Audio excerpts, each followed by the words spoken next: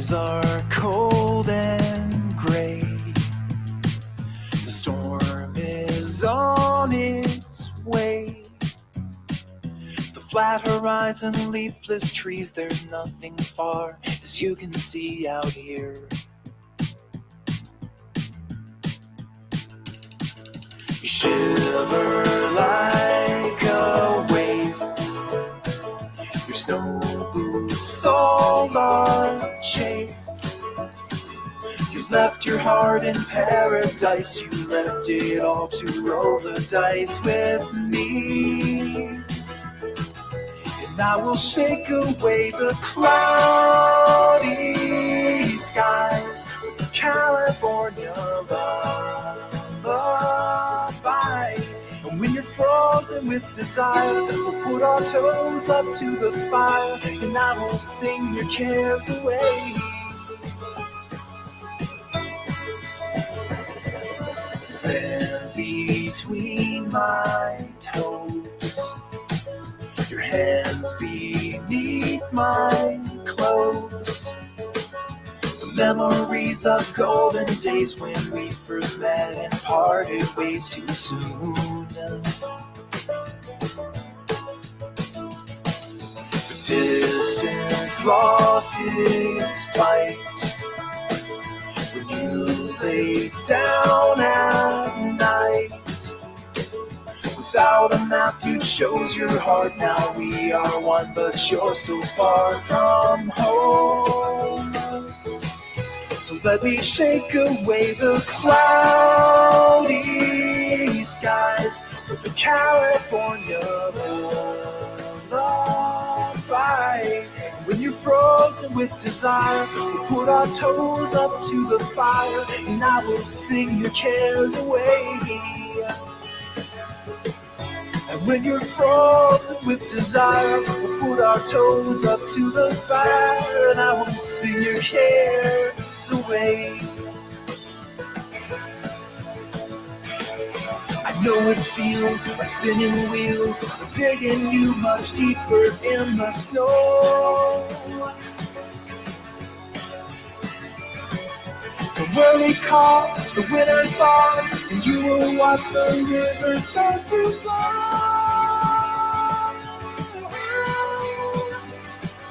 And in that place, the empty space will fill you with a warm embrace, and I will hold you tight until it's home, and I will shake away the cloudy skies from the California lullaby. And when you're frozen with desire, we'll put our toes up to the fire, and I will sing your cares away. So let me take you back to paradise. All you gotta do is close your eyes. And when you're frozen with desire, we'll put our toes up to the fire, and I will sing your cares away.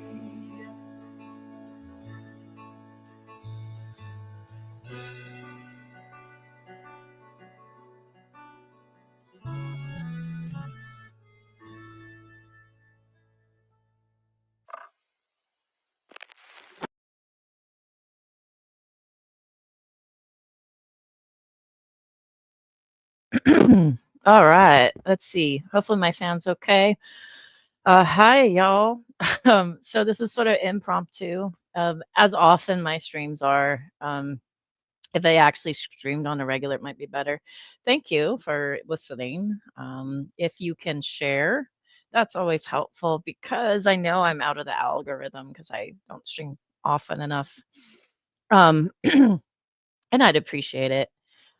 Welcome, Savage Minnow. Not so Savage Minnow. Savage on Tuesdays. Welcome.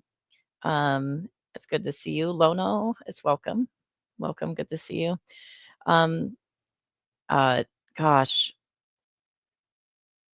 if you're Canadian or Mexican, I apologize for my country. I am afraid of what they're doing. And I'll tell you, I'll just straight up say it. I'm not fear mongering. I'm just, well, I should be fear mongering. It is scary right now. It is scary. It is scary for women. It is scary for people that have children. It is scary for people that have green cards from any country. It's scary for anybody that ever seeked for asylum right now. It is scary for anybody that protests right now. I mean, it is really scary, and we have to acknowledge that it's really scary. But to do nothing, I mean, I have given a lot of thought here, and if we turn in the Gilead, I'm probably going to end up on a wall. I probably will end up on a wall. But I've given it a lot of thought here, and interesting enough, yeah, anybody that has a uterus, exactly. Um, I was a homeschooled, sheltered, conservative, raised in a bubble kid. And I would say, like, a lot of the family that I knew, like, was along the lines of Mike Pence, along the lines of Matt Slick, that kind of thinking, very conservative. But the difference between, like, Mike Pence and, say, Trump is Mike Pence still respected the institution of our government. He still respected the Constitution, and he still respected the 3 levels of government, so that way the executive government couldn't just take over and become a kingship. So he respected that there was Congress, he respected that there was, the SCOTUS, he respected that, you know, just the process. And remember that Trump's people called him a traitor because he followed the process. And I'll never forget that particularly because it told me that MAGA is something else. MAGA is not Republican, and MAGA is not conservative even. They are something else. The balance of power. Yes. If we don't have the balance of power, we're no longer America. We're no longer America. Like, we cease to become the United States. We are going to become something else. And I think it's important that we have this balance of power. And as soon as Congress is bypassed, because they have the power of the purse, as soon as they're bypassed, and this is a massive scale of bypassing, this is a huge alarm. This is really, really serious. You think I might be overacting, but look at 2025 and look at Project 2025. Look at their mandates. You know that phrase mandate you're seeing on the news? That comes from those bitches. The president has a mandate. No, he doesn't. He had a third of the country. The president has a mandate. This is religious language. I just want you to be aware of that. I think a religious person needs to call it out and let you understand this is religious language. And you need to notice it. So when they say mandate, think theocracy every time. Mandate, theocracy and a king, theocracy and a king. Every time they say that word, it should flag to you. And if it doesn't, you need to look into it. Look up Project 25. They're already going down the list. It started. They always start with the gays. They always start with the people that maybe are just like the minorities, but they're going to eventually get to you. They'll eventually get to you on the list. No fault divorce is on the list, guys, just so you know. Um, they're going to go through the list. And the leader from Project 25, the heritage guy, said everything's going splendidly, better than his wildest dreams, is what he said. He expected more of a fight back. If you want to look up the Heritage Foundation, look up, oh, what was the phrase? It's really concerning. And it was concerning before the election. But for some reason, I thought the American people weren't this stupid, but I guess they are. Like, I guess we have problems here. We have people that refuse to vote, and we have people that voted and chose poorly. Look up the phrase Heritage Foundation and look up the phrase remain bloodless. Okay. Remain bloodless is referring to a government takeover, and they're hoping that it doesn't turn into something that costs blood. Remain bloodless. Look at it. They're counting on Democrats because we are the peaceniks to do nothing. To do nothing. Legally, we're doing some things, but we had a chance to do something within our legal rights um, without, um, turning into a civil war, right? Like that's not really what we want to do because we love our country, and we generally are loving people to our enemies, even like across the aisle, usually. And so nobody wants things to escalate to that point. But if you lose every legal action, it's gonna get weirder and weirder. And so I would implore everybody to reach out to their representative to take some action to resist these overstretches of government. And I'm very concerned that the Democrats do not have a game plan and they're not on the same page. And it's very concerning to me because Chuck Schumer has basically given away like every bit of bartering that the Democrats had and just bowled over because he's afraid, and I understand the fear. He's afraid that if they had voted against this terrible budget, and there's more to this budget that I'll talk about. If they all voted against it, even Rand Paul voted against this. I just want to he's from Kentucky.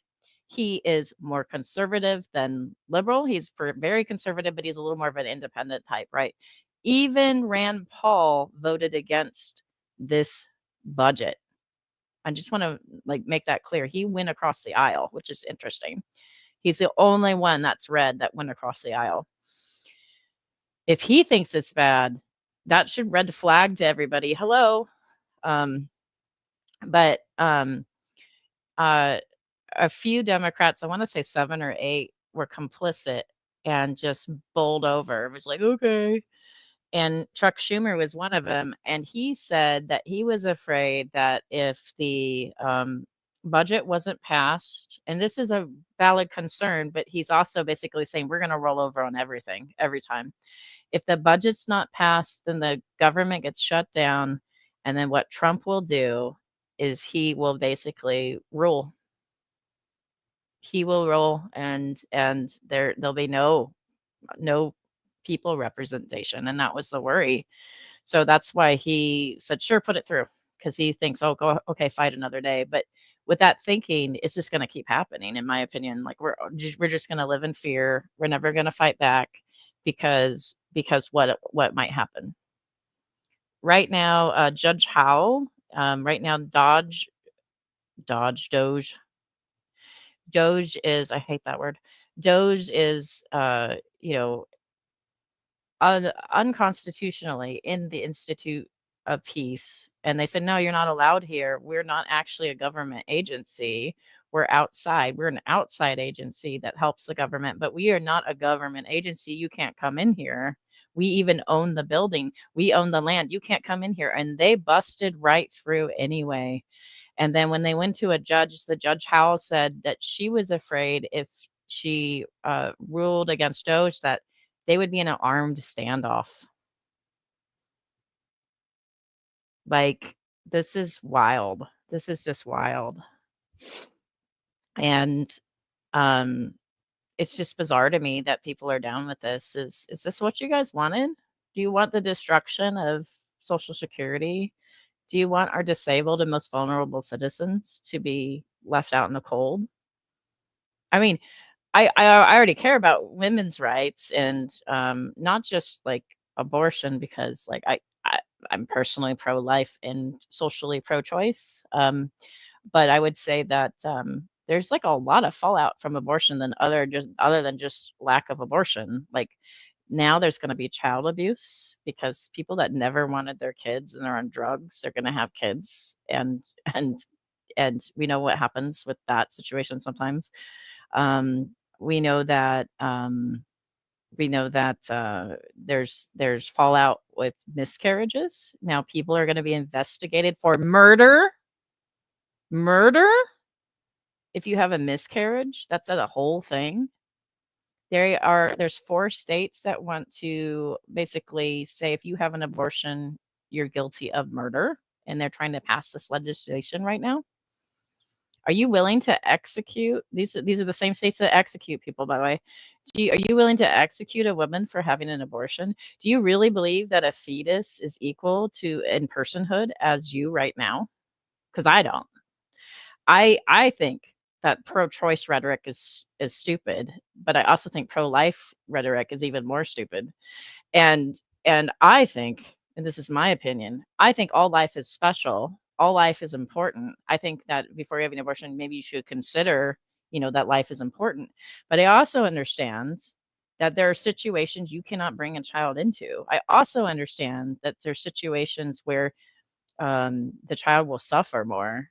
There are situations where it puts the mom's life at risk. There's all sorts of situations, rape, incest, all these horrible situations. It's none of my fucking business. Like, I have a personal distaste for abortion, but I also love and care for people that have had abortion. So my stance is that I personally would rarely ever consider one. Um, and that's my own business, right? I'm not gonna say to somebody else, "Hey, I get to hijack your uterus to save this potential personhood." Um, it's just fucking stupid. And so what I don't understand is how people can consider the personhood of the fetus as equal as you and I.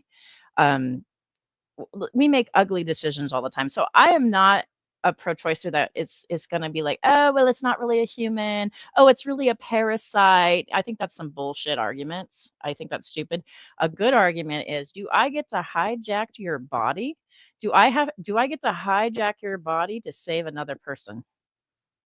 And I think that's a better argument. Do I have to say, hey, happy Jesus, my kidneys are failing. I get to hijack your kidney because save a life. And that's bodily autonomy, right? Like that is important. And I don't think all personhood is equal. Like, it's the same reason of, like, if we were to do triage and you are up and talking and moving around and I have to choose to save a life, and if I had to choose between you and somebody that was a vegetable on a machine, I'm going to choose you. If I have to choose between the life of a mother and the life of a fetus, I'm going to choose the mother. It seems obvious to me. It seems really obvious, but it's not obvious to them. So anyway, I've never seen a pro-life law make sense and actually be helpful for women. I've never seen it do any good. And so I always vote against pro-life laws because they're all stupid. They all cause more suffering, all of them. I've never seen one that doesn't. You can see, like, evidence of pro life laws in Ireland and how women would just die of sepsis and all this stupid stuff that could be prevented. Hi, Maya. Is it bodily? Well, yeah, good question. Also, I want to know why women are. I'll put it this way. I feel like it's important to kind of speak from a religious standpoint because I know Christianity as a whole so fucking well. Um, there's an inconsistency in Christianity about their view of the fetus and children in the womb. And the inconsistency is a couple things. One, the Bible never really says that life begins at conception. The Bible says life begins at first breath when you're born. Look it up. It does not blink, Now you fearfully and wonderfully made me in my mother's womb and knitted me together. That is a verse, and that's where pro-lifers like drag that out. But that pro-life version of Christianity started with Jerry Falwell in the 1970s, and the evangelicals who were seeking power, the Falwell, Liberty University, and other spinoffs like the Heritage Foundation, all those places, they're power seeking. They're power seeking evangelicals that want to basically have a theocracy in the end. But Jerry Falwell's brilliant idea was to attach pro life to Christianity and to the Republican Party, and it's been largely successful. And I'll give you an example. When I worked in church and when I was a church attender for years and years and years, as an attender or as somebody that works in church, I would be approached with like documents like the Christian Coalition. And I won't talk about this too much longer, but because I hate abortion conversation so much because it's so hurtful to so many people. But the Christian Coalition would come up with like who you should vote for and who you should not. And they go, this candidate, this candidate. And their chief reasoning always was this person's pro abortion. And you can absolutely not vote for somebody that is pro life or pro choice. You can absolutely not. And they will like make it a matter of faith for you that you're not a real Christian if you vote for a pro choicer. And they put the pressure on you. I'm not kidding. I have seen it over and over again, and I am in a liberal state. I can't imagine what it's like in the red states, but in the liberal states, like I see the same rhetoric of like, you are not a Christian if you vote for this person. I see it on Catholic radio. I listen to Catholic radio. Yeah, I'm a weirdo. I listen to all sorts of things. I listen to Catholic radio. They push the same narrative. Like, real Christians will vote because of the pro-life issue. And my concern is, and again, like Catholic radio and leaders are not the same as attendants. I know that, obviously. But there's a pressure to vote a certain way, and they use the pro-life as this weapon and to really keep people locked in and to vote a certain way. And it is a powerful weapon because people get really wrapped up in it. Now, never mind that they also sometimes simultaneously hold theology that's absolutely uh, terrible. Like for instance, Calvinist and Reformed theology, which is a good percentage of evangelicals, their actual theology believes that some people are doomed from the womb, that God has fearfully and created you and wonderfully made just to go to hell. I kid you not, because in Calvinist Reformed theology, God has complete sovereign control over everything, including your salvation. And unlike Catholicism and Methodism, where they believe that you work together to earn salvation, or whatever, sanctification, they believe that God chose you or didn't choose you. So you are specifically made to be either God's object of wrath or God's object of love. And that's just how it is. And then the reformists will go, oh well, it, we don't really actually know who's saved, we just try to save everybody, and they just say that nonsense. But I'll tell you what, reformists, you also sometimes hold the view that all infants are going to be saved. A lot of them hold that view, and they believe that if you die as an infant or before the age of 7, some people have that because that's what the Hebrews believed. If you die before the age of 7, you have a different like accountability. Therefore, you're automatically going to heaven. So really, if you abort by that logic, you're sending them to heaven. Like, I'm just saying, like there's an inconsistency in their theology. And I just wanted to point out one of those. There's many more, but that's an inconsistency. And I just think it's interesting because it's like, well, why do I want to take the risk of having children if they might go to hell? That's pretty nihilistic and awful. And like it's just that particular theology was probably the most fundamental theology that shook my faith ever. Like I dug into theology, and I think the single most problematic thing that's made me side eye Christianity, even though I believe in Jesus and Christ following and stuff, but religion as a whole is Reformed theology, is one of the grossest theologies I've ever run into for Christianity. Because I think it makes God into a monster. It really does.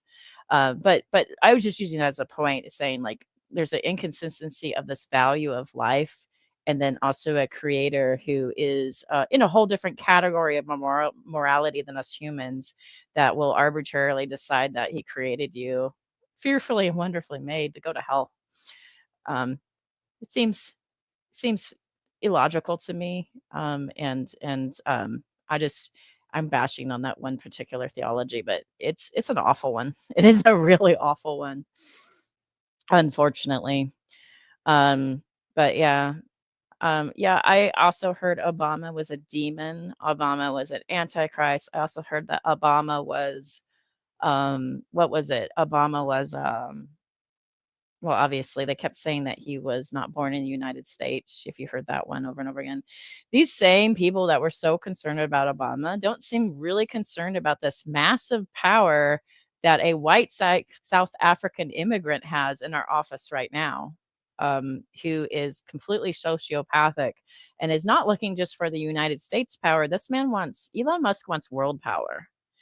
And if I held the theology of the left behind Christianity that I like to call it, but I rapture theology is new theology. It's actually not very old. It's like from the 1800s on, and it got popularized in the 1960s with the Jesus movement and Calvary Chapel and Chuck Smith, stuff like that. And they made movies about if you don't take the mark of the beast, you're going to have your head cut off and stuff like that. And ooh, and it's called the Thief in the Night movies in the 1970s.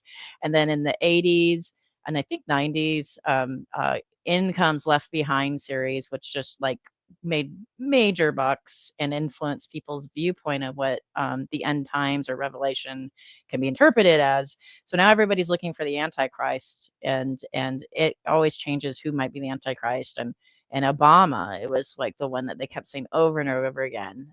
Maybe it's him. It's got to be him. It's going to be him. And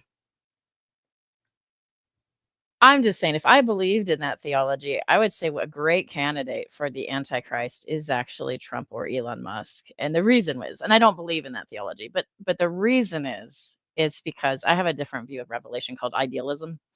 But the reason why I think that they would be a great candidate under that type of theology is one, the Antichrist has to survive a head wound that should have or might have killed him.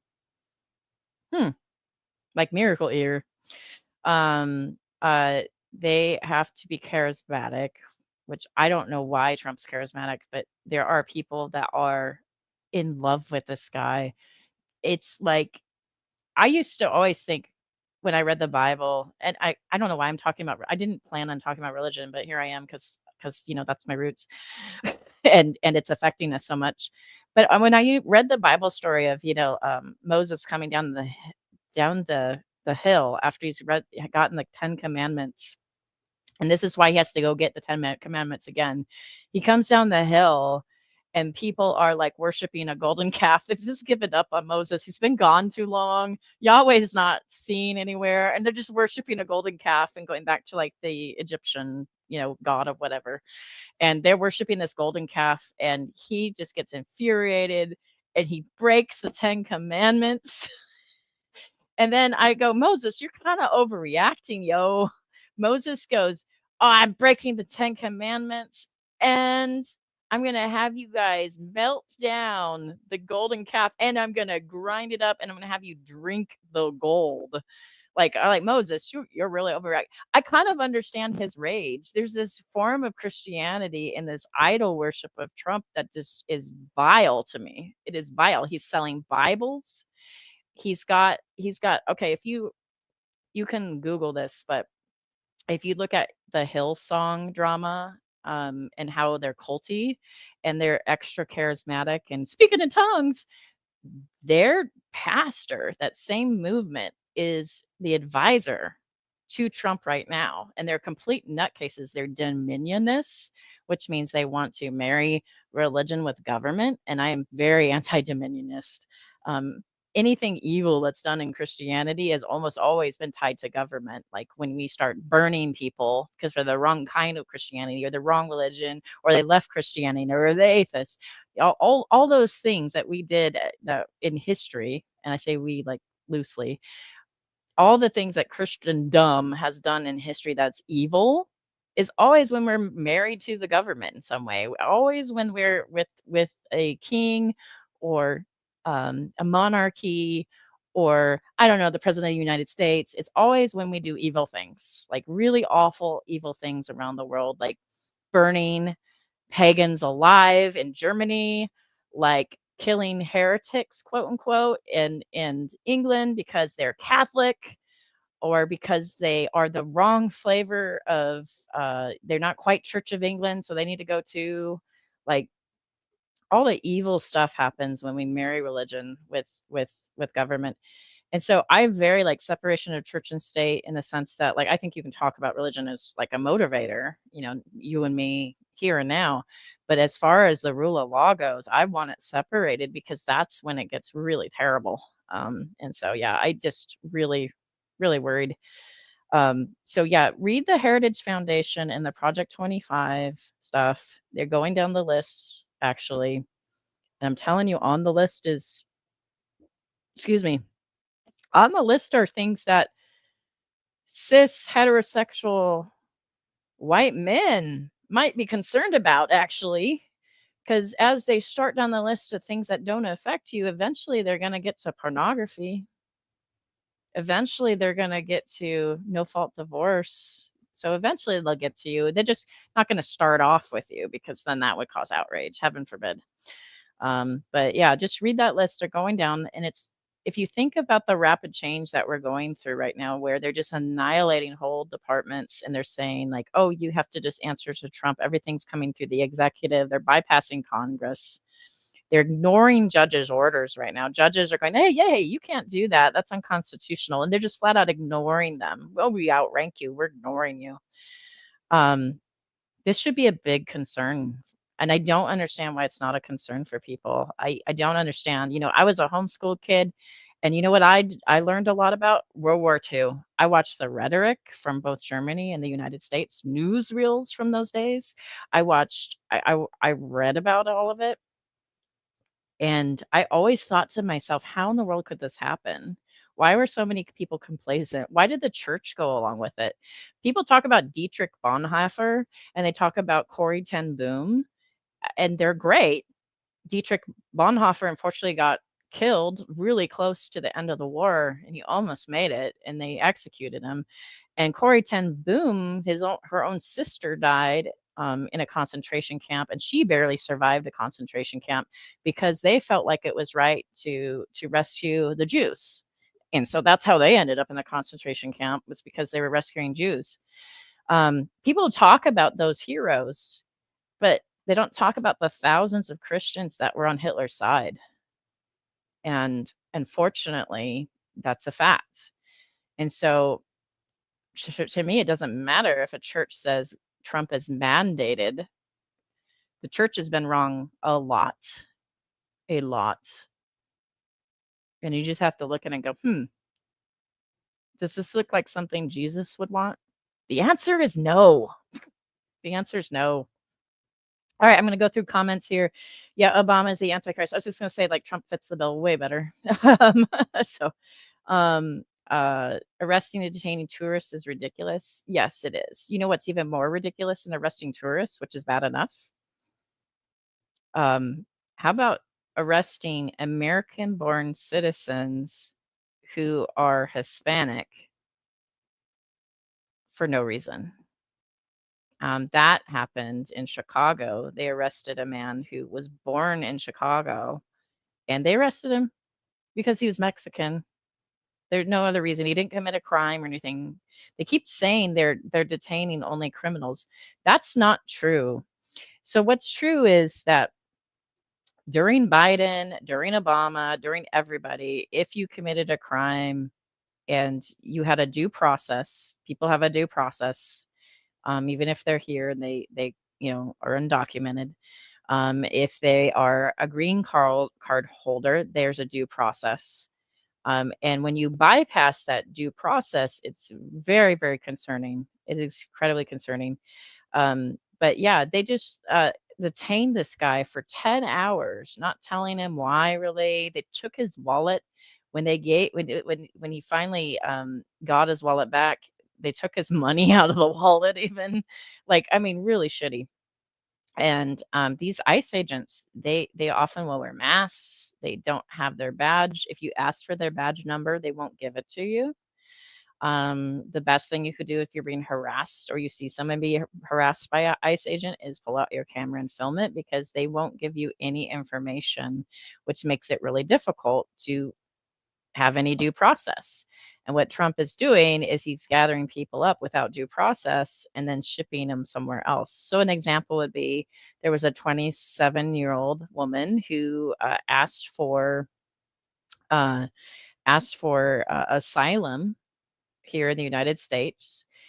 She asked for asylum in the United States because she's Iranian and she deconverted from Islam to Christianity, which in Iran is the death penalty. And I don't know if you guys realize this, but there's 13 Muslim countries where if you are an atheist, you can face the death penalty. If you are gay, you can face the death penalty.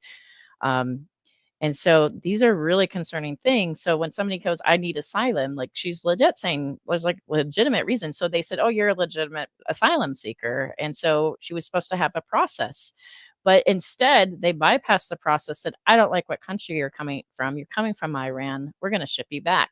And instead of like, I don't know, going through some processing where she could get some sort of legal representation or reach out to relatives, they shipped her to Panama, this quick shipment to Panama or this quick shipment to El Salvador or the quick shipment to Gitmo. These are all big, huge red flags because if they can disappear a green card holder or they can disappear a asylum seeker and they can disappear anybody that's undocumented without any process, which we did have a process in there, that means that they can disappear you quite easily.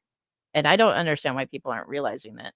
It's the same people where they're all like, "Yeah, build a wall, build a wall." And I'm like, building a wall historically is a bad thing for citizens. If you build a wall on the border, more than likely it's going to eventually be used to keep you inside. That's what it was. The whole tear down this wall speech from Reagan, the East Berlin Wall, they'd flat out shoot you if you tried to leave East Germany. They'd shoot you. Like what have we learned about walls? Like it will be used against its own citizens. Like I'm telling you. I'm telling you. I'm not trying to be crazy, but it's not a good thing. It's not a good thing at all. Imagine being so bored you make a golden calf to worship. Yeah, right. Read Bibles, God Bless America, $60. Yep. Yeah. Yeah. It's signed by Trump himself with a little love note. You love watching documentaries. I do too. I think everybody should check history out because it will make you recognize red flags, I think, a lot more. I think Americans are cocky. I think we think it could never happen here. I think a lot of us, some of us know, some of us know it could, but I think a lot of us think, oh, we're not like that. It would never happen. Freedom, freedom fries, whatever. But look at what's going on. Like it should red flag. I don't understand why Republicans, real Republicans, not maggots, but actual Republicans or conservatives or independents, I do not understand why they are not alarmed at just dismantling agencies. Did you know Elon Musk tweeted that it wasn't Hitler and I don't know if he said Gorbachev or Stalin, but it's not Hitler and I don't know if it was Gorbachev or Stalin, I forgot, that killed all these people, but it was people that worked for the state. If that doesn't tell you how F this man is, the people that work for the state are the ones that killed him. Like he's like, yeah, the bad guys are the people that work for Social Security. The bad guys are the park rangers. Don't you know? The bad guys are the IRS agents. Okay, we all hate IRS. But like it's the people that work for the state are the bad people. Like what rhetoric? Like, are you kidding me? No, it was the people at the helm. Hitler, Stalin, Mao. Yeah. Yeah. That is bullshit right there. Like it's bullshit. Um Happy says 80 million people in Germany during World War II, 90% Christian. Right. But we hear about two Christians that stood up and did something right.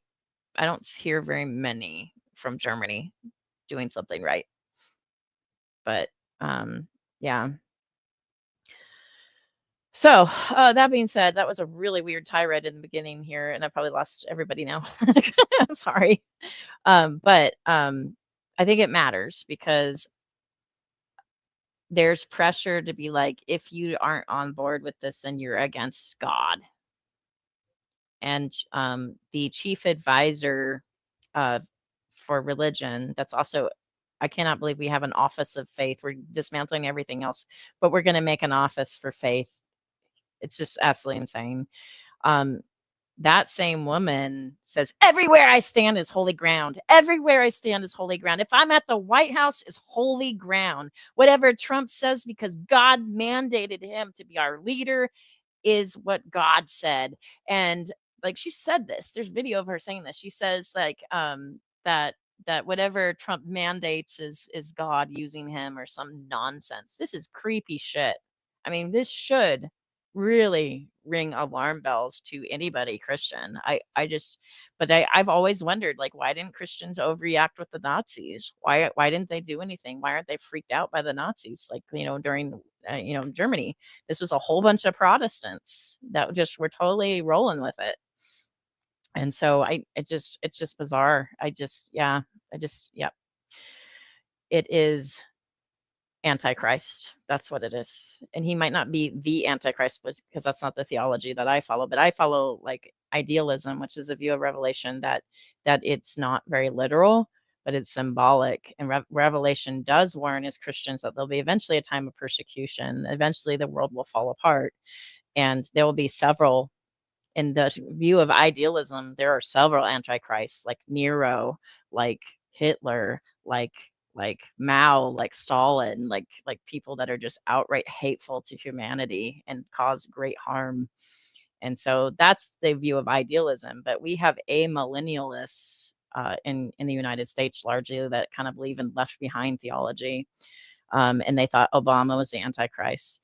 I'm just saying it fits sort of with the Bible that the most religious people killed Jesus. So it'd also fit with the Bible if the most religious people installed an antichrist, if you believe in that theology. But it seems like um, the Bible is okay with the irony of that. All right, so I'm gonna go ahead and watch some Paula White. Yeah, that's her name, Paula White. Ugh, she's so gross. Yeah.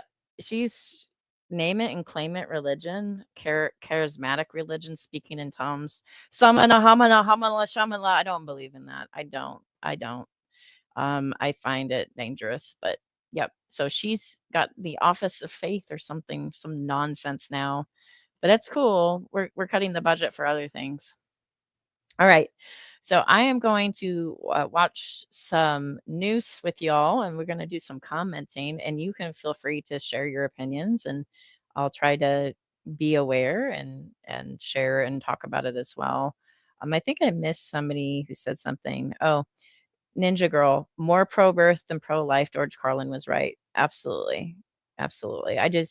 There is so much inconsistency in pro-lifers. Like they're so happy to cut school lunches and I'm like, kids can't learn if they can't eat. Like it's a fact. Like it's a fact. And I don't understand why they're like, people are struggling more than ever. Let's make them struggle more. Like it doesn't make a lot of sense to me. It really doesn't. Also, tax cuts for billionaires is fucking evil right now. I'm sorry. That's just evil to do right now. All right. So, I'm going to start with free speech. And spoiler alert, I am always very reluctant to talk about the Palestine stuff because I'm largely in favor of Israel as a country. I am not in favor with what they're doing to Palestine. And so I think that there's been an overreaction. I think that we are looking at war crimes. And I think there's a reason why the United States pulled out of international court because I think we are part of all this nonsense. When he was saying that when Trump said that he wanted to build wonderful hotels over Gaza, it's just going to be great. Like that's just evil. It is evil. You cannot just demolish a people group and build hotels over them and be like, yeah, the United States wants a stake in it. We want money. Like, it's just disgusting. That being said, like, some of the pro-Palestine protesters, I'm not down with some of what they say when they say abolish Israel. And yes, I've watched them say that. If they graffiti over pro Hamas over the Liberty Bell, I'm not down with that. This man did not do that. I'm going to be canceled, I know.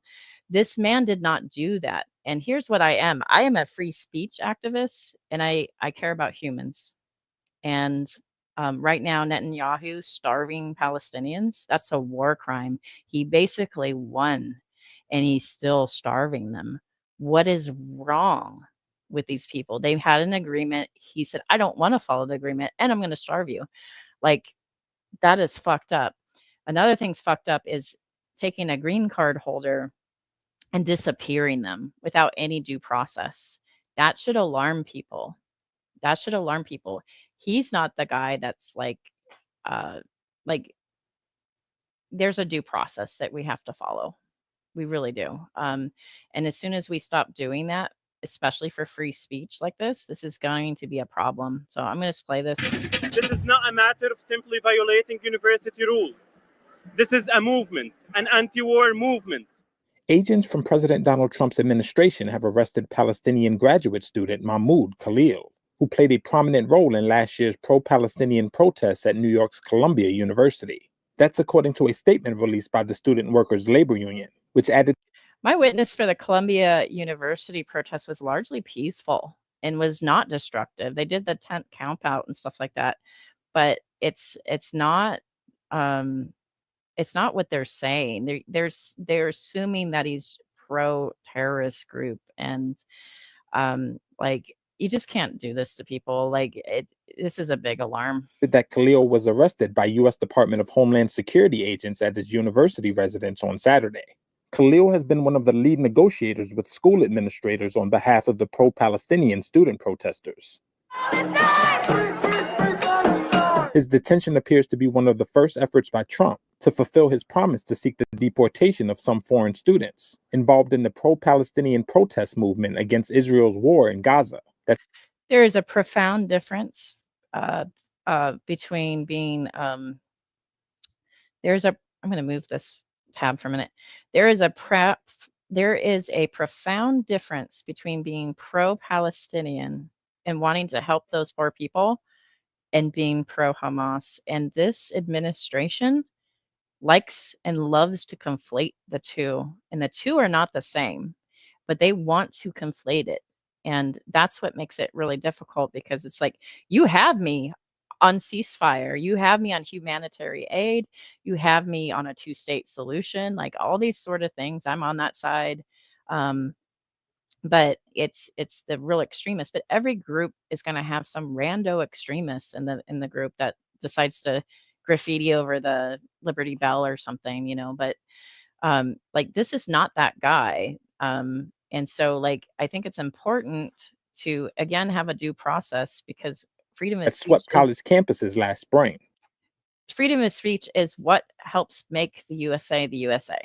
A spokesperson for Columbia said the school was barred by law from sharing information about individual students. Spokespeople for Trump, DHS, and the Department of State did not respond to questions. It was not immediately clear on what grounds DHS agents arrested Khalil.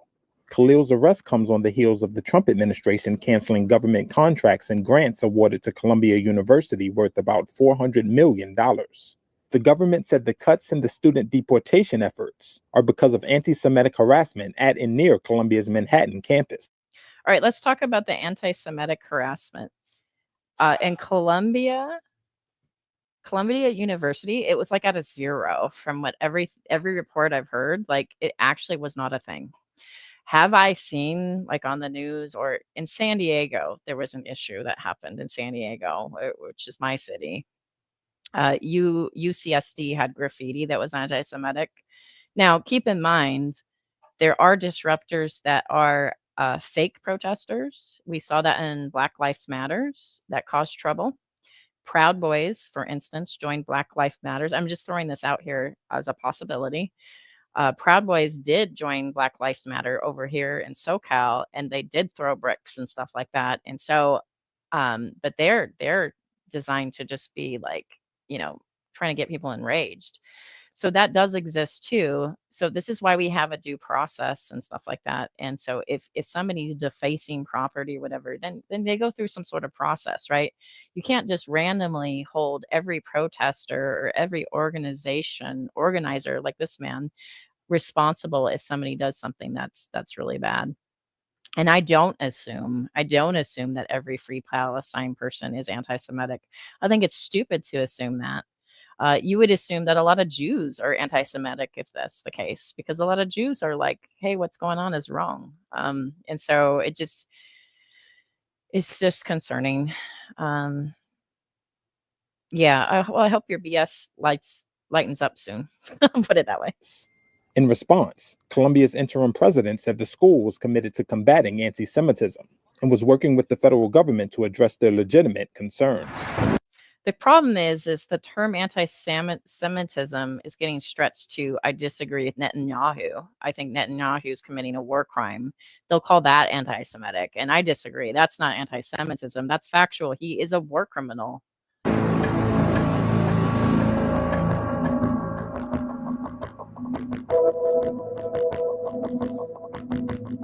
Look at these rioting protesters. Look at this. This is just terrible. It's awful. Like, they're camping out. Like, this is like, yeah.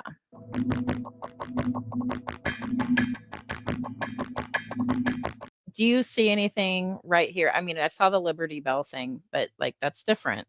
Do you see anything here so far that's like shocking?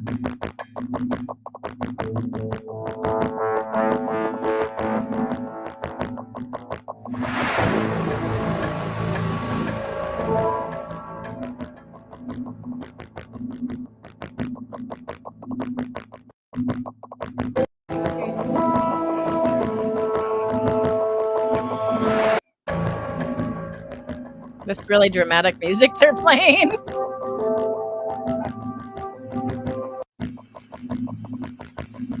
I'm looking for anybody to say anything.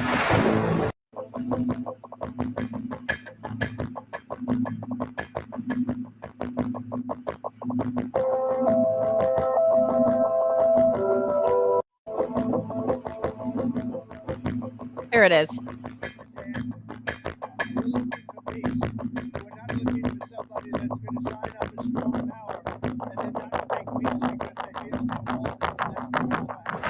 All right, this is terrible. You guys need to do better on your newscast. Yeah, the dramatic music's not helping. Yeah, it's just terrible music. I'm gonna stop. Right. So that means you're anti-Semitic, Minnow, clearly. Like, my gosh. Sorry, that music was terrible. I can't deal with it. My whole point is that they can't just disappear, and we can't allow for that. He has to have a process. He has a little baby, dude. Like, he has a little newborn. Like, this is so beyond fucked up. And I don't have to love the religion of Islam. I don't. I don't have to love the religion unless you think this is wrong, because I support people's rights to worship however they want to. I don't have to agree with everything that the Free Palestine crowd does to say that this is wrong. It's very, very concerning. And so that is one of the concerns I have of many. And it goes beyond him. This gentleman here, it goes even beyond him. This is frightening for any protester. This is a big concern. And it starts with him. I think he is a test project, and it's starting with him. And I think we need to fight against that. We need to be aware of it.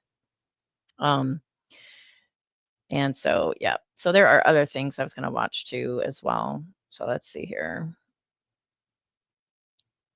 There was a press conference today. Oh, this is interesting. So I'm always like worried when people expand the definitions of certain things. So if you expand the definition of terrorism, I'm now canceled on YouTube. If you expand the definition of terrorism to mean things other than terrorists, it is going to be a problem because the way that Homeland Security works is they skip due process. It's been a big concern. Really, since its inception of the Patriot Act, which is after 9/11, I've been very concerned about what they do. And I am very concerned when they try to call something the T word, because when they call something the T word, it means they want to do something probably around normal due process. We certainly think it's despicable, the violence that has taken place against Tesla, the company, its employees, and also just Americans who have chosen to drive an electric vehicle. Many of them are Democrats, by the way. Democrats were big supporters of Tesla and of electric vehicles until Elon Musk decided to vote for Donald Trump. So we would like Democrats to also come out and condemn this heinous violence that we have seen. And I believe the Attorney General has said she's investigating these incidents as acts of domestic terrorism. We certainly think it's despicable, the violence that has taken place against Tesla, the company, its employees, and also just Americans who have chosen to drive an electric vehicle. Many of them are Democrats, by the way. Democrats were big supporters of Tesla and of electric vehicles until Elon Musk decided to vote for Donald Trump. So it's beyond what he voted for. It's that he's destroying America. We would like Democrats to also come out and condemn this heinous violence that we have seen. And I believe the Attorney General has said she's investigating these incidents as acts of domestic terrorism. When you throw out the T word, it gives them a lot of power to just bypass and do whatever they want. This should be concerning. When they use the T word against American citizens, it means that they're looking, and they did it to Luigi, by the way. They're looking to bypass or do extreme penalty, one of the two. And that's concerning. It's concerning. Now, I personally think it's a bad idea to, I don't know how to say this without getting in trouble. Go boom boom to the Tesla. That's probably worse than if I said it. To cause an inferno at the Tesla dealership. I think it's a bad idea. You know why I think it's a bad idea? Because they collect insurance on it. You actually do better if everybody stops buying them, and it just rots, and then they can't do anything about it. But by all means, protest Tesla. I just think that you actually help them when you do that, because they can get an insurance claim. But when they use that T word, that's concerning. And she's right. A bunch of Democrats bought Tesla before they knew that Elon was a Nazi. Now, I've hated Elon. I straight up have hated Elon since 2018. Because one time there was this cave diver, and he was trying to rescue some trapped kids in a cave. Water's rising. Anything in the cave's kind of dangerous, because when there's water in the cave, sediment gets stirred up, and you can lose your bearings completely, and get lost and then drown. And so there's reasons why a cave diver didn't want to do certain things. So Elon said, I got this brilliant idea. This is how you're going to get them out, and we're going to get involved and help. And the cave diver said, that's not going to work. It's just not going to work. Refused his idea. And what Elon Musk did was he tweeted out his name and said, this man's a pedophile. And then that man, rightfully so, took him to court, and the court ruled against the cave diver and in favor of Musk, saying nobody really takes Twitter seriously, so we're not going to call this defamation. It's nobody takes Twitter seriously, so it's not a big deal. Except now they're using Twitter as this main mouthpiece for the government. So what now? The guy should appeal really, really seriously. But what a creep Musk is. Even years ago. Yeah, people care about the environment, and they thought that electric cars would help the environment. There's some drawbacks to electric cars about mining and stuff like that, and that's a whole thing. But people mean well. Yeah, so a lot of Democrats bought Tesla, and if you harm a Tesla, the chances are that's a Democrat. But I would say if I had a Tesla, I would get rid of it right now just in protest. But anyway, we're going to watch another video here. Let's see here. It was a submarine. Let's see here. Let me go back over here. Government operates efficiently, effectively, and in the public interest. For any Congress has a duty to ensure that government operates efficiently, effectively, and in the public interest. For any elected official, constituent services are our bread and butter. I know long before I was an elected official, I worked as a constituent services advocate and Social Security liaison, advocating for our most vulnerable. If your grandfather can't get an appointment at the VA, or if your mom is stuck on hold with the Social Security Administration for hours, you should be angry, and we should be fixing it. But instead of fixing it, the Trump administration has turned over the keys to an unelected billionaire, Elon Musk, through the so-called Department of Government Efficiency.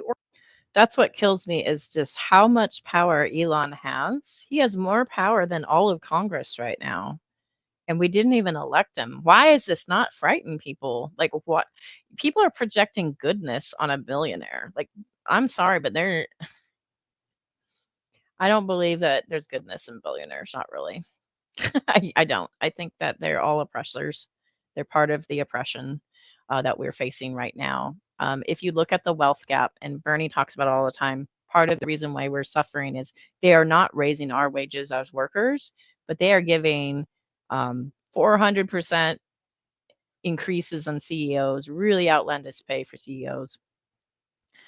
I remember hearing somebody a while back saying we should always remember Elon is the man given the option to end the world hunger or choose to buy Twitter instead. That's true. Buy Twitter instead, because he wants to shape the world into whatever monstrous vision he has. If you want an idea what monstrous vision Elon has, it's actually not Project 25. I feel like the tech bros and Project 25 will eventually bump heads. Project 25 has their own means to an end, and so does the tech bros. But the tech bros mindset is, look it up. It's dark enlightenment.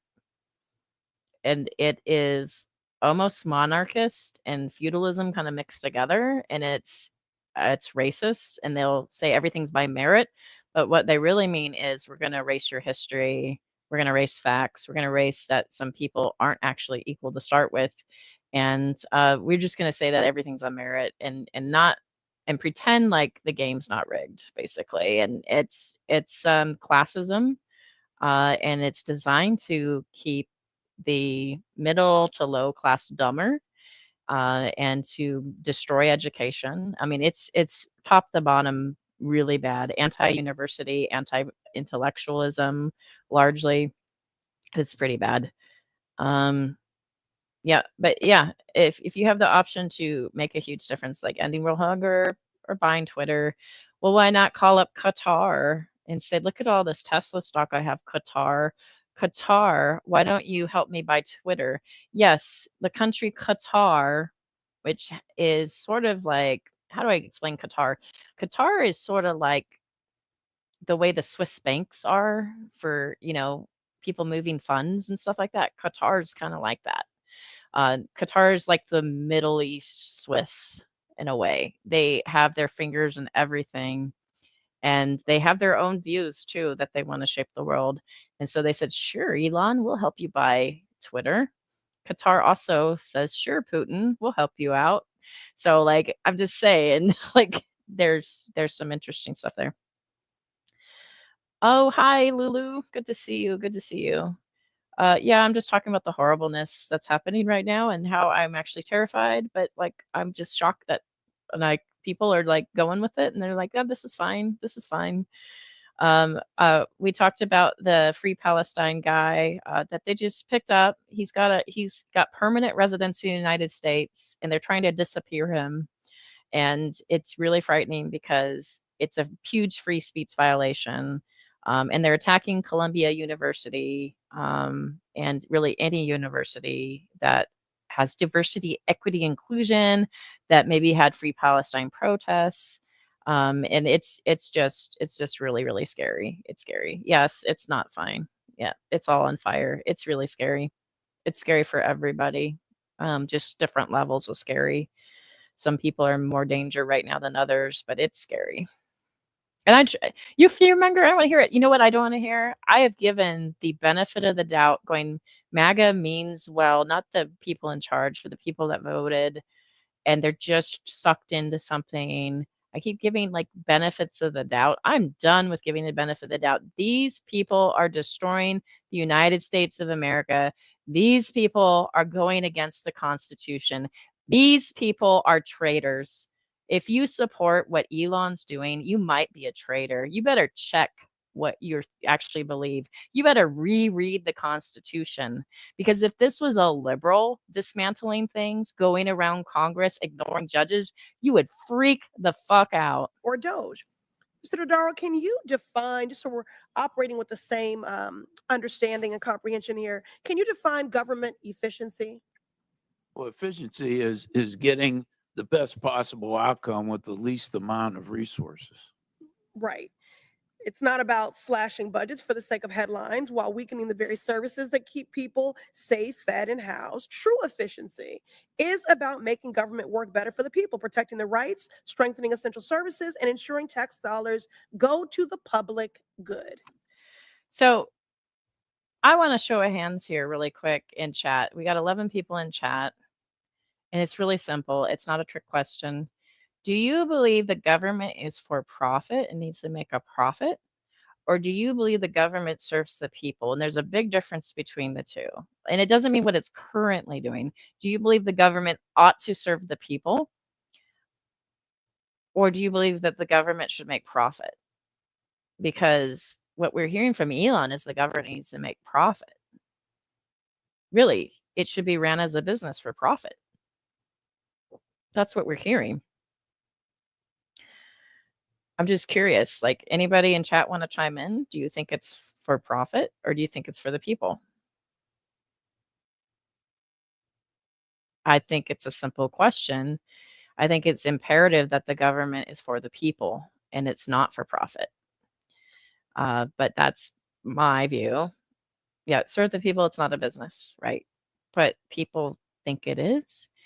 And I kind of wonder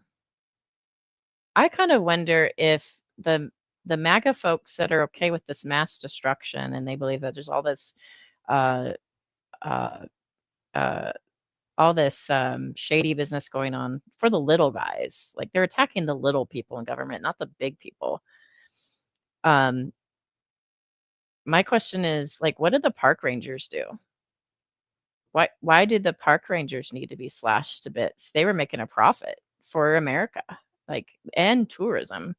Go to Yosemite and you'll see like tons of tourists from Japan, from Italy, from like all sorts of places, and they're visiting and stuff like that. It's in fact it's so crowded in Yosemite. It's like, wow, like this is, go to Sequoia instead. You get the redwood trees with less crowds, you know.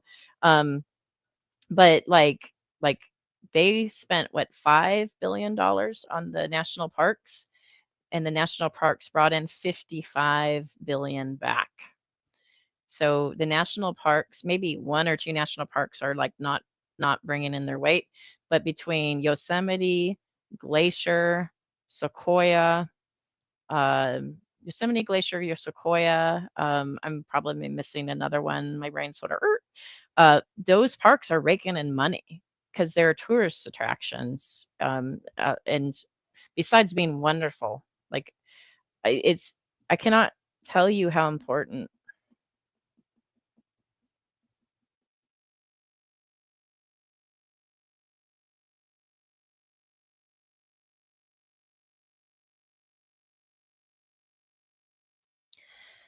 I cannot tell you how important it is.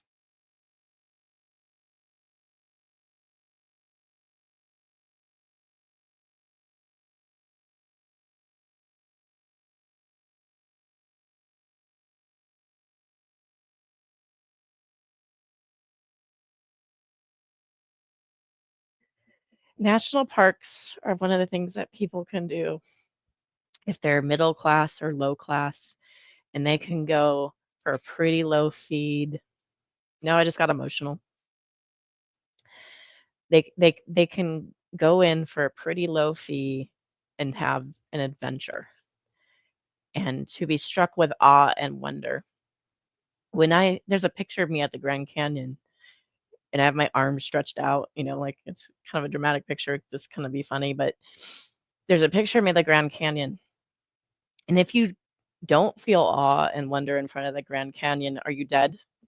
Like it is amazing. If you don't feel awe and wonder looking at El Capitan in Yosemite, are you even alive? If you don't feel awe and wonder looking at the oldest living things in the world, and you're looking at the largest, oldest living thing in the world, and it's 2,000 years old, and it stands there, and it's been there before you were alive, and it will be there long after. And if you don't stand awe and wonder at the redwood trees in Sequoia, maybe you're not alive. Like, I'm telling you, the national parks are probably the I would argue the biggest historical treasure in the United States, more than Liberty Bell, more than the Washington Monument, more than the White House itself. Like, these are really important because it reminds you that nature is important. It reminds you of awe and wonder. It reminds you of a life that's bigger than the life that you live in the city. And it's important. It's important for the animals. It's important for our country. And it's part of why I love the United States. And my worry is by gutting the national park system,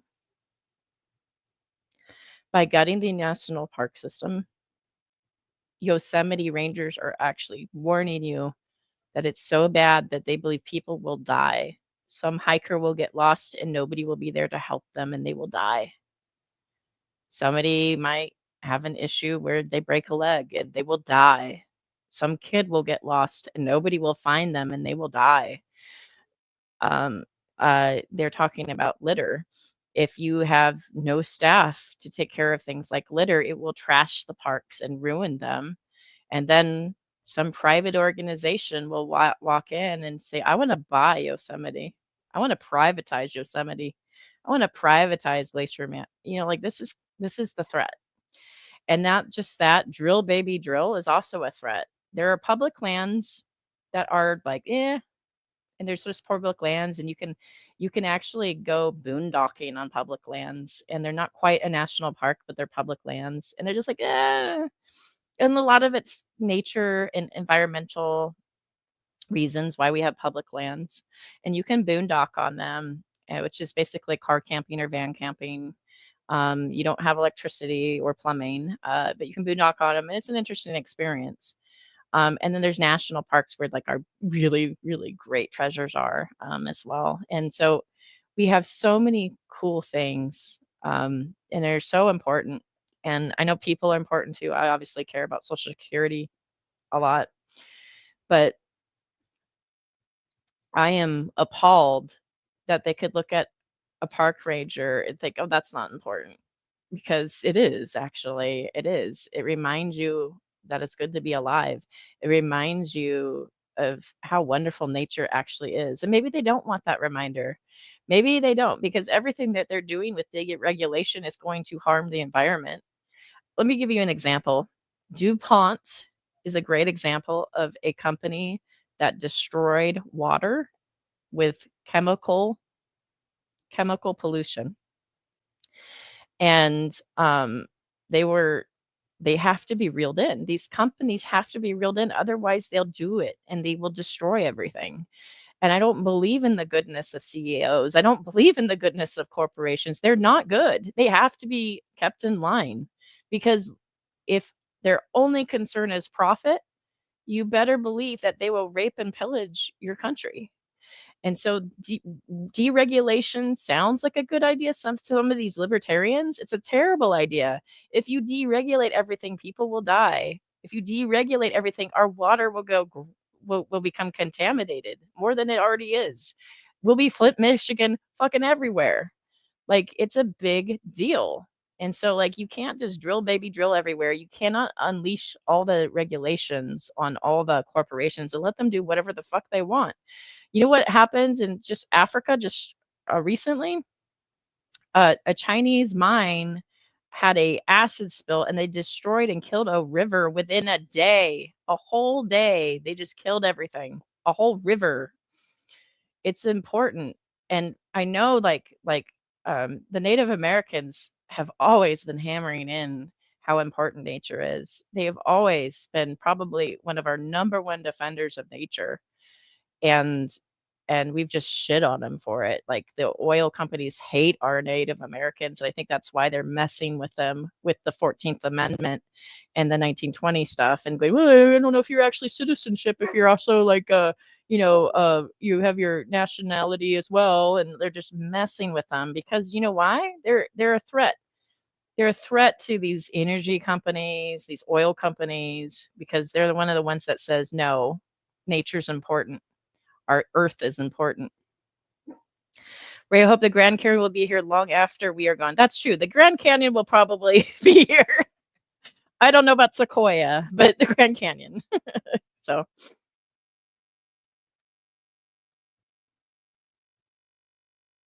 Oh, I don't know. I have to look into the sewage water thing. We have a sewage water drama with between Mexico and San Diego. So whenever there's a rainstorm, Mexico just lets their sewage run off quite a bit. They have a different management of sewage. They don't really clean it. And so, like, there's a big drama because every time we have a storm, the sewage rolls over here and affects Coronado and South Bay particularly. And that's a big drama. The environment's important, and working with people that are neighboring countries is also important. But this administration doesn't give a fuck. Not private profits. By that standard, Doge isn't here to serve anyone other than Elon Musk. But let's True. take a step back. History is important. Mr. Nodaro, do you know how the term Doge came about? I think it came about from like a coin, right? Cryptocurrency. Not particularly. Well, it came from an internet meme featuring a Shiba Inu dog that went viral on Reddit. And that meme led to the creation of Dogecoin, a joke cryptocurrency. Eventually it caught the attention of none other than Elon Musk. In 2019, more than 5 years ago, Elon Musk started tweeting about Doge, making jokes and using the cryptocurrency for profit. He was not interested in government efficiency. He only cared about making money. That's why the actual creator of Dogecoin said that Elon, quote, was and always will be. I'm going to let this play for a second and forget Sally. Unquote. Mr. Chair, I ask unanimous consent to enter into the record this article titled Dogecoin co-creator calls Elon Musk a grifter who had trouble running basic code. Without objection. It's ordered. Talk about didn't earn it. So here we are in 2025, and Elon Musk is still using Doge to make money. This time, instead of pumping up a joke currency for his own profits, he's using a meme-inspired agency to launch a hostile takeover of the federal government. Doge has recklessly fired FAA employees and attacked the agency, all while Musk's own aerospace business benefits.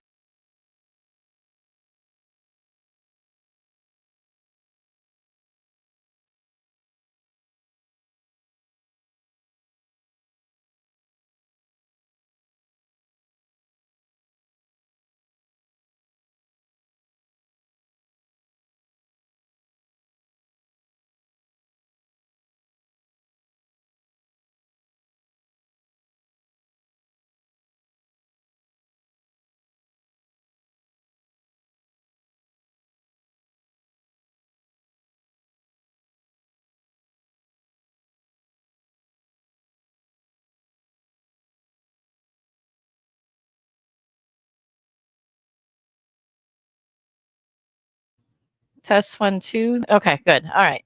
Sorry about that. I had to get my dog. We have a little dog bed on the balcony, and she chills, and then, but she's not allowed to bark at our neighbors. And she started barking. I was like, that's it. You gotta go inside. Privileges are lost for barking.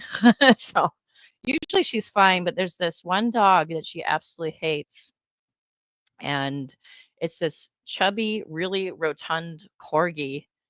and it's a female corgi, and female corgis are the bossiest dogs I've ever met in my life. All the female corgis, the male corgis are fine. The female corgis are the bossiest things I've ever met in my life.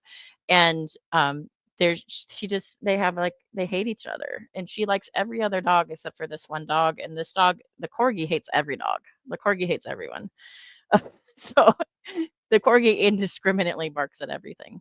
but yeah, I'm like, no, you gotta go in. So anyway, sorry. All right. Benefits from regulatory rollbacks. Make it make sense.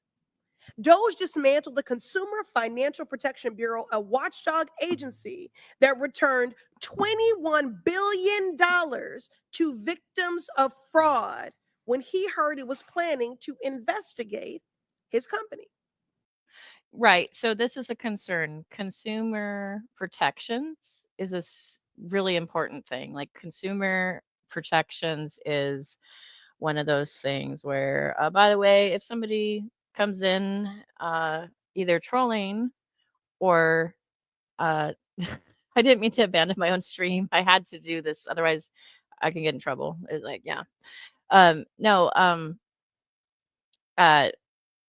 we don't really ban unless somebody is actually flat out harassing people. Just a kind of a reminder, guys. Or breaking TOS. So just a reminder. Anyway. And just last week, in a moment of stunning incompetence, the administration frantically tried to unfire hundreds of employees they had to let go the day before. Why? Because those employees were overseeing our nuclear stockpile. So let me tell you this.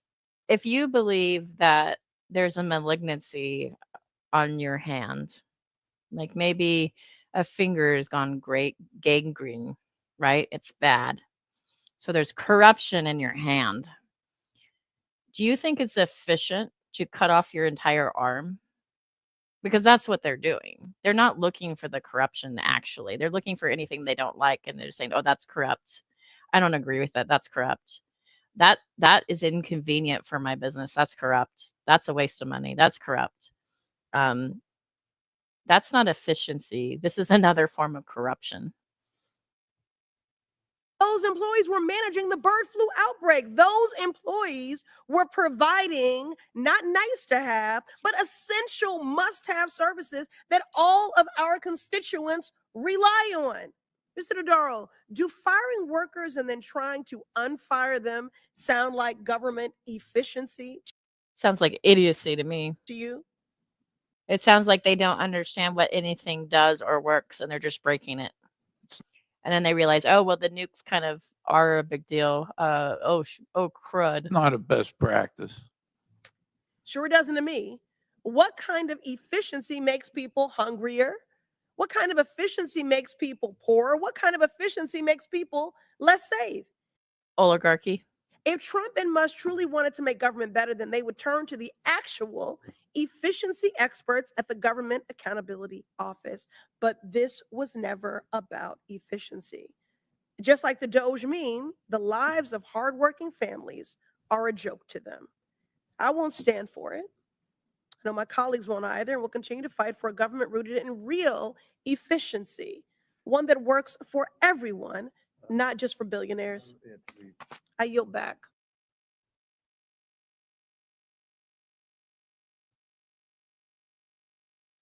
I have the weirdest algorithm. Ignore that.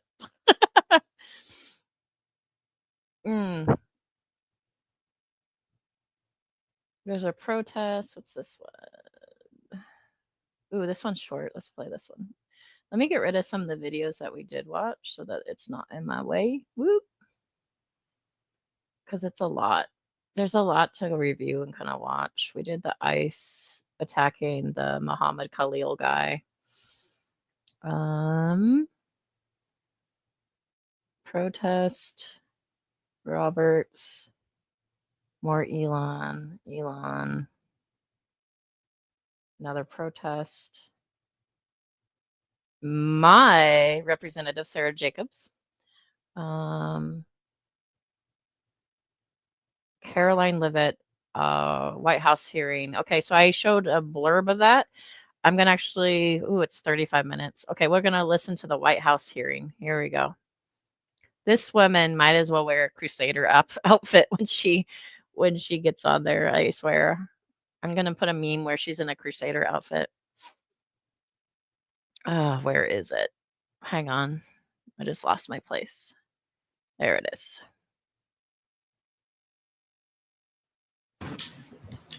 Good afternoon, everybody. The sound is terrible, by the way. I don't know what's going on with these clips from the White House on the press briefings, but they have like the worst possible sound ever. And it seems like it's like on several sites, and I don't know why, but it's like, y'all were fine until this administration. What, do they not allow proper microphones anymore? Oh, why they put slow-mo as like the top thing to select, I don't know. Let me fix that. They did that, and I used to be able to toggle to like 125 speed, but no, they ruined it. Now I have to try to move the slider. There we go. How are we? It's a newsy day indeed. And last night we saw the very best of America. After spending nearly 300 days aboard the International Space Station, Butch Wilmore and Sunny Williams are back on Earth. These two incredible astronauts were only supposed to be up there for 8 days. But you guys hacked away at NASA, like it's, yeah. But because of the Biden administration's lack of urgency, they ended up spending 9 months in space. There was definitely a lax attitude about getting them. Joe Biden's lack of courage to act boldly and decisively was a big reason why Butch and Sunny did not make it back until yesterday. But President Trump doesn't. Do you notice that they always have to dunk on another president? And I think the reason why they have to dunk on the other president is because this president is just so bad. And so they have to pretend like it's the other ones at all times. Yeah. Troll account engaged today. Yeah, I always wait for somebody to like really mess up and then I get rid of them.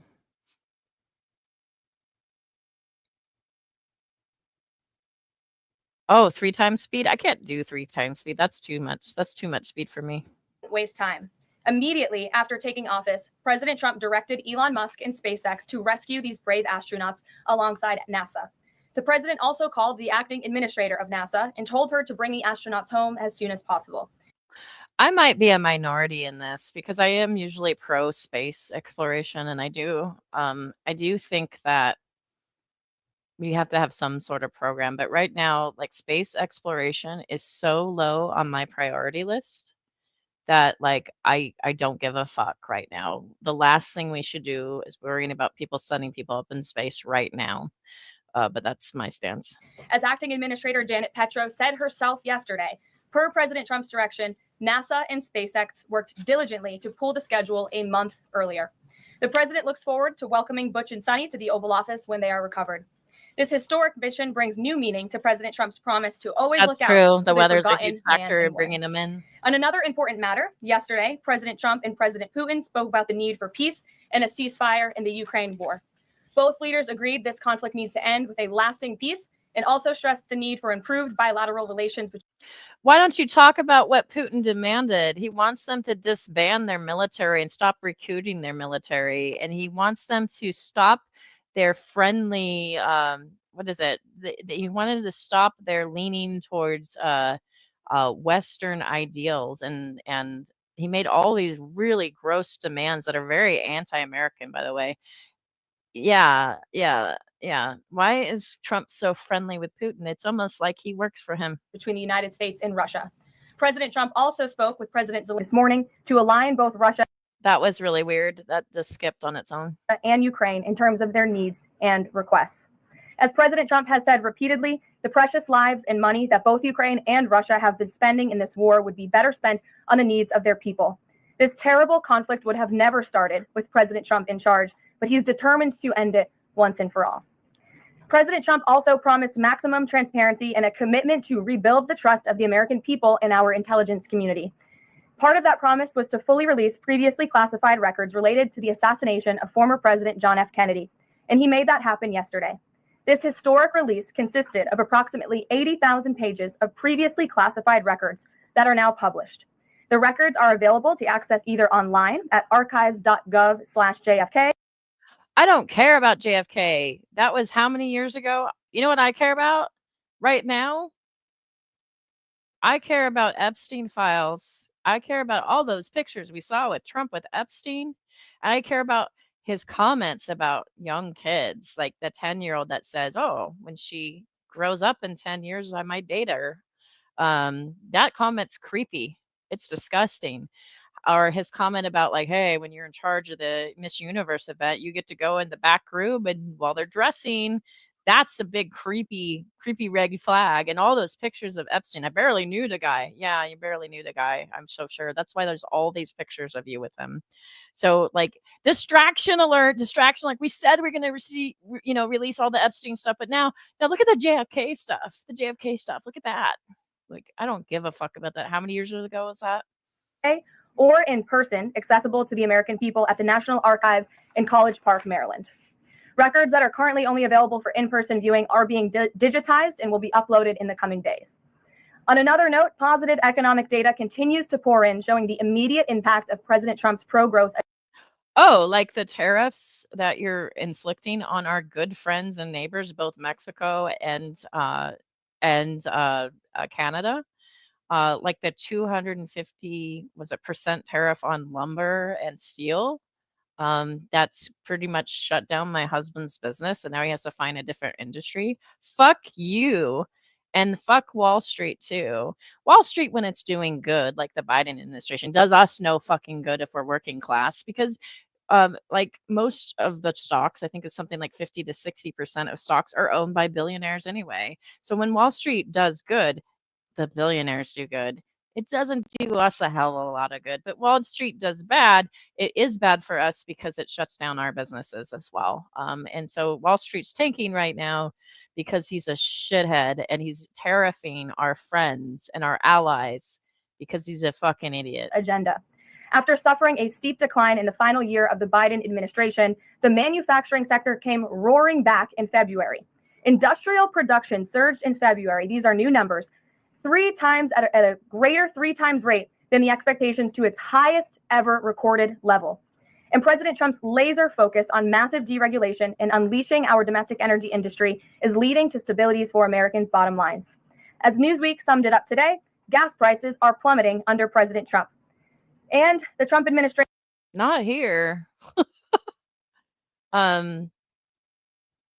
Yeah. If gas prices continue to plummet, though, the oil companies are not going to be too thrilled, because if that's true, right, like his drill baby drill, if they overinflate the market with oil, what happens is they lose their profits. They don't actually want that. Oil companies want drill baby drill, but they also want to withhold the gas. So it's interesting. It's a balance, right? But gas prices are plummeting. Could be that the demand is less because people are driving less because they can afford less. Administration continues to make American communities safer through our ongoing mass deportation campaign of illegal alien criminals. I want to point out illegal alien criminals have always been mass deported. Criminals have been deported out of California quite regularly. This idea that if you're a criminal, you don't get deported is not true. And so like mass deportation through proper channels, that's always existed. That's not something that's new. But what is interesting is that it's now getting more and more indiscriminate, and he's bypassing the norms and the checks and balances. Yeah, right. Well, they say all business has risk and failures, right? So Edison, I'll just use Thomas Edison as an example of somebody that failed several times. So there's that argument, but he's not only bankrupt quite a bit, he's destroyed other industries that have worked for him, and he's not paid them. And that's a whole thing. Yesterday, FBI Director Kash Patel announced the agency captured another fugitive from its 10 most wanted list, securing the extradition of Francisco Javier Roman Bardeles, a key senior leader of the brutal MS-13 gang. And the brave men and women of ICE also arrested a number of dangerous aliens across the country in recent days. You will see them on this screen. ICE San Francisco just arrested a citizen of Guatemala convicted of sexual battery. ICE New Orleans. ICE also arrested a Canadian who was actually starting a wellness business, both in Canada and here, and in California. And ICE arrested her and detained her, and she was like, "Fine, I'll just go back to Canada, no big deal." It's like she wasn't doing anything, and they're like, "No, we're gonna hold you for 2 weeks, maybe months. We don't know." Like just giving her no information. Her story is actually on the newspaper. It's probably good that she's telling her story because a lot of racist white folks, particularly in this country, that happen to wear MAGA hats, don't seem to care if it's a brown person, but maybe they'll care if it's a white person. Maybe they will. I don't know. Orleans arrested a citizen of Ecuador convicted of rape in Suffolk County, New York. Yep, you found one out of thousands. ICE Atlanta arrested a citizen of Mexico convicted of assault by strangulation. ICE Dallas arrested a citizen of Mexico convicted of assault with a firearm and rape with a foreign object. And you also sent back a 27-year-old woman to her death who did nothing. And ICE Houston arrested a citizen of Guatemala convicted of indecent sexual contact with a child in Texas. These are heinous criminal alien monsters who the previous administration Dehumanizing. Look, any child molester, murderer, I get understanding, dehumanizing language, but these people like broad, I can tell you right now that ICE is not just deporting criminals right now. They're deporting what they consider collateral damage. And they detained a guy who was born in the United States who happened to be Mexico for 10 hours just because. There's video of them yelling and screaming at another guy that came from business from Mexico, asking him like how long he's worked with the cartel, and he's like, "What?" Been allowed to flood into our country, and every time President Trump and his team deport one of them, our country becomes safer. ICE has like low accountability, so like so like let's say they approach a citizen and they detain a citizen, they have very low accountability compared to police officers. Police officers, you can ask for your badge number and they'll give it to you. You ask for a badge number for ICE, they'll say, "Go fuck yourself" half the time. Finally, before I open it up to questions, I want to tout how successful our efforts have been in filling out President Trump's administration. There have been a record number of 281 Senate confirmed nominations already, with another 280 in process. Here at the White House, OPM and GSA, we have filled 100% of the total number of slots. And this is a record number of placements in the first 58 days of any administration, and a testament to the caliber and the sheer quantity of talented people who want to work for President Trump to make America great again. Here in our new media seat today, we have Katie Pavlich. Katie is the editor of townhall.com, which is a subsidiary of Town Hall Media. It's a leading conservative news. Oh, I know the answer to that. A race baiter is somebody that tells the truth about racism and our awful history. That's what a race baiter is. A MAGA person that likes to throw that word, it's just more like a masturbator. Like they just masturbate off anything Trump does. It's just what they do. News and opinion outlet based right here in Washington, D.C., with writers and journalists reporting around the country. Last year, Town Hall Media had 60 million unique users and 1.4 billion page views, with a broad reach on a number of social media platforms. With that, Katie, please kick us off. Thank you, Caroline. Really appreciate it. Sure. Thank you. So given the back and forth with this U.S. District Judge and the administration's use of the Alien Enemies Act, does the president plan to send new and additional flights of Venezuelan gang members now designated as foreign terrorists from the U.S. to El Salvador or elsewhere? Can Americans expect to see those flights sometime soon? Americans can absolutely expect to see the continuation of the mass deportation campaign that has been successfully led by this president, Secretary of Homeland Security, Kristi Noem, and also our Secretary of State, Marco Rubio. Since you brought up the judges, I would like to point out that the judges in this country are acting erroneously. We have the judges in this country follow the law. Like they follow due process. Judges who are acting as partisan activists from the bench. They are trying. See this? She's poisoning the well. Poisoning the well is where you say they are coming from activism only. They're coming from this viewpoint where they're trying to shape society and that they're actually going against the law. But actually, they are following the law. Trying to dictate policy from the president of the United States. They're not trying to dictate policy, you bitch. They're trying to hold people accountable. We don't have an elected king. We don't have an elected dictator. We don't have an elected supreme leader. We have checks and balances for a reason. United States. They are trying to clearly slow walk this administration's agenda, and it's unacceptable. As the president said last night, we will continue to comply with these court orders. We will continue to fight these battles in courts. But it's incredibly apparent that there is a concerted effort by the far left to judge shop. It's not the far left. It's independents to the far left. It's not the far left. It's a lot of people. To pick judges who are clearly acting as partisan activists from the bench in an attempt to. By the way, they also called somebody that Reagan appointed also this, by the way. Derail this president's agenda. We will not allow that to happen. And not only are they usurping. So you will just ignore the law. Got it. The will of the president and the chief executive of our country, but they are undermining the will of the American public. The will of the American public is not the same as MAGA. MAGA is at best a third of the country. A third. Donuts do sound good.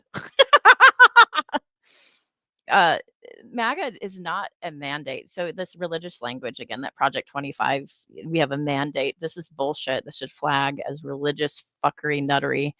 But this whole idea, we have a mandate. You have a third of the country that agrees with you, you idiot. A third of the country. And then a third of the country that absolutely doesn't. And a third of the country that didn't vote for anybody.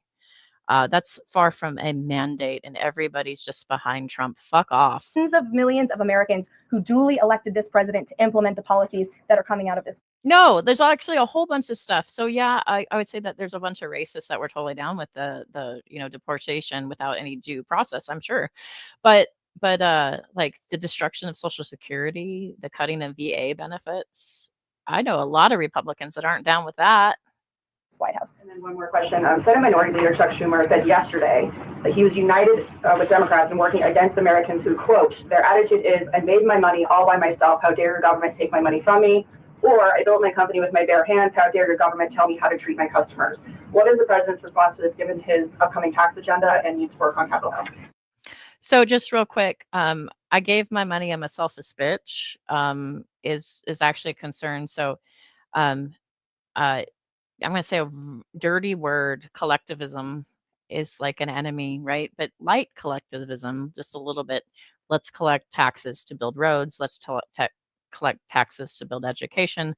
Let's collect taxes for medicine. This shit is actually normal first world country good shit. Like this is generally considered a good thing. But these people are like, I made my money and I don't want to give it up. Like, I'm sorry, but I don't have kids and I've been paying taxes for the education system and I've not been a bitch about it. Oh, I'm sorry. I don't collect disability, but I've not been a fucking bitch about it. Oh, I'm sorry. I've disagreed with most of our wars that we've been involved in, and I still am okay with paying VA benefits. Suck it up, you bitch. Well, we certainly hope that Democrats all of a sudden are for more money in the pockets of the American public. The president has made it incredibly clear that he is committed to tax cuts. He is committed to. For the wealthy, our taxes are slated to go up. Passing a big reconciliation package later this year, ending no taxes on tips, taxes on overtime, no taxes on Social Security for our. That's not going to offset what you guys are cutting and doing. It's not going to offset it. It's not going to be enough. For hardworking seniors. And we encourage everybody on Capitol Hill to support that when it comes to the finish line, especially. Also, that no taxes on tip thing wasn't in the budget. They keep saying it is, and it's not actually there. Democrats who clearly need a boost from the American public right now, their approvals are at an all-time record low.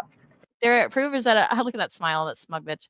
Like their approvals are at an all-time low because they're not doing enough to fight you. It's not that they agree with Trump. It's that they're not doing enough to fight you.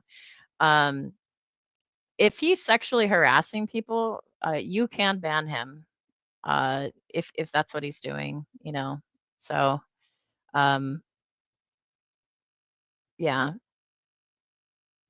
Yeah, you're on thin ice, yo. Amarose, you can do whatever you want to do. That's fine. What are you, Roadhog? Are you Dionysus? My bet is Dionysus, the guy that thinks date rape's fun, or a Roadhog that thinks beating his wife is awesome. One of those two. Thanks for being with us, Kate. Garrett. I have one other question. I want to follow up on Katie's question, actually. You said the mass deportation campaign would continue, but she asked about the flights specifically. Will those flights to El Salvador continue while this case is being appealed? We don't have any flights planned specifically, but we will continue with the mass deportations. And I would just like to point out that the judge in this case is essentially trying to say that the president doesn't have the executive authority to deport foreign terrorists from our American soil. That is an egregious abuse of the bench. This judge does not have that authority. Because he's expanding foreign terrorists to basically anybody that's from a certain country. And that's the problem.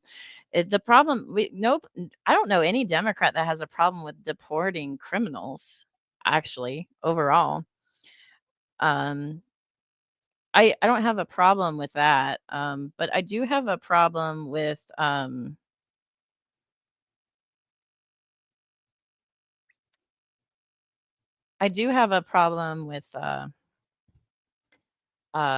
just blanketly deporting whole people from whole people groups. Like I passionately do not like Islamic regimes, but I also know not everybody in Iran is that. Like, people are victims of the regime that they're trying to escape and that they're seeking asylum. Like it actually requires some care. Like I said, if you think that there's a problem with your finger and your finger's gone gangrene, you don't cut off the whole arm. There's a process that we have on purpose. It is the opinion of this White House and of this administration, and that's why we're fighting this in court. And it's very, very clear that this is an activist judge who is trying to usurp the president's authority. Under the Alien Enemies Act, the president has this power, and that's why this deportation campaign has continued. And this Judge Boasberg, is a Democrat activist. He was appointed by Barack Obama. His wife. He was appointed by the Antichrist himself, Barack Obama. That's just crazy. Oh my gosh. What's going on?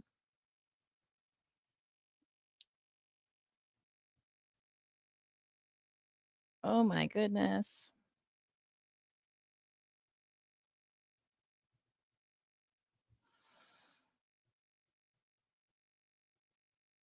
Wife has donated more than $10,000 to Democrats, and he has consistently shown his disdain for this president and his policies.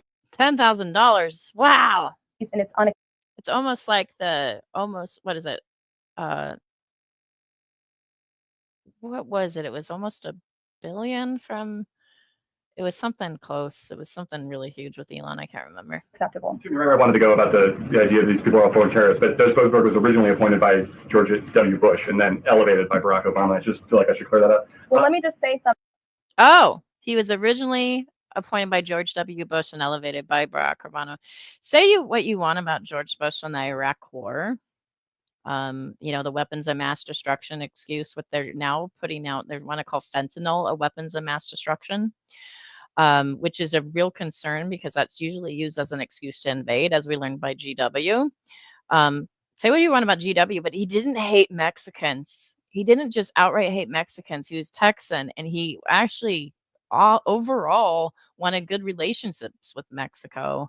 And he's a conservative. He's an actual Republican that acts like a Republican. MAGA is something else. MAGA is this weird cult that's just unhinged. Something to that effect, Garrett. 67% of all of.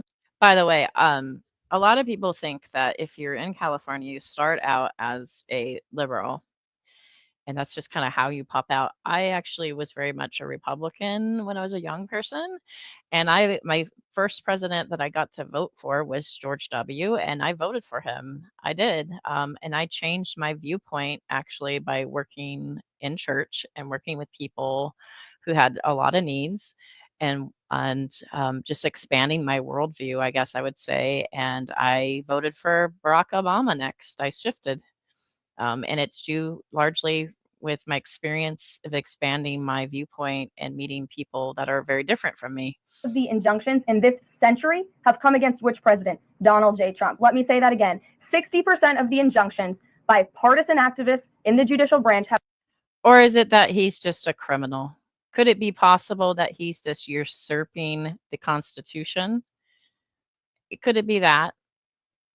Because I'll tell you, George didn't do this stuff, not like this. Have come against President Donald Trump, and 92% of those have been from Democrat-appointed judges.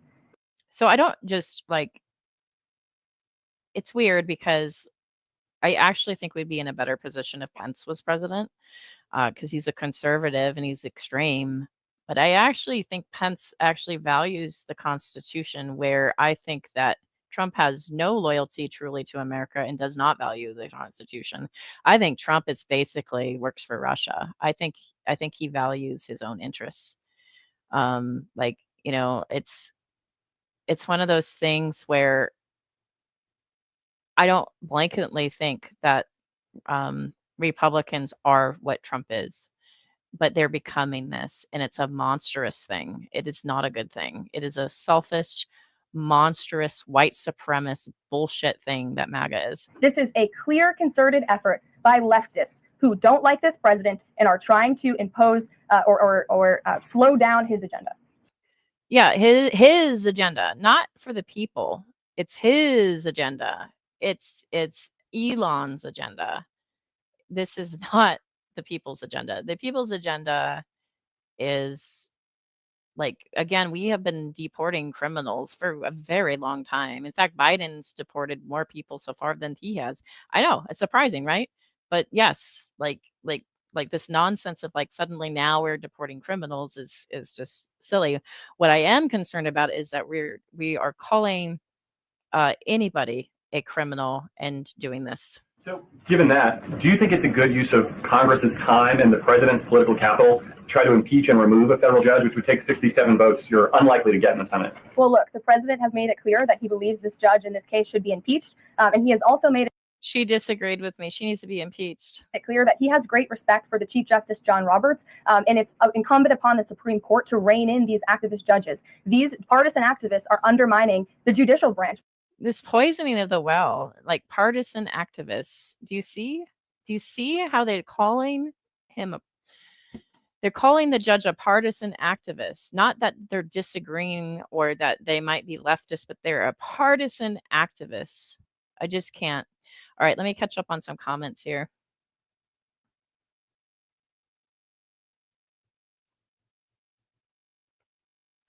Yes, there is hope, but usually it's when you're younger to switch and change, usually. But yes, people can change positions, and there is hope for that, and that's why people engage in discussions oftentimes. It's just unfortunately we are so past discussion right now. Everything's on fire.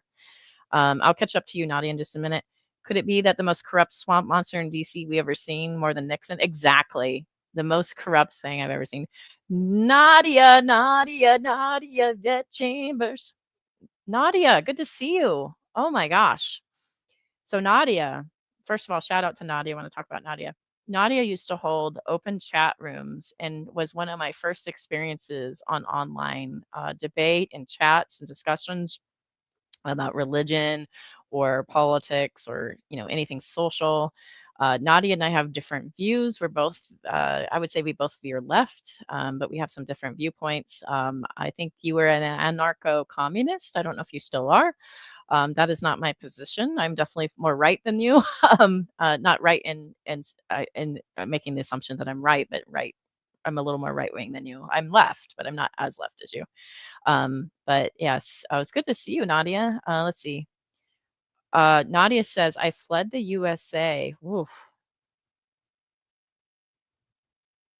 And will never return under any circumstances. Herr in Deutschland weasel words are verboten, i.e., not hand gesture, but okay. Do you feel comfortable telling us where you went to, Nadia? Right, I don't blame anybody who's trans leaving the United States right now. I don't, for their own safety. I've been hearing that conversation where they're like the most at risk largely, and they're afraid. They're afraid for their lives. Texas is trying to pass a law right now that's trying to say that if you say that you are trans, or let's say you were born with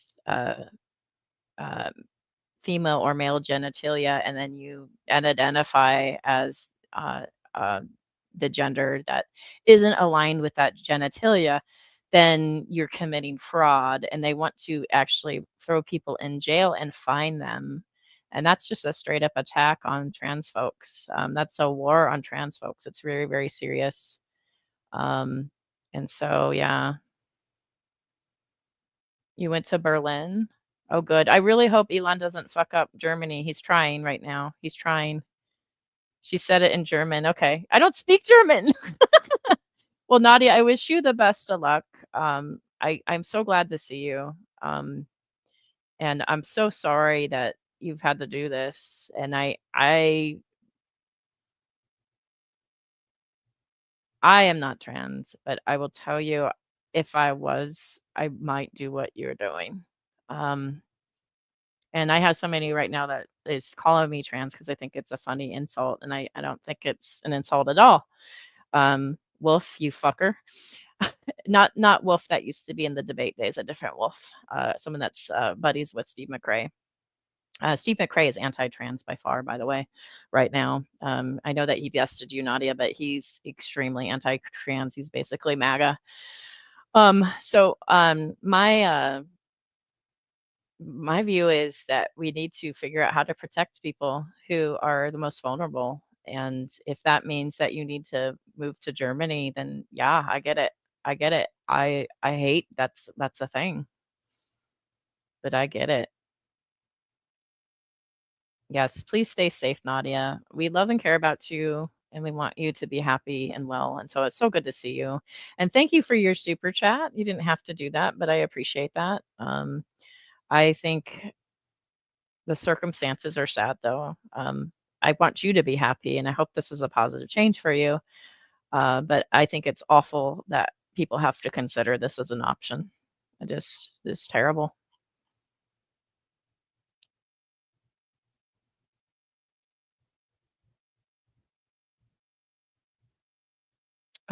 Yeah, he flipped. So Steve McRae was largely rejected by the left atheist movement because he's a creep. He really is. There's a laundry list of why he's a creep. And he started getting more and more right wing in the things that he said over time. And one of the things that he does is he baits trans issues, and he basically repeats the same rhetoric that the groomer rhetoric that you see from PragerU and stuff like that, and oh, they're coming for our children in sports and all this stuff, and it's like, and it's clickbait for him. It really isn't that he's that concerned or invested. It's that he wants the engagement from right-wing atheists because he has to build a following somewhere. By doing so, we have co-equal branches of government for a reason, and the president feels very strongly about that. Jackie. We have co-equal branches of the government, and he feels strongly about it. So strongly that he's going around Congress letting Elon destroy whole agencies. He feels very strongly about it. So strongly that these agencies that do remain have to have a liaison, and the president has to have direct control. Direct control. Yes, he cares about checks and balances. Oh yeah, I believe it. What options does the president have to, he says he's going to follow court orders. He wouldn't defy a court order, but he's raised these concerns about He's already defying court orders. He's already doing it. These judges acting in such a partisan way. What option does he have to ensure that his agenda continues to move forward while this is ongoing and the judges appear to be trying to just block and delay and impede? Well, you're right. They are trying to block, delay, and impede. This is lawfare. The president is no stranger to it. He faced it in his campaign, and this is a continuation of the lawfare that President Trump faced as a candidate, and he's now unfortunately facing as a president. Clearly, these partisan activists in the judicial branch didn't get the memo on November 5th when the American people overwhelmingly reelected this president to continue with mass deportations. So White House counsel and the Department of Justice are working on this. They're appealing these cases, and we will continue to use the full weight of the White House counsel's office and the president's team of lawyers to fight this in court, because we know we will win, even if we have to go all the way to the Supreme Court. One more IPA. Andy McCarthy said in an interview with Hugh Hewitt, he certainly agrees with. They feel cocky because the Supreme Court, they think, is like they'll just be a shoo-in. I'm really hoping the Supreme Court has a little bit of spine and a little bit of respect for the Constitution, kind of like Mike Pence. Like, you might have really conservative ideas, but at least Mike Pence cared about the Constitution. What the president is trying to do with the Alien Enemies Act, but he's not sure that the law is completely on his side. He cites some previous Supreme Court rulings dealing with enemy combatants in wartime, says that even they have a challenge or a right to challenge their detention in court. He raised concern also that while TDA has been designated as a terrorist organization, these individuals hadn't been prosecuted for terrorism. So my question is, will the president ask Congress potentially to declare war on these cartels for the invasion that he's talked about so that he's on stronger legal footing? Well, we absolutely disagree with the legal opinion of the individual that you mentioned. We would not have moved forward with this if we didn't believe the president. This was within the president's executive authority to continue with this mass deportation effort under the authority provided to him under the Alien Enemies Act. And when you read the act, as I did last time at the podium, a predatory incursion is absolutely what has happened with Tren de Aragua. They have been sent here by the hostile Maduro regime in Venezuela, and the president, immediately upon taking office, designated TDA as a foreign terrorist organization. And under this act, it is within the president's authority to deport these terrorists. And anybody. So the reason why people are concerned is because if they are these terrorists, then they should be able to be processed properly and not just rushed out of the country. You notice that when they're rushing these people out of the country, and I'm not saying that they, like, I'm sure that there are some that are, because we do have real cartel activities here in San Diego, like real cartel stuff does happen here, murders and stuff. But my question to you would be, like, why are they covering their faces? Did you notice that when they were rushing them by, they like shoved their head down and they cover their faces so that nobody knows who they are? It's really weird. It's disappearing people, and I'm for getting rid of cartel and shipping them out, but we have a process for a reason, and it's just bizarre. Yeah, it is really weird to see that. E-begging for living collapse for me.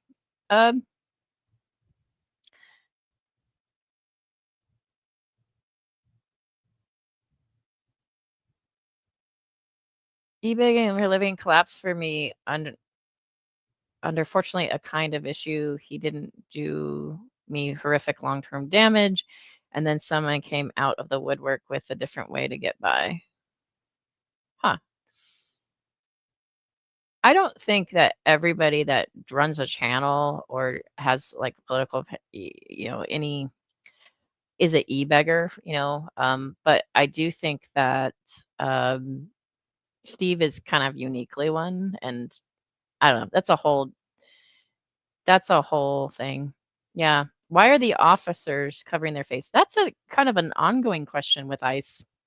So I was saying earlier, Aunt Jared, that it's noticeable that ICE doesn't show, they don't show, they don't show faces oftentimes. They'll cover their face. They're allowed to wear plain clothes a lot. ICE is allowed to not give you your badge number or their name. And so you're like, what's your badge number when they're detaining you? And they don't have to give it to you. Like it's bizarre. And what's wild is, I'll just use an example of them detaining a Hispanic gentleman. I don't want to assume he's Mexican. A Hispanic gentleman that was born in the United States. And they were detaining him for 10 hours, and they didn't want to give him any information at all. They don't have to. And it's like, well, how do you get proper representation? How do you get, how do you feel safe as a citizen, particularly since they're targeting non-white people? Let's get real. How do you feel safe as a citizen if ICE can just pull you into a van at random and have no accountability whatsoever? And they actually don't keep a lot of records either. People are saying that ICE doesn't have to keep a lot of records either. So basically, they can disappear you. And it's very Gestapo-like, in my opinion. I mean, I really have a low view of ICE, and like, it's really. I'm probably going to review the new Handmaid's Tale, and so if you would like to join me in this endeavor, because it's kind of painful to watch, especially now. I am catching up in the last 2 seasons, and I might do like a video of that. But one of the things that struck me was ICE. So of Glenn, who's Rory Gilmore, if you know the Gilmore Girls, of Glenn is gay. And so what's happening quickly with this escalation is ultra religious stuff is coming into play. and they're switching over and pushing for very ultra religious ideas. And suddenly now people are pushing on universities to get rid of gay professors. And well, the guy that's the head of the university is a gay guy, and she's a gay professor. And they um, had some sort of complaint from a student when she showed a picture on her phone of her kid, and then she said, "Who's that?" And she said, "That's my wife." And at that very point, just sort of like now, gay marriage is legal, which very several states are working against gay marriage right now, by the way. So it of Glenn says, oh, just casually, like, this is my kid and my wife, and the person like complains about it, makes a big deal, like, these gay professors, blah, blah, blah, blah, blah. And so the guy that runs the college wants to protect her and says, well, maybe you should, maybe you should, maybe you should, maybe you should, take a chill pill and stop teaching for a semester, enjoy your research, and we'll put you in research, basically get her out of the limelight. And he was doing it to kind of protect her, but also kind of to protect himself. And I don't know if he was a complete closeted guy or not. Well, anyway, later in that episode, he's hung by somebody random, and the word F slur is on the ground, and he's hanging there, and she's horrified. And that's when she realizes, I'm in huge danger. This is really bad. So anyway, she goes to her wife, and they try to leave the country. And guess who's there stopping them from leaving the country? ICE. ICE is there, and he's like, "Oh, well, you being married isn't a thing anymore." And while she's a Canadian citizen, there's nothing we can do about it. You are here in the USA, and we're not going to let you go. And the whole Handmaid's Tale is because if you have viable ovaries, they don't want to let you go as well. But she's kept in the United States, and she almost gets out, but it's too late, and they hold her back. And it's really a terrifying thing, because what I'm noticing with The Handmaid's Tale, rewatching it, is how quickly things are moving and how quickly they are dismantling and how much they are attacking the universities. And I feel like that's what we're seeing. We're seeing a direct attack on universities. J.D. Vance does not hide his disdain and disgust and says that university professors are the enemy of America. They do not hide their disdain and disgust for educating the United States public. They are trying to dismantle public schools, and by doing so, they will keep education for the very wealthy, and it'll be educated in a certain way, and they'll create education deserts. It'll be great. It'll be great. It'll be fine. I'm not concerned at all. It's just that America's going to get dumber and worse. But yeah. Trying to defend these terrorists who have now been sent off of American soil should talk to the families of the individuals who these heinous monsters have killed and have raped. If you talk to those families, they are so... I talk to families all the time, families that have all sorts of things happen to them. And you know what? Yes, sometimes a crime happens from an immigrant, but more often,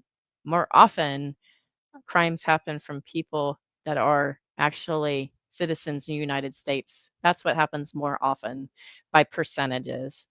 And so this all immigrants that are undocumented are rapists, or all immigrants that are undocumented are drug dealers. This is nonsense. The majority are not. Yes, if you're a criminal, then there's a due process that we go through that's a little bit different than a regular citizen, but it is a process, and we don't keep criminals in the United States. We get rid of them. Heartened by the president's decision to take tough action and to use his executive authority, something that no other president has been willing to do, because President Trump does what he says he's going to do, and he is deporting these foreign terrorists from American soil to secure our homeland, and he's within his rights to do that. It's just that I don't believe all of them are what you say they are. Jennifer. Very quickly on Tesla, there's a website that's trying to dox Tesla owners across the country and saying they're only going to take down personal information when people show that they've sold their cars. What's the administration going to do about that? That's interesting, because that's an attack on largely Democrats, which is kind of funny. I feel like pushing for not buying it and boycotting, that's a great idea. I think that is, I think you could push people to the right over shit like that. I think that's probably a bad idea. I haven't seen that website, but we certainly think it's despicable, the violence that has taken place against Tesla, the company, its employees, and also just Americans who have chosen to drive an electric vehicle. Many of them are Democrats, by the way. Democrats were big supporters of Tesla and of electric vehicles until Elon Musk decided to vote for Donald Trump. So No, it was until Elon Musk decided to do a Nazi salute, and then we said, "Fuck that shit." That's when they flipped. It started like alarm bells when he was like supporting Trump, yeah, and the buying of Twitter, and it's like, uh-oh, and then he was releasing all the Nazis on Twitter, and we're like, uh-oh, like Andrew Tate and all this shit, David Duke, all released, causing havoc. We're like, uh-oh, this is not good. So I think we all started swinging like, well, I haven't liked him since 2018, to be honest, but I think, and that was because of the diver, calling the diver a pedo for no goddamn reason. It's just he's a power control freak. But yeah, I would say that a lot of left people were like, "Oh shit, he did a Nazi salute." Well, hell. And like some people are putting stickers on their car going, "I bought this before I knew he was a Nazi." we would like Democrats to also come out and condemn You know what I'll condemn? I'll condemn you. this heinous violence that we have seen. And I believe the Attorney General has said she's investigating these incidents. What I'll say about the again, the Inferno and Tesla meeting together is that I'm all for protesting it. I will say though, if you do Inferno it, they collect insurance money, and I think that actually helps Tesla. Maybe I'm wrong, but I actually think that would actually help them. As acts of domestic terrorism. Jennifer. So this redefinition of what terrorism is concerning. So like, for instance, I'll just use it for instance, school shooters, I'm going to flag on it now. School shooters are not considered terrorists by most of these people. But Luigi, on the other hand, it's a Mario. He is considered one for removing from the face of the earth a CEO, and they call that terrorism. Well, when I think of terrorism, I think of more like the Oklahoma City. I think about like the Boston thing. I think about 9/11. That's what I think of terrorism. But they are expanding this term terrorism to really what they're aiming to do is basically, so it includes U.S. citizens, and then therefore we have some laws, which are stupid laws, in place where they can bypass normal system, normal due process, as long as they call you the T word, and that is concerning. So I don't believe that infernoing the Teslas is the same thing as the T word. I think it's rioting, but it's the same reason why I think during Rodney King LA riots, I don't think they were T words. I think it was a riot, but I wouldn't call them a T word. Like it's very different. On Ukraine, can you say, is the White House, When you overexpand that term, it means that they're going to take action that is excessive.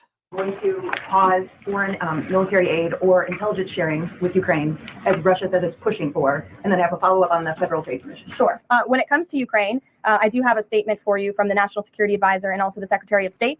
First, I'd like to reiterate what the president said earlier following his. Yeah, so the ACLU, like that using the T word is an excuse to basically mow over your rights. It's really scary.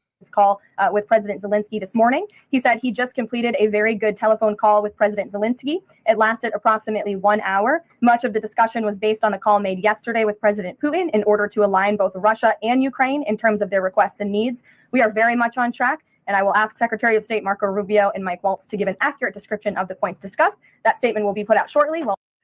I like to call Mark Rubio, I am Reek. What's your name, Rubio? What's your name? Reek. Because Rubio is very much against Russia and was very much pro-Ukraine, and he's just eating it. He's eating it. His name is Reek. Well, I have that statement for you right here. Bear with me as I read it. Today, President Trump and Ukraine's President Vladimir Zelensky had a fantastic phone conversation. President Zelensky thanked President Trump for a productive start for the work of the Ukrainian and American teams in Jeddah on March 11th. The meeting of the senior officials from both nations significantly helped in moving toward ending the war. President Zelensky thanked President Trump for the support of the United States, especially the Javelin missiles that President Trump was first to provide in his efforts towards peace. Hey, Lulu, we can see you. So refresh your chat, maybe. The leaders agreed Ukraine and America will continue working together to bring about a real end to the war and that lasting peace under President Trump's leadership can be achieved. President Trump fully briefed President Zelensky on his conversation with Putin and the key issues discussed. They reviewed the situation in Kursk and agreed to share information closely between their defense staffs as the battlefield situation evolved. President Zelensky asked for additional air defense systems to protect his civilians, particularly Patriot missile systems, and President Trump agreed to work with him to find what was available, particularly in Europe. The two leaders also agreed on a partial ceasefire against energy.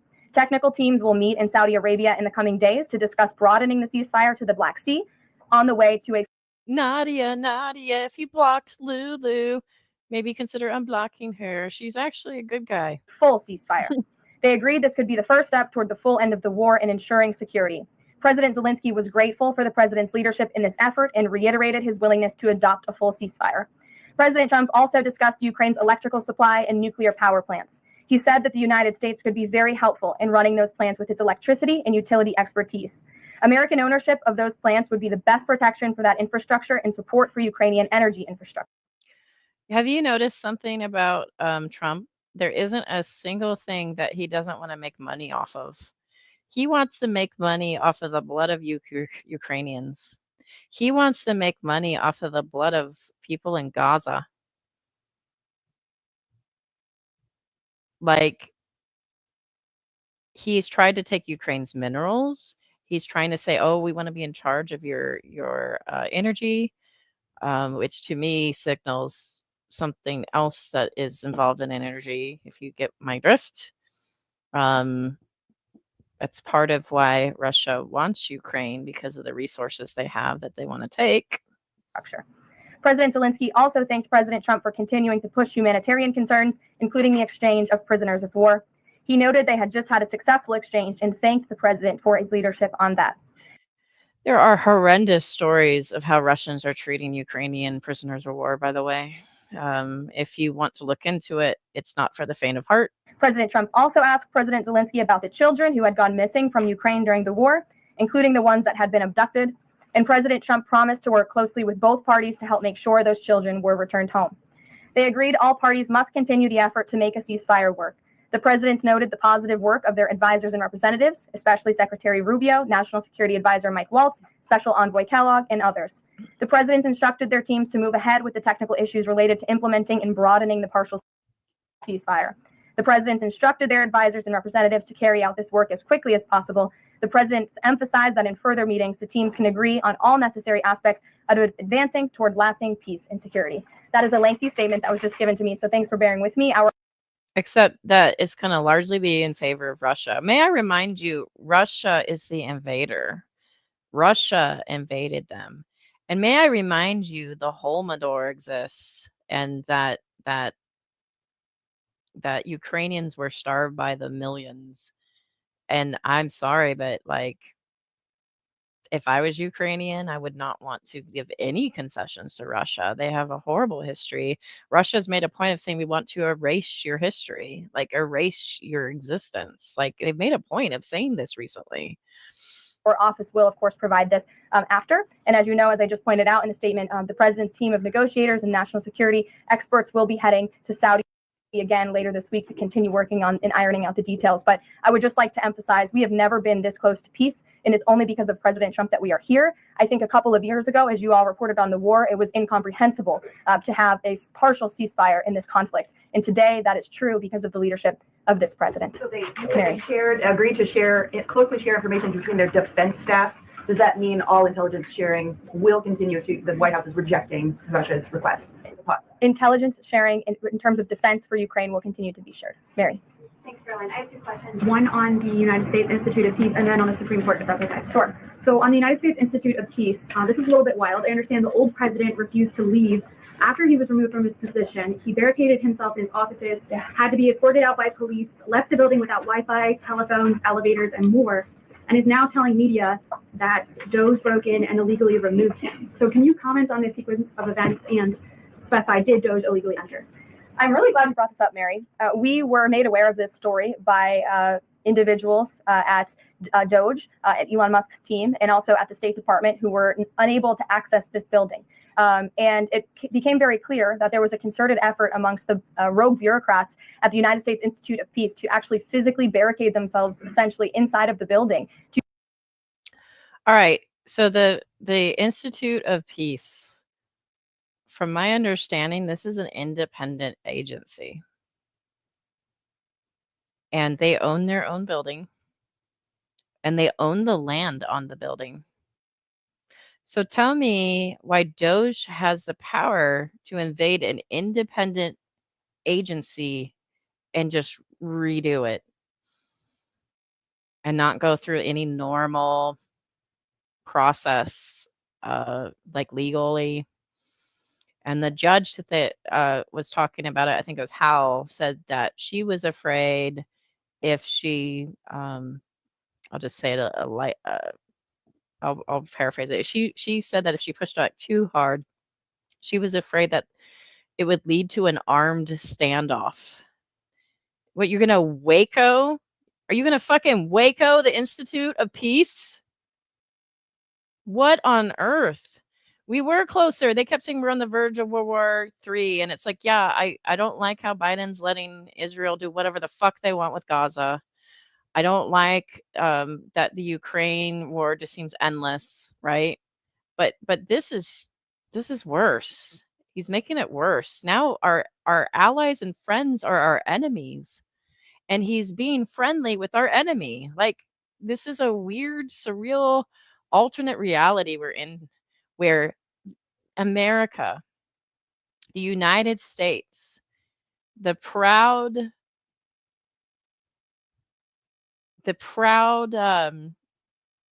people that like to talk about our freedom and our democracy, and we try to pretend like we're the world leader and everything, right? And we're the leader of the free world, kind of stuff.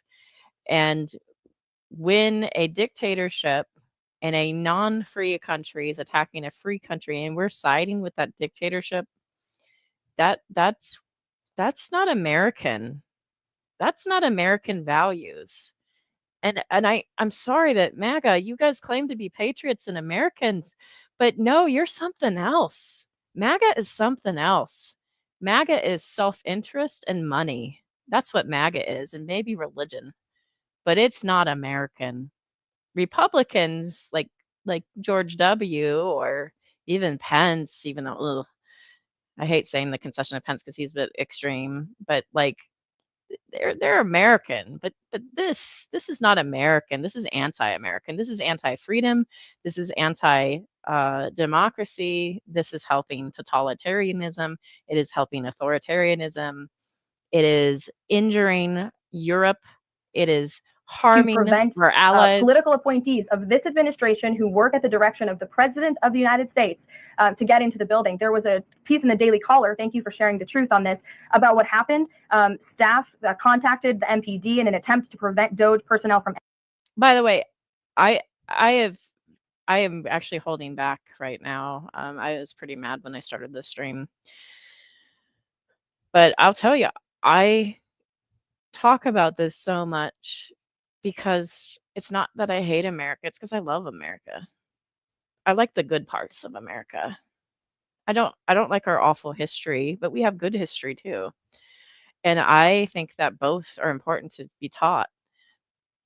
But the reason why I'm so upset is because I care about the Constitution and it's not being followed. And I care about our checks and balances and it's not being followed. And I care that we're not a theocracy. And I care about separation of church and state. I care about these things, and they're all under threat, all of them. And I care about the working class. I'm the working class. A lot of us in chat are the working class. I care about the working class and the struggles and the wealth discrepancy and gap.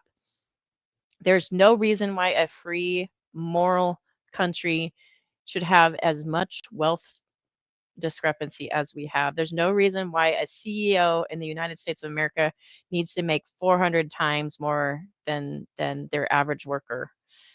look at the stats compared to other free world countries. Look at it compared to France. Look at it compared to the UK, which also have fat cats and billionaires, but not like us. We're the worst. We're the worst by percentages. We have the most. There's there's there's a reason why I don't think billionaires like Elon should have the money that they have to the success. One of them is because they will rule the world. They don't just Elon's not just after America. He's trying to shape Canada. He's rolling money in Canada. He's trying to shape Germany. He spent money in Germany and influence on Germany. He's trying to influence UK. This man wants world power. And I truly believe that billionaires need to be taxed out of existence worldwide. Millionaires, but billionaires, it's too much power with one person. And when you have too much power with one person, you have oligarchy, you have authoritarianism, you have corruption. And I'm sorry, but like if you were serious about clearing out corruption in the United States, you would get rid of lobbying. You would not consider corporations people. You would get rid of the ability to do stock trading in Congress and Senate. They would not have the ability to do stock trades because guess what? I'll just use a left person as an example. Nancy Pelosi makes a killing on stocks. She also has a lot of stocks in every company that has defense contracts. It's like they're insider trading almost. It's not good. And so I'm with AOC in the sense that I think that they should get rid of the ability to do stocks. They get rid of the ability to accept gifts, get rid of lobbyists. If you did those things, you would clear out so much clear out so much corruption if you could do those things because what you would do is you'd make it less of an incentive for corrupt people to want to serve in the government. They would actually be servants in the government as opposed to people that are raking in the dough on the side with their shady deals. And I mean, there's a lot of criticism in California. I would say Dianne Feinstein was corrupt as fuck. She was really corrupt. She got a lot of good deals. Her husband got a lot of contracts in his favor, and they were making a lot of money. And so, like, I think it's across the aisle corruption. But I also think that if you were serious about getting rid of corruption, you would stop pandering to the billionaires. You would stop lobbying, letting corporations lobby, big pharma lobby, communications lobby, all these huge things just lobbying and shaping the country. And we're all on for the ride. So we're at the mercy of whatever corporations decide. And so when he says drain the swamp, you think, oh, great, get rid of the lobbyists, get rid of the shady stuff that's happening in the gift giving. No, now Trump signed something into effect that basically means that they don't have to expose their stock trades anymore to the public. And now they don't have to expose gifts that they receive anymore. So basically, anybody can be bribed by anybody for any amount of money, and you're not going to see it. Now, we already knew that shady, corrupt things were going, but now we're giving a big green light to shady, corrupt things. And that's the difference. And I don't understand why MAGA thinks this is better. This is far worse. Now we have people that think the government should be run as a business and not as a service to the people. And they're cutting services to the people that are very, very needed. And money's going to who knows where. And oh, by the way, the Federal Reserve now has crypto. And crypto is one of the largest money laundering schemes we've ever seen in this world. And so I just don't understand why MAGA people think this is better. This is less corrupt. It's not. It's not. All right, I'm catching up on comments. Minnow says, I have mixed feelings on America. I used to be extremely patriotic, and I still believe and love those things about America, but they are fleeting. Yeah. I don't love this. Whatever this is that MAGA is doing is not the United States of America. This is something different. And if you're going to reshape America into something that it's not, then I'm against it. I'm not for this ride. And if that eventually means that I have to leave America, maybe that does. I don't know. But whatever MAGA is shaping is turning America into something else.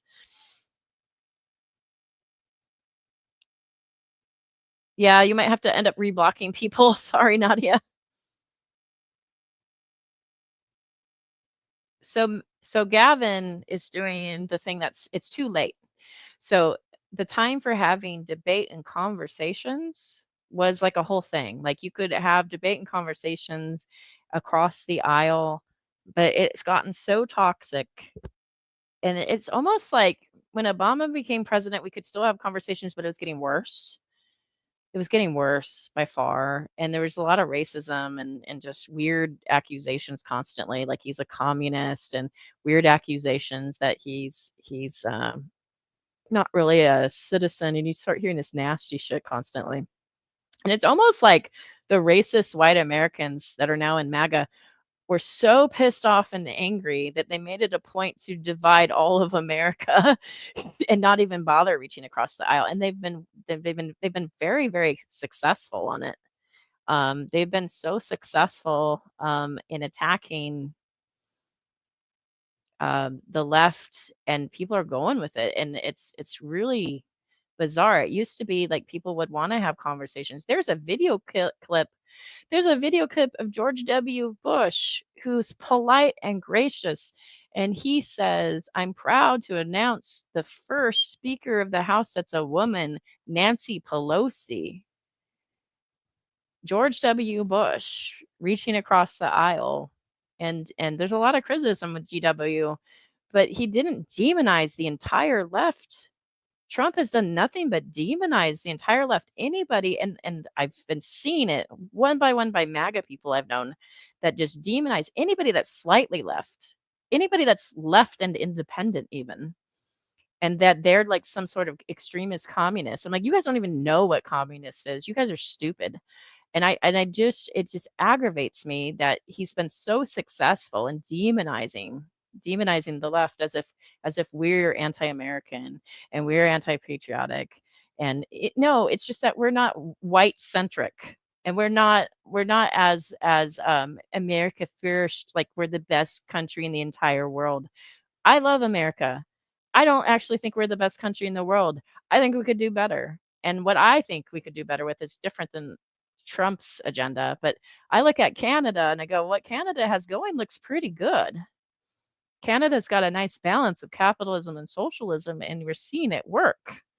And that's, I think, one of the reasons why Trump hates Canada so much is they're a huge threat. They're a huge threat to the United States in his mind, because they show us that there is a better way.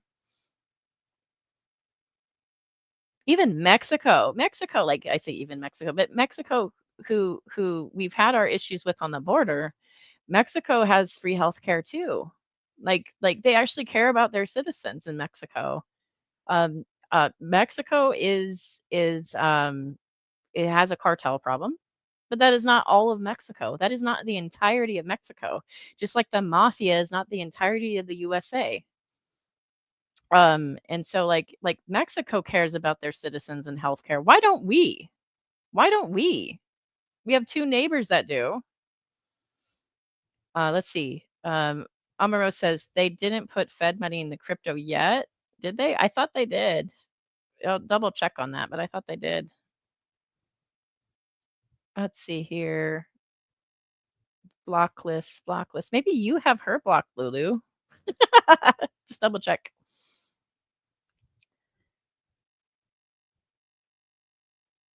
Yeah. So again, Nadia and I's politics are different. Nadia is far more left than I am. I absolutely passionately hate Stalin. I think he's evil.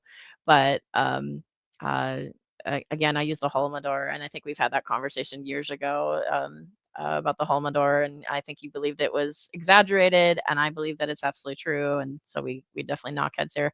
Stalin, though, I will say for Stalin that if it was not for Stalin and the Russians, we would have lost World War II. Germany would have been successful. Most scholars think we would have lost. Largely the push in Europe was really handled by the UK and the Russians, and we handled more of Japan. But we like to act like Normandy was the game changer, like it was us, But Russia did really make a huge difference in that war. Entering, they barricaded the doors. They also disabled telephone lines, internet connections, and other IT infrastructure within. They're an independent agency. Why shouldn't they? You guys are insurrectionists. You guys like were upset at the results of an election and then barged in and jumped into the Capitol and went rah rah rah. Look at me, and you and and you're upset that an independent agency blockaded Doge. We're the United States of America. Do you not know where we came from? We don't like tyranny around here. Duh. In the building, they distributed flyers internally, encouraging. They did free speech. Can you believe it? They did free speech. Oh my goodness. Can you imagine? That's just wild. Each other to basically prevent these individuals from accessing the building. I use this to say this is what Doge and this administration is facing. It's a resistance from bureaucrats who don't want to see change in this city. President Trump was elected on an overwhelming mandate to seek change and implement change, and this is unacceptable. There's that term again, mandate. Every time they say mandate, flag it. Flag it in your mind. That is a religious terminology. That is Project 25. Behavior. Thank you. Just really quick on the Supreme Court. I know it's been almost 3 And that's something a king would say. Mandate's what a king would say. years now since the leak of the draft jobs opinion to Politico, actually. A leak which sparked protesting outside the homes of the justices and even brought on one attempted assassination attempt. I know Justice Alito said that it made the justices targets for assassination. But yet the Supreme Court has not tracked down any leaker. Does the White House have interest in finding out who that leaker was? And can you comment on that at all? I know generally speaking, the president has an interest in finding leakers, and he believes it's unacceptable. And it's the position of this administration. You've seen the Secretary of Homeland Security has taken tough action at her agency. Leaking is unacceptable to this president. That's a good question. So leaking and accountability. I would think that like certain things the CIA does, you would not have like leaking's really dangerous. But then there's other things like with the ICE stuff where I'm like, like people saying ICE is in that area and it's active and moving. I don't think it's that bad of a deal. I think, people should be aware, but that's just me. President and to the leaders across the board in this cabinet, especially when it puts people in harm's way. Sure. Thank you, Caroline. A mom whose daughter was forced to change in a locker room with biological mail at school filed a complaint with the DOJ. How will the Trump DOJ deal with violations of President Trump's order protecting women and girls like this? Could anybody hear that question? It was something about somebody being forced to change in a locker room. I'm sure it's one of those trans sort of issues or arguments, but did anybody make out what she said? Because I could not understand it. I know that we're going to hear the response, but I have no idea what she said. I'm going to catch up on some comments. Nadia says the USA became rich from slave owners wanting to preempt the Somerset case, extending to the colonies, revert to illegitimate land claims they speculated being seceded to the First Nations and dodge taxes. How did you make that flag? That's cool. It was a big giant Canadian flag. Right now, Trump is taking the song Blame Canada to heart. But I would like you to know not all Americans hate Canada. I like Canada, actually. Let's see here. Van the Man says, mandate in American politics usually refers to somebody who gains over 50% of the vote. Trump did not get 50%. They are claiming that over 50% of the Electoral College counts as a mandate.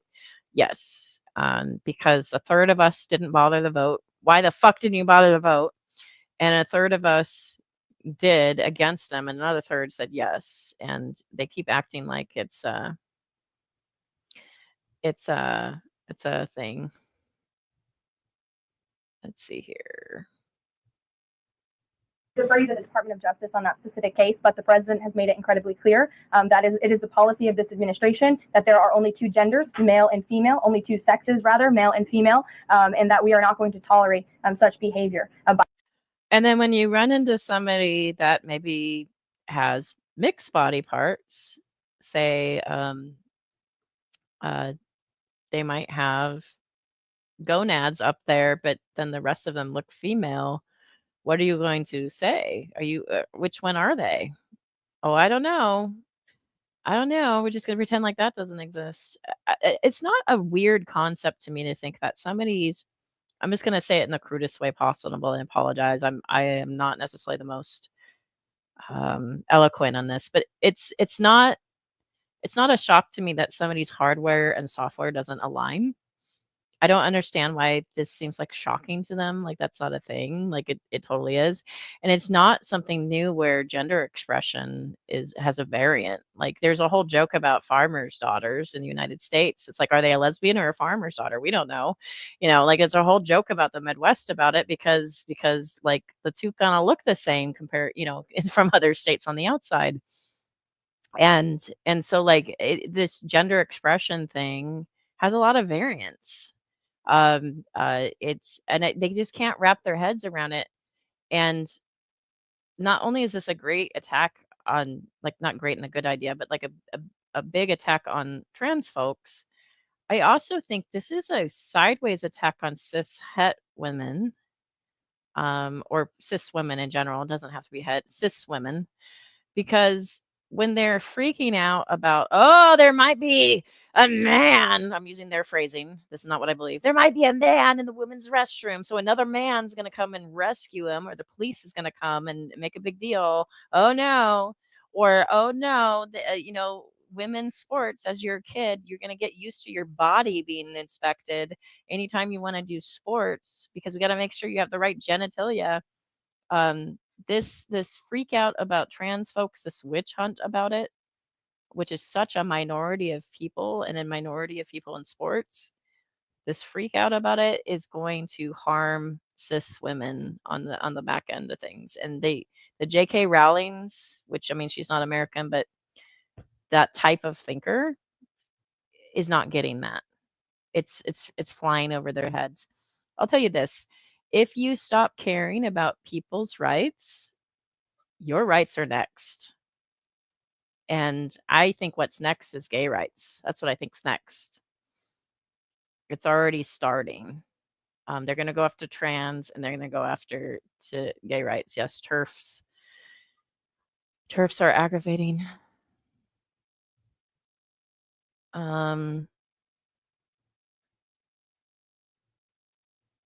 I'm just checking out here. Forced founders. Huh.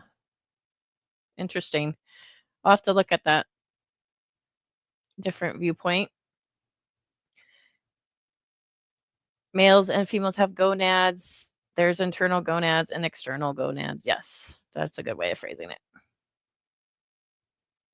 I hate to say it, but Elon and Trump have had gender affirming care. It's true. Though it feels like a diss on trans people. Yeah, I know what you mean. But I know what you mean as well. So men get really sensitive a lot of times by like baldness, for instance. And you'll see them like, Trump does this really elaborate thing with his hair, like it looks like a nest. And, obviously Elon's gotten implants or plugs or something. And you could argue that, yeah, that's gender affirming care. They feel more masculine with those things and more confident with those things. Similarly, a cis woman might choose to get her breasts augmented. Maybe she's really flat chested and she's been bothered by that. Or maybe she has too much and she wants to remove it. Either way, you could argue that's gender affirming care. It's not just trans folks that are adjusting their bodies so that they feel aligned with whatever their needs are. But I also understand like what you're saying too, because I don't mean it as a diss either. I just think that it's not just trans folks that want to alter their bodies to align with it. They believe who they are. And I think that makes a lot of sense. By men pretending to be women. The president. See, it's just there's not even the grace of saying that it might be dysphoria. They're literally saying men are pretending to be women, which flags to a lot of women, especially if they've experienced assault, as potential assaulters, right? And just like groomers, they're groomers, they're groomers, they're groomers, groomers. Anytime you use language like that, it it heightens people's extremism. Somebody once told me that when there was a lot of terrible, terrible, awful lynchings happening in the United States, one of the common reasons was calling someone an assaulter. And then in their minds, they would get all riled up and they would string him up to a tree and lynch him. No due process or anything. They just would make shit up. Another common thing was like, oh, you did something with a kid, and like all that. They know that sort of stuff enrages people, gets them stirred up. And those two issues, if you say you're messing with kids or you're hurting women, those two issues, people tend to get extremely defensive and very, dare I say, primal and aggressive. And this is intentional rhetoric to harm trans people. It's intentional. And it's fucking evil. It's like I have gone to the bathroom with trans women several times. I'm not kidding. Like, not purposely, just sort of happens. There was a trans woman that attended my church. I've used the bathroom with her a few times. Never once did I feel like she was a threat to me. I've bumped into trans folks who are not very passing, but you can tell that they're trans, and I have not felt threatened. You know who I do feel threatened with naturally? Cishet men. That's who I feel threatened by. They're the largest abusers.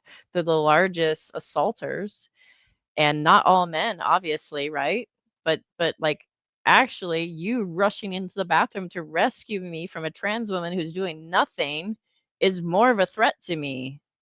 And I seriously, will continue to strongly stand for the rights of women and girls, not just in sports and on athletic fields, but also in private spaces like locker rooms and bathrooms. Nobody talks about trans men. Have you noticed that? So trans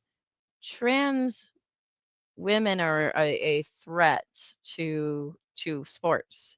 So therefore, they get to inspect girls' bodies if they want to join the team and do all this violations, right?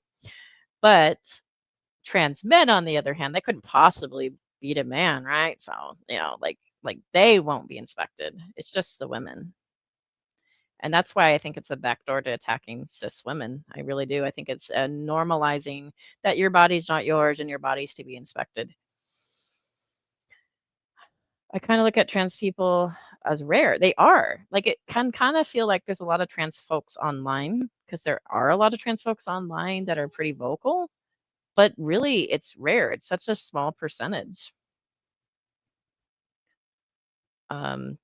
To kill a mockingbird. Yeah, it's just accuse somebody of something and cause people to do some drastic harm to the person because of racism or bigotry, right?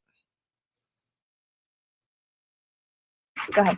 Thank you. On the FTC, two quick questions. Can you explain the president's thinking in his decision to fire the two Democratic commissioners, especially given that Mark Meadow is on track to be confirmed next week and there would be Republican majority? My biggest question is why now? Sure. Because the time was right to let these people go, and the president absolutely has the authority to do it. And they were given ample notice in a letter that I believe your outlet reported on. So it pretty much explains exactly why this administration chose to let those individuals go. Is the ultimate goal to get this to the Supreme Court to try to overturn the 1935 precedent? The goal was to let these individuals go. If we have to fight it all the way to the Supreme Court, we certainly will. Rachel. Back to those deportation flights to El Salvador. Can the administration provide any more details on how authorities determined that each of those men were in fact members of a gang? And if the White House can publish... Yes, there we go. Finally, a question. Like, how do you know they're part of a gang? You're covering up their faces and you're whisking them and rushing them out of the country. How do we know? Like, some people are obvious. They have gangster tattoos, maybe, but like some people are not. All we know is that you're just removing people from the country and disappearing people. So yeah, people have questions. We don't trust the government. We don't trust the government because the government's corrupt. You guys are saying that every day. You guys are telling us every day not to trust the government and that there's so much waste and corruption. And then you go, trust me, bro. Trust me, bro. Images, photos, videos of those men. Why can't the administration just release basic information like their identities and names? We are not going to reveal operational details about Yeah, so there's video of you guys shoving their faces down, handcuffing them, and ICE agents covering their faces. Yeah, I don't have a lot of faith in that. I if they're really criminals, you can process them. A counterterrorism operation. But what I can assure you, as I said on Monday, we have the highest degree of confidence in our ICE agents and our Customs and I don't. Border Patrol agents who have committed their lives to. You know what? Let's talk about people committing their lives, like Social Security folks, like our veterans that you just hacked away at. Don't whine to me about committing their lives about ICE when they're one of the worst. They're one of the worst of our federal agencies.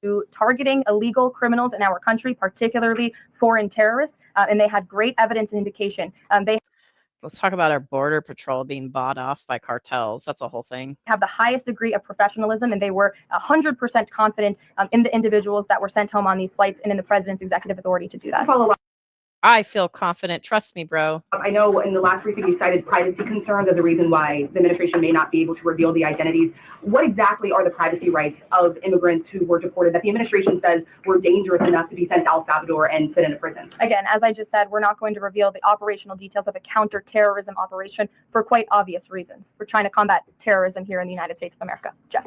I could ask something else about the phone call yesterday. There was a couple different readouts from the Kremlin and the U.S. on a couple different points. One was energy and infrastructure. The U.S. statement said energy and infrastructure. The Kremlin said energy infrastructure. What is your understanding of what the actual substance of that the disagreement was? And then one other question on that. I would defer you to the readout that was provided by the White House. That's our understanding, and that's the truth. And if I could ask a question about the judge as well. How does a president define a bad judge? Is it just someone who disagrees with him? Lona, I can't tell you how many times I've had a little bit too much to drink and went into the wrong restroom in a bar. And then like, oh shit, sorry. Like, avert the eyes, run.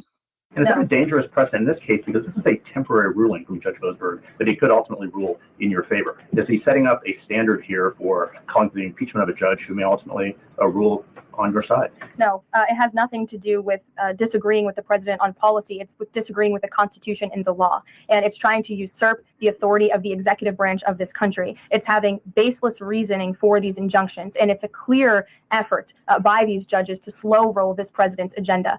And if you just look at the injunctions that this president has faced, deporting foreign terrorists from our homeland, hiring and firing of executive branch employees, when the president is the executive of the executive branch.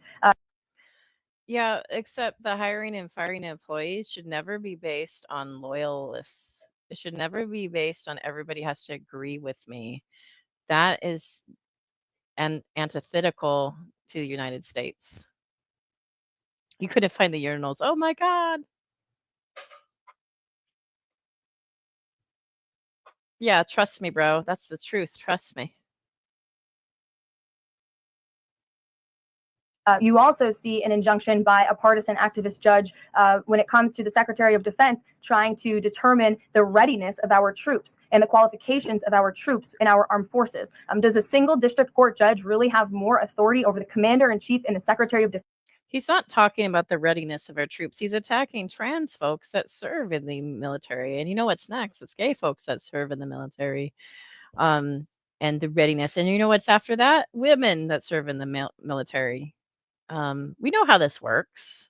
So yeah, that's not about readiness. A trans person can bleed and love and fight for our country just as well as a cis person. If they can do the job and they can pass the requirements, then they can do it. And why anybody would join the military right now, I have no idea. I would try to advise and talk anybody from joining, not because I don't love America and not because I don't care about our vets, but the fact that if we're not willing to take care of our vets and we're cutting their services and treating them like they're corrupt and they're a problem, if we cannot afford or want to or desire to take care of our vets and do better for them, then we certainly do not have the right to ask for them to bleed and suffer and maim and maybe even lose their life and have their families suffer for the country. If you cannot take care of them, then you don't deserve them. Defense to determine who should serve in our United States Armed Forces? Absolutely not. Anyone who has taken a basic civics lesson can understand that, and it's ridiculous lawfare that we are witnessing. And it's the president said he respects the Chief Justice here. Does he respect him specifically on this case and this opinion, or respects him overall? And has he spoken to any other Supreme Court justice? The president respects Chief Justice Roberts overall. He just expressed that to me in the Oval Office, but it's also quite clear that the Supreme Court needs to rein in these judges who are acting as partisan activists, and they are undermining. She keeps calling them partisan activists. They're not judges that disagree. They're not judges that maybe read the Constitution differently. They're activists. She keeps saying that. It's poisoning the well. It's rhetoric. She keeps using rhetoric.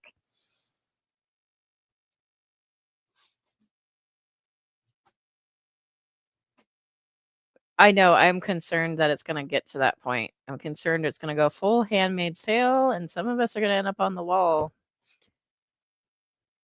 It's a real concern. It's a real concern.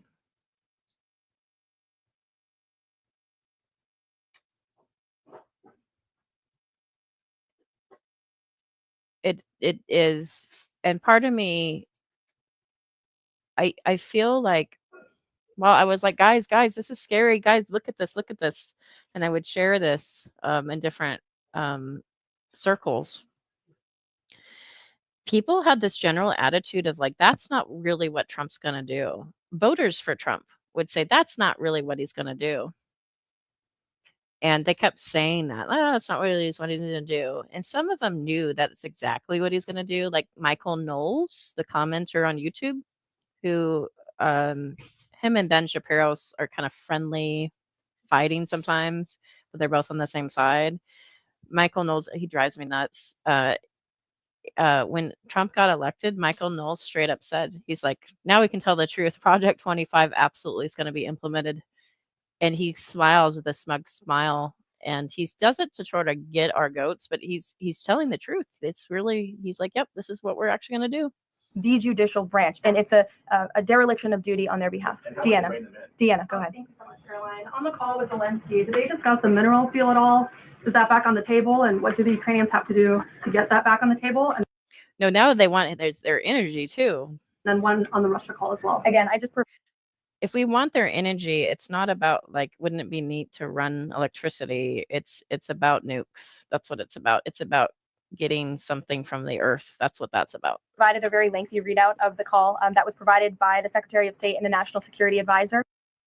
Like, I think if I remember right, Ukraine is one of the places that does have uranium. You can check me if I'm wrong, but I believe they're one of the places that does. And now we have moved beyond the economic minerals deal. We are at a place of peace. We're at a partial ceasefire, and we're moving towards a full. By a place of peace, do you mean that like during these discussions, Putin was completely attacking Ukraine? Ceasefire and a long-standing peace in this conflict, and that's great news for the American public. Kremlin readout mentioned that Trump and Putin spoke about potential U.S.-Russia hockey games, and the Kremlin readout also said that Russia won't. Oh, how friendly! Let's go play hockey with Russia! Yay! Amy Coney Barrett is an active member of Sister Cult, one of the ones The Handmaid's Tale is based on, who's actively following her oath in obedience to the cult. It's called Sister Cult.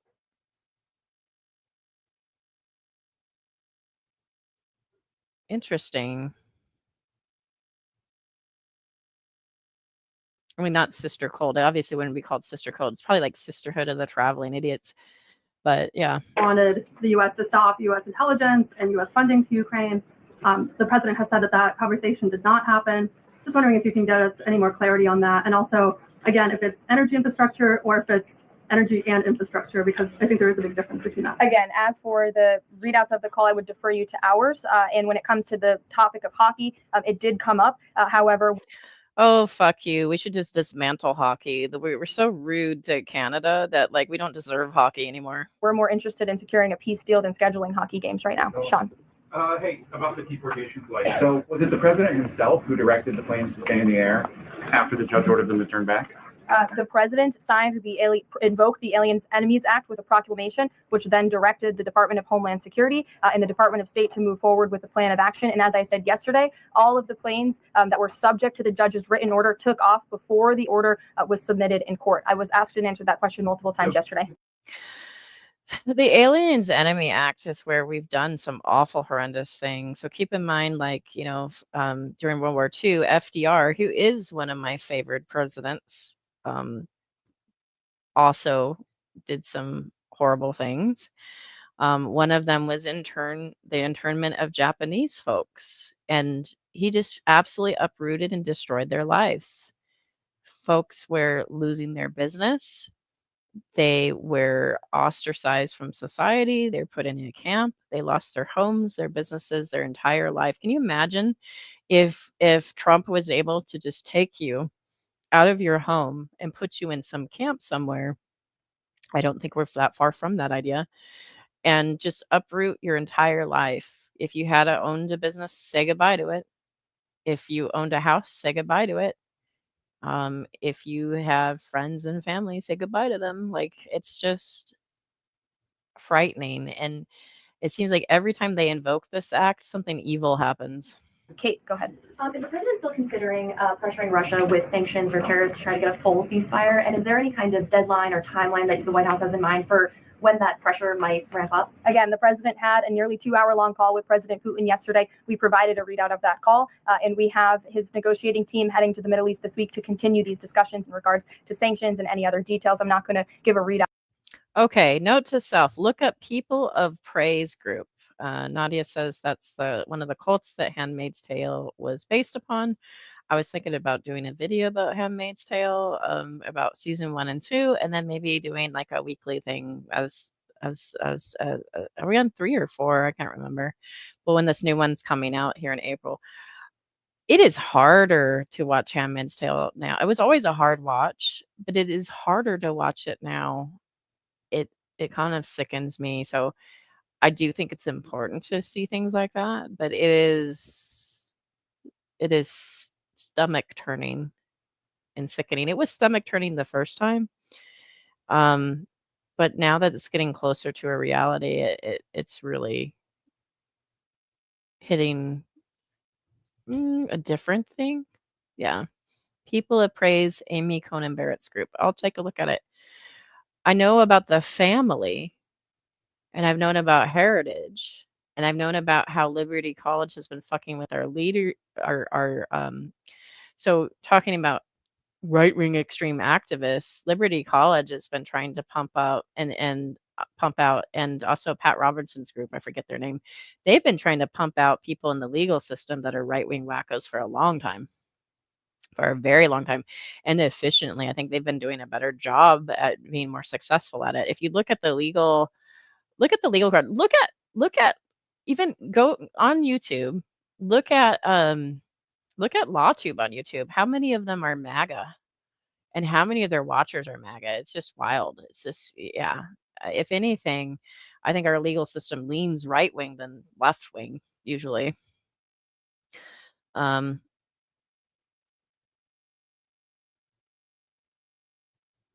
Yeah, I'll definitely look into that. That's interesting stuff. Lono says, I watched Handmaid's Tale after hearing you talking about it. It is a hard watch. It is an awfully hard watch. I think it's an important thing, but it is a hard watch. I am so much of Glenn's side when she stabs Lydia. I am so much for her. Out of those from this podium. And on TikTok, is Oracle the leading contender for a deal? And would the U.S. back a deal that keeps TikTok's algorithm and the underlying technology still in Chinese hands? As President Trump does so well, we don't get ahead of ourselves when we are in the midst of the art of the deal. So when the president and his team. Oh, please, the art of the deal. This guy is the most commercial freaking hack fraudster I've ever seen. And people are like, yeah, this is great. This is what America's about. Fraud. Are ready to announce a deal on TikTok, which is a high priority for the president. We will make that known. I've seen that reporting, but I'm not going to comment on it just yet. Sure, go ahead. Thank you, Press Secretary. We got something exciting coming along. Sorry, Levitt. Some prominent Trump supporters have been making the case that Derek Chauvin deserves a pardon. They argue that he did not receive a fair trial. Joe Biden and other Democrats actually implied that he was guilty while the trial was going on. BLM rioters had these jurors under immense threat and pressure. Mainstream media, frankly, many news outlets here today are complicit here. They chose to ignore the autopsy report. They chose to ignore the full body camera footage. They decided to slander Derek Chauvin as a racist cop instead. Does the administration believe? So the Derek Chauvin thing, which is the Floyd thing, right, where he's on his neck excessively, and you can watch him passed out, and he's still on his neck while he's passed out after he said, "I can't breathe," for several minutes. I will point you to Nate the lawyer, who was a police officer and was an LA prosecutor and is more right wing than I am. He kind of leans right way. A lot of his content really bothers me right now. I'll be fair. Nate the lawyer is very likable in person, but like his content right now is making me. But Nate the lawyer did point out that it's excessive. That when you is New York. I thought he was out. Oh yeah, New York. Yeah, that's right, New York. Duh. When he did point out that when cops use force like that they're not supposed to just lean on them like that, that they are trained to let off, and that it is considered dangerous to sit on someone's neck like that for that long. It's something that's supposed to be done quickly and not something that's supposed to be held down for minutes. Believe Derek Chauvin received a fair trial, and will they consider a pardon moving forward? The president has been asked and answered this question. He said it's not something he's considering at this time. Philip. That's good because he was excessive. Now, the person that's pushing for Derek to be pardoned is Benjamin Shapiro. Benjamin Shapiro is making a big deal about it. And I think that it would be a affront to justice to free that man. He's a murderer. He's a racist murderer. And a bad cop, and we need less bad cops. The Heritage Foundation was a big part of the nest of spies that took down the USSR. Really? I didn't know they're involved in that. Patriarch Krill's whole Christo-fascist push comes from the Heritage Foundation. One thing I have noticed, Russia is very extremely religious right now, and they are rounding up gays and stuff like that. With the help of the Eastern Orthodox Church, so that's pretty scary. Again, nothing good happens when you mix Christianity with government or Islam with government or anything with government. Christian Science would be really bad news. Religion mixed with government ends in oppression and suffering and othering of others. Thank you. Two questions. First, just a follow-up on the readouts from those calls. When it comes to the discrepancies between the U.S. and Russian readout of that call between President Trump and Putin, is it the president's assessment that something is getting lost in translation, or does he believe that the Russians are trying to play games here? Nope. The president believes in his team that put the readout out, and he also put his own out on Truth Social. We've been incredibly transparent about all of the president's calls with foreign leaders, and again, I would defer you to the readout. And then following up on...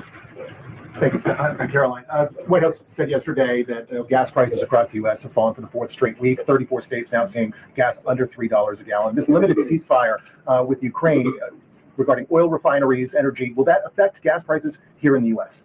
Well, it's certainly the president's hope that gas prices will continue to fall, and he's working every single day to ensure that we do. As you just mentioned, there's been very encouraging data. Inflation is cooling and gas prices are falling. The president has established a National Energy Dominance Council, and it's ultimately the president's goal. And this administration is working hard on it every single day to increase our energy production right here in the United States of America, to have it Trump energy boom like we saw in our first term, which will not only lead to lower fuel prices here at home, but also lessen the rate of inflation that was created by the previous administration. One more on Tesla, Caroline. Tim Waltz, Governor Waltz, saying last night he frequently checks Tesla stock. In doing so, to quote, give me a little boost during the day. How should Americans view politicians who take pride in the downfall of an American car company?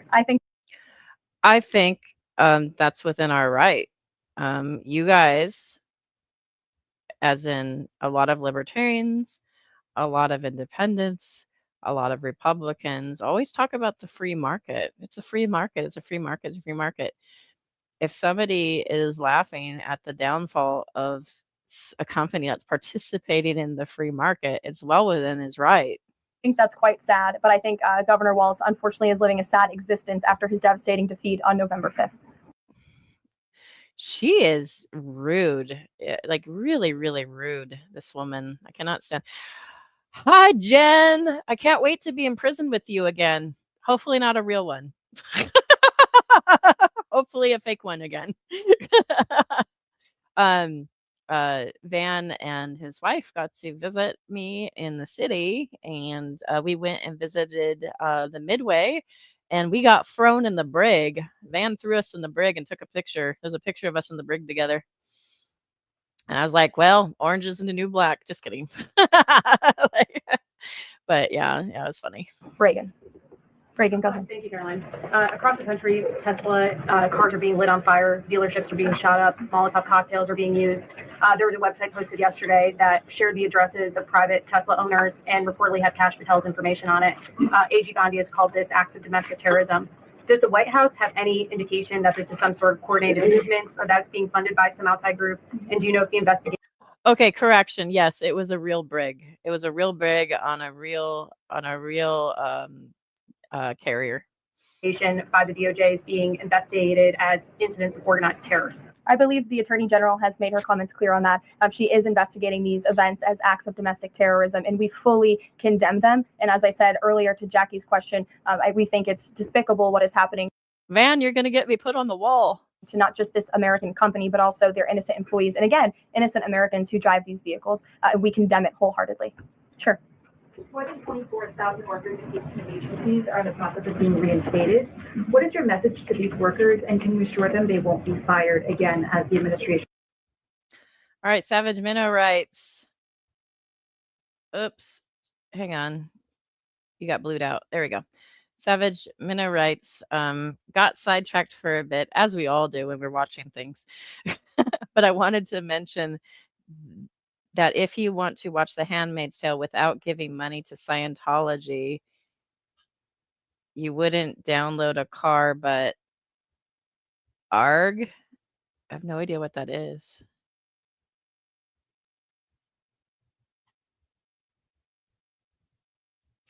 I don't know what that little symbol is. It looks like a bird. I don't know. I don't understand what you're saying. Also, I mean, I don't know if I'm giving money to Scientology by watching Handmaid's Tale, but I will say that the lead actress is a Scientologist, as a lot of actors are in Hollywood because they've been highly targeted by Scientologists. My hope for her is that she wakes up and realizes she's in a cult and runs, because it's ironic that she's in a movie about a cult when she's in one. Let's see here. It was a long day. We were tired. It was a lot of walking. That was true.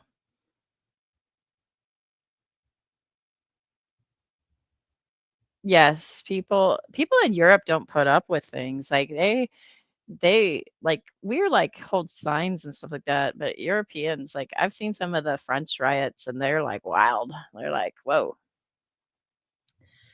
And unfortunately now we have a tyrant that wants to call everybody the T word.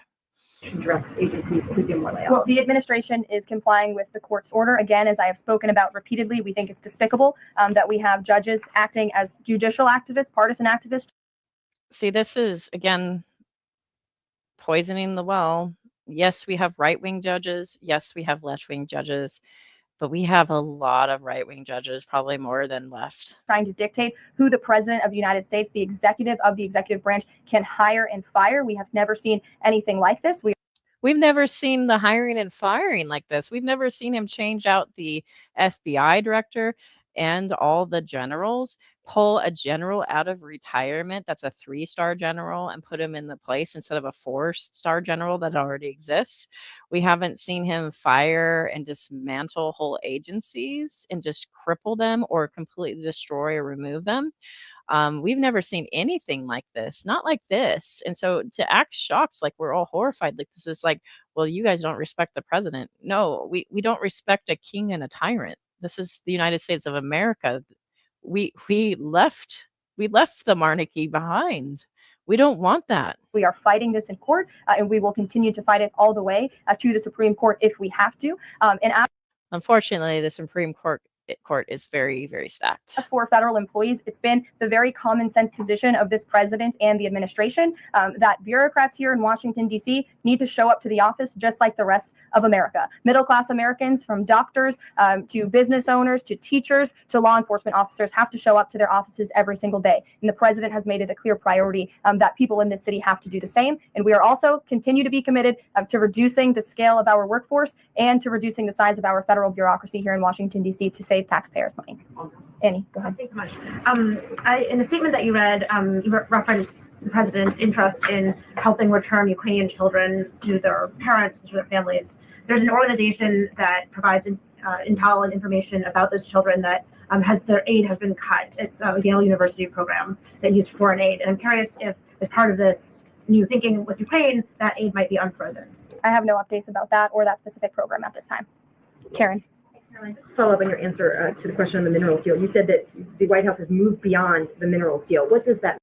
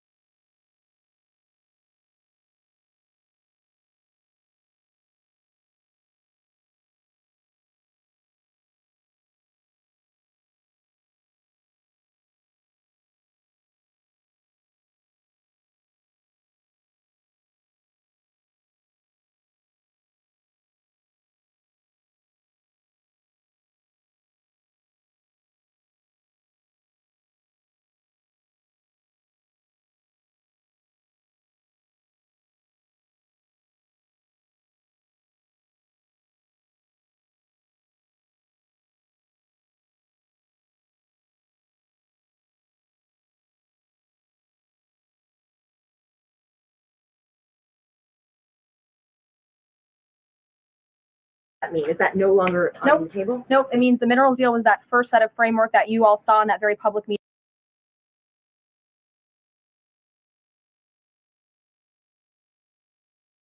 with President Zelensky and President Trump in the Oval Office. We are now focused on a long-term peace agreement. As you know, on that deal or that meeting between President Zelensky and President Trump,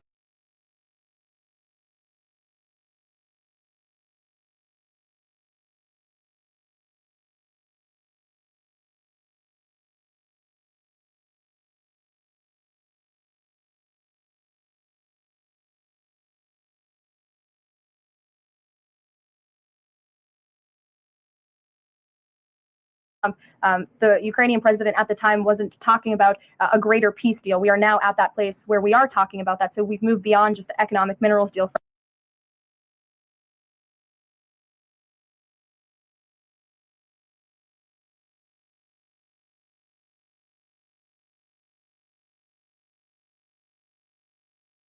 Framework, and we're looking at a lasting ceasefire. Right now, we're at a partial ceasefire, but again, the president is sending his highly skilled, intelligent, and experienced team to Saudi Arabia later this week to continue fighting for peace in this conflict. And I would just reiterate one more time, we have never been closer to peace than we are today. Thank you very much, everybody. We'll see you later.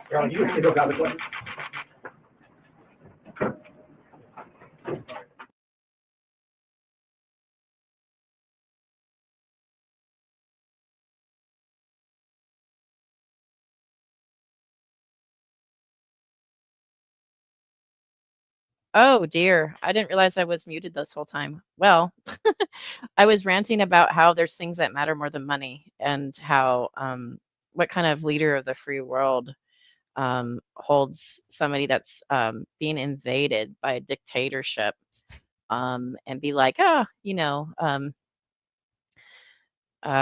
us some goods. Otherwise, we're not going to help you. Give us your minerals. Give us your energy. We need to be in charge of your energy, which energy should be code word for something else, in my opinion, which they don't have right now. But I heard that they can mine for it. Let's see. She does make money. You know what? I don't care about I'm not gonna. I don't like Scientology, but I'm not gonna freak out for every Scientologist that I watch. Unfortunately, sort of similar to like I really don't like Islam. I think Islam is the worst of the Abrahamic religions, but like I'm not gonna like boycott watching a movie because someone's Islamic.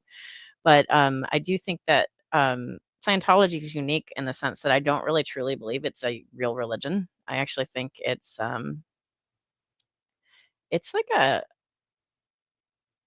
it's like the ultimate like pyramid scheme. It's very weird. I don't really consider it much of a religion.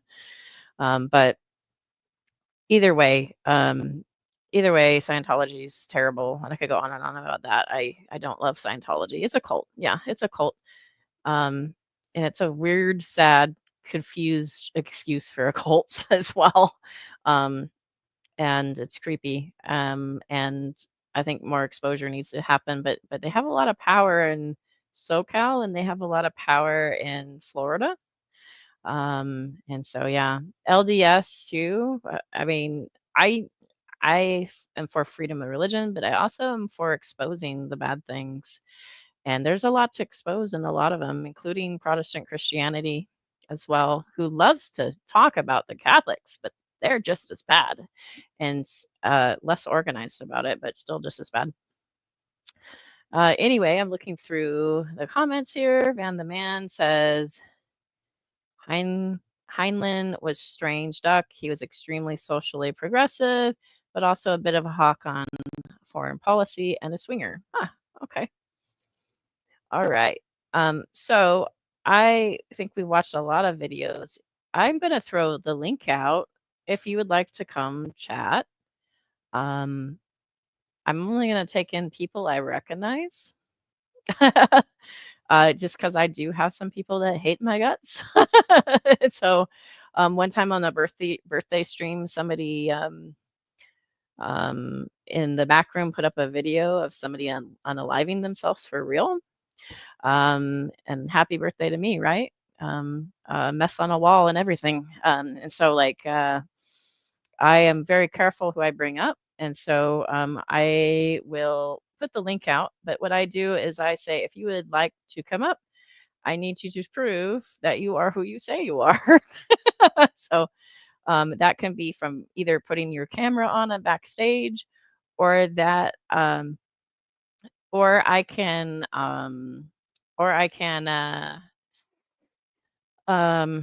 have you type something unique that I might know you by. That's really particular.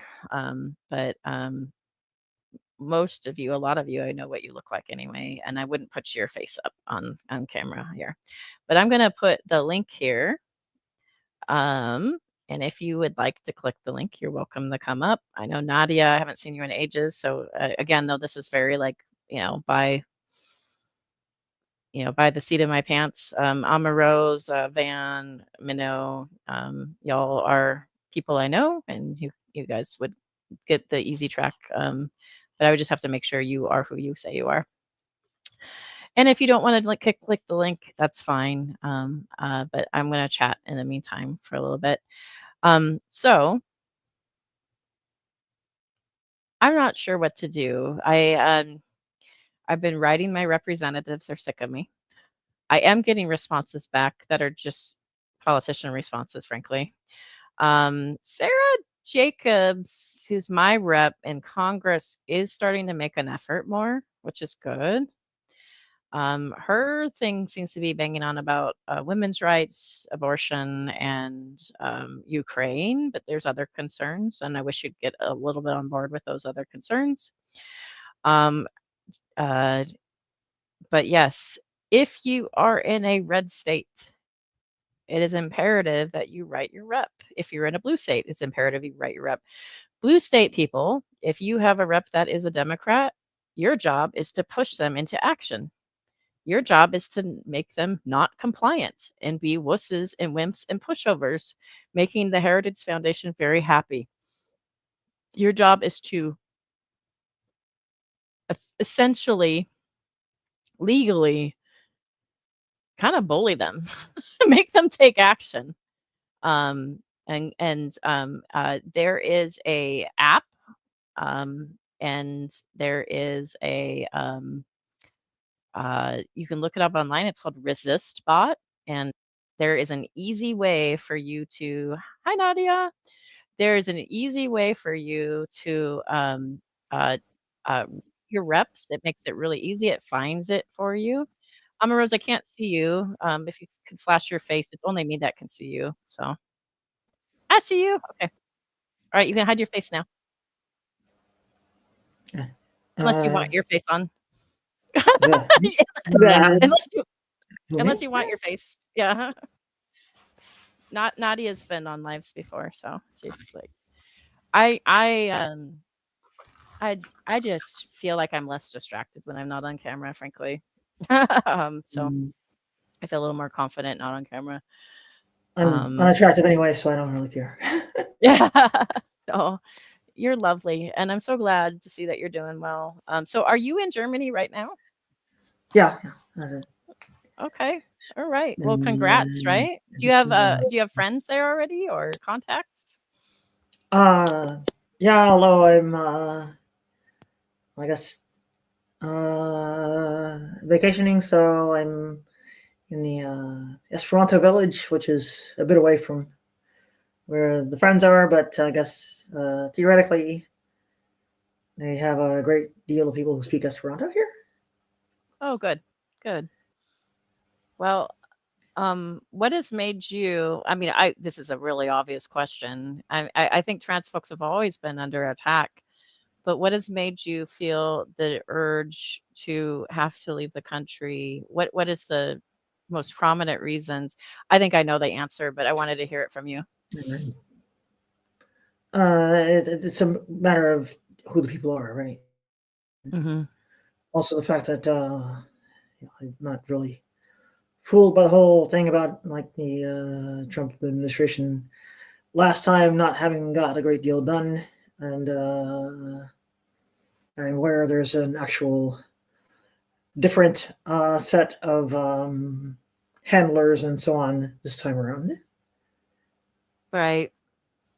It seems like the conservatives that he had the first round were a little more reasonable, even though they had extreme ideas, in my opinion, like Mike Pence, but he was more reasonable. This is something else. This is Steve Bannon unleashed. Like it's wild. It's really scary. No. Well, the first term, he still had people. I was going to say the first term, he still had people to reel him in, to say, no, we have to go within the law. He doesn't have that now. He has sycophants who don't care. Mm-hmm. It's really scary. I saw the law in Texas they were trying to pass against trans people, and it's very dangerous. It's really, really dangerous. I haven't looked very close, but I mean, the basic idea is that it will be anyone who has significantly medically transitioned will have the state of their body declared illegal and basically be subject to life imprisonment or, well, becoming a fugitive outside the country. Yeah. Okay. Are you able to turn up your mic a little bit, Amaros?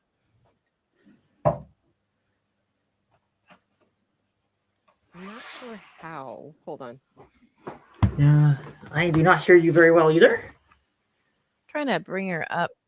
I used to be able to change people's volume myself, but it doesn't let me.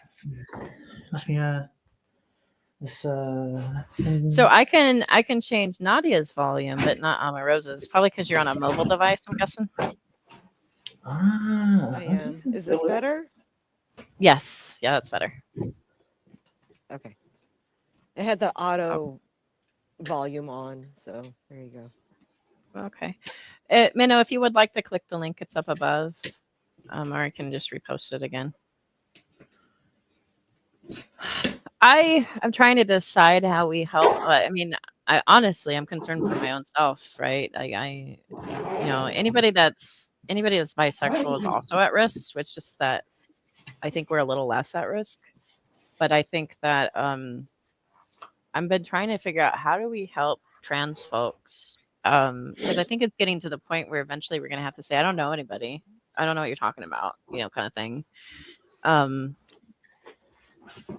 But obviously people need support and connection. and Handmaid's Tale. Yeah, it's actually pretty cool thing. It's a graphic novel rendition, which I mean, I guess wow. maybe not. I'm not really that like big on graphic novels per se, but I appreciate the art in addition to the writing. So it's here, and I bothered buying it and dragging it with me in my luggage and all that. Well, that's good. That's cool. That's cool.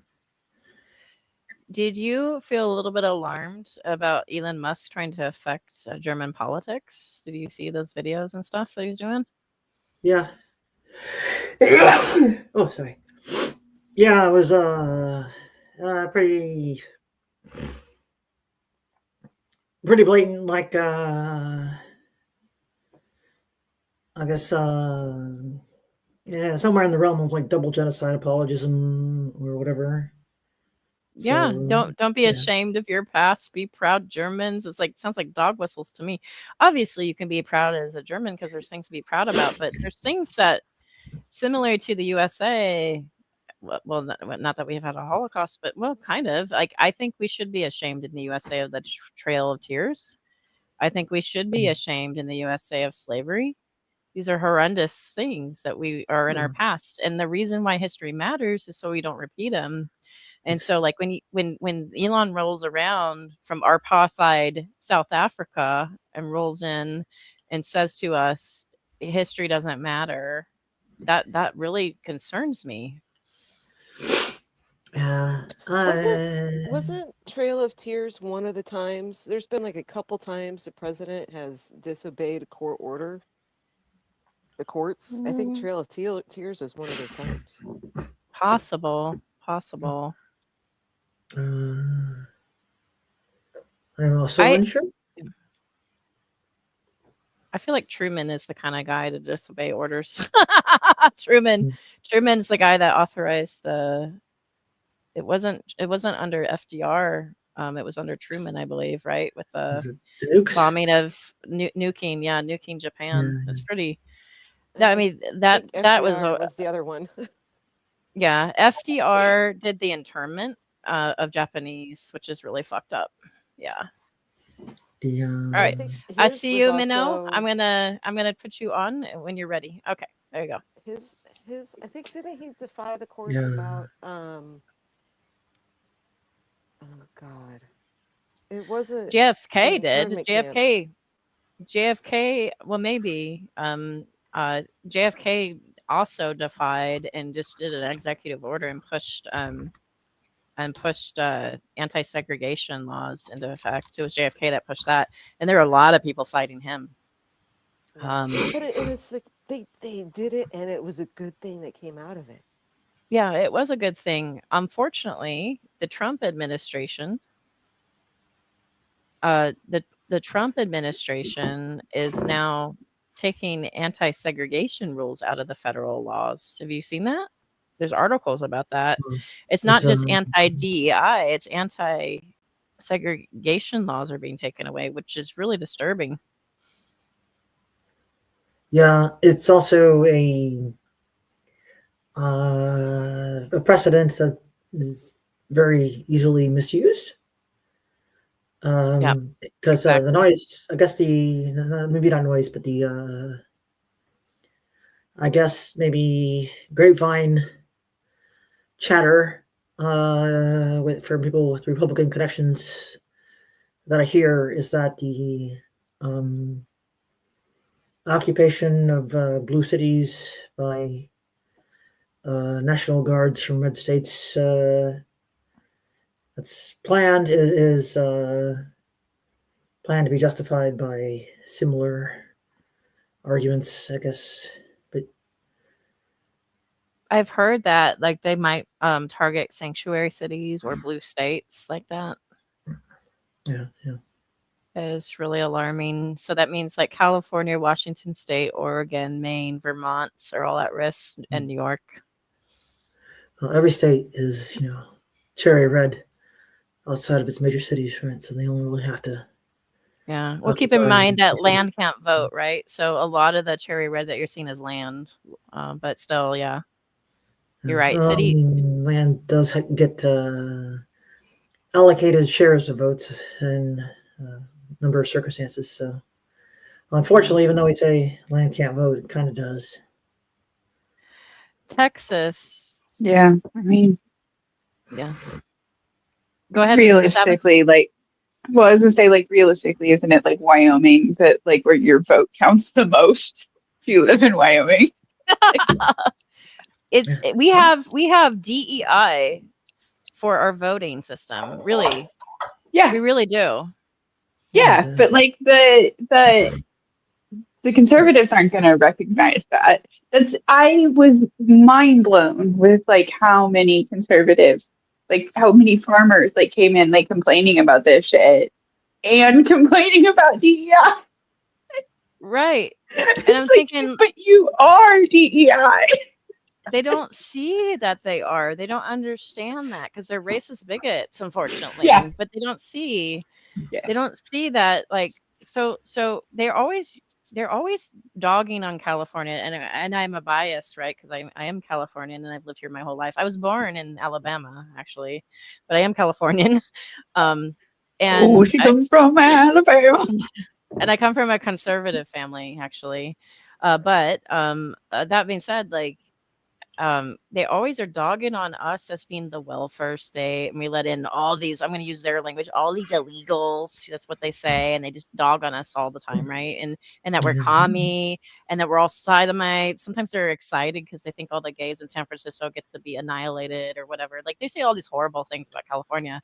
And I'm thinking, like, bitch, we keep you guys in business. Like, California is the fifth, we were the eighth. We're now the fifth largest economy in the entire world. And we are 50% of your food, believe it or not. Shocker. And because we don't have frost issues here as much as the rest of the country. We have less rain though. And we make you a profit. Now, some of it's the tech bros, unfortunately, but some of it's farmers. We make a profit. We make more money than we take, and we give it to the government. New York State gives more money than they take, and they give it to the government. New Jersey makes more money than they take, and they give it to the government. Texas, the only red state, Texas is the only red state that makes more money and gives it to the government. The only one. I was gonna say, isn't Texas the only red state that's self-sustaining? Yeah. Yeah, Texas is the only one. And you know why? It's oil. It's oil. Well, yeah, because they're huge. Like, I mean, I think if it was just oil, like, wouldn't Alaska be self-sustaining then? No, because they keep blockading Alaska's drill baby drills, and so they don't pull in as much oil. But if they let drill baby drill all over Alaska, which was what Trump's plan is for Alaska and California keeps saying no, then yeah, Alaska could surpass Texas. Is very possible. Also, drill baby drill is happening in Louisiana, but they're more fracking. And then drill baby drill is happening in Oklahoma, and they're fracking as well.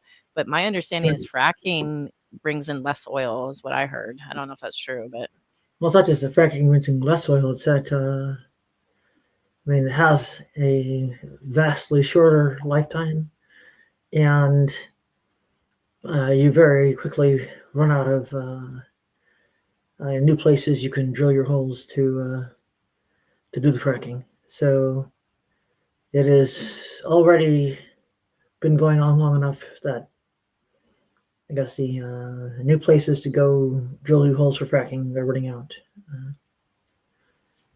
I know that Oklahoma is getting earthquakes, and I think it's from fracking. Possible, although I mean, but the productivity collapse is so severe. It's like not really going to be a factor for much longer anyway. Yeah. Does anyone beside me remember when the word fracking was just a stand-in for curse words on the old Battlestar Galactica? Yes. Dude, okay, sorry. That is my favorite show. I have watched that show, the entire series, like well over 100 times. I'm in the middle of it again. I love that Oh show. my god! I have the I love entire it. disc set. I have Caprica. I It love is it. really good. Thank you. I love that. I think It's I so remember an funny. older Battlestar Galactica than you're thinking of. I like the older one too. I like both of them. Yeah. I vaguely remember the older one, but like I Oh, remember the Lauren Green is older. my I remember the guy. older Doctor Who versus the older Battlestar. So, whatever. Okay, in the old one, Starbuck is like they're just besties, and I love it. Like it's a new one, it makes sense, and it's whatever. But yeah, yeah. Okay, sorry. I did not mean to sidetrack the conversation. I was just like, No, no, fracking. I'm totally about I've this never seen because it. okay. So I grew up in the 80s as a child. So I'm a child in the 80s and I'm a teen in the 90s, right? And Battlestar Galactica was already on reruns on TV when I was a kid, and so I wasn't allowed to watch much TV. But my older brother, who passed away pretty recently, and it just breaks my heart, but it's an old memory that I like. My older brother would sneak and let me watch sci-fi with him. And every Saturday morning, we would watch Battlestar Galactica. We'd eat our breakfast or whatever, and we'd eat Battlestar Galactica, and we'd just be kind of rebels because my mom didn't really actually want us to watch Battlestar Galactica for some reason. She's like, I didn't give you guys permission to watch that, but for some reason we were able to get it to slide by.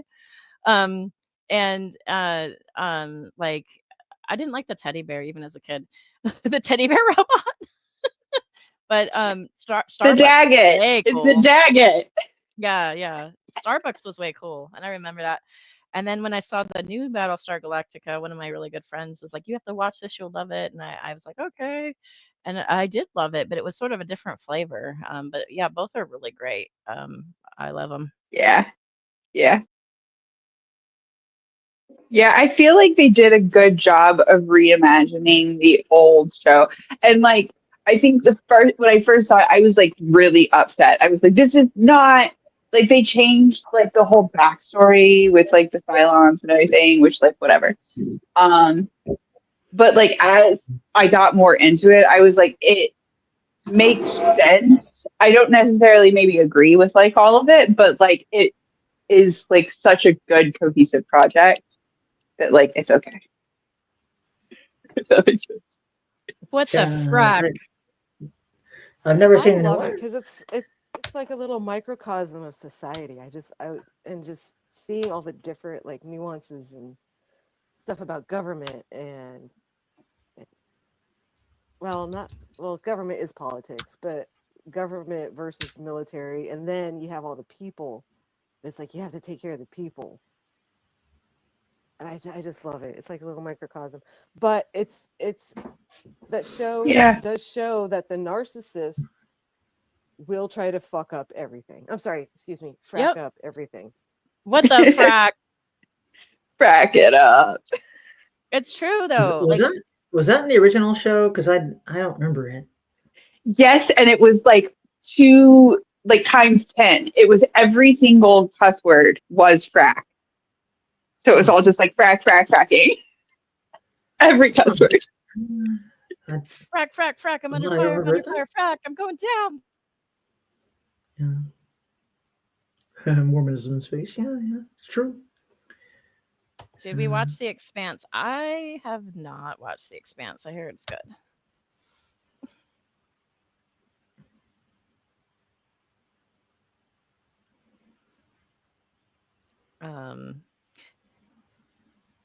I don't think I've seen The Expanse. There's so much to watch. I've seen a lot of there's a lot to watch. Did you know, since we're talking about nerd stuff and I love it, did you know that Tolkien oh gosh, my brain just went beep. I'll come back to it.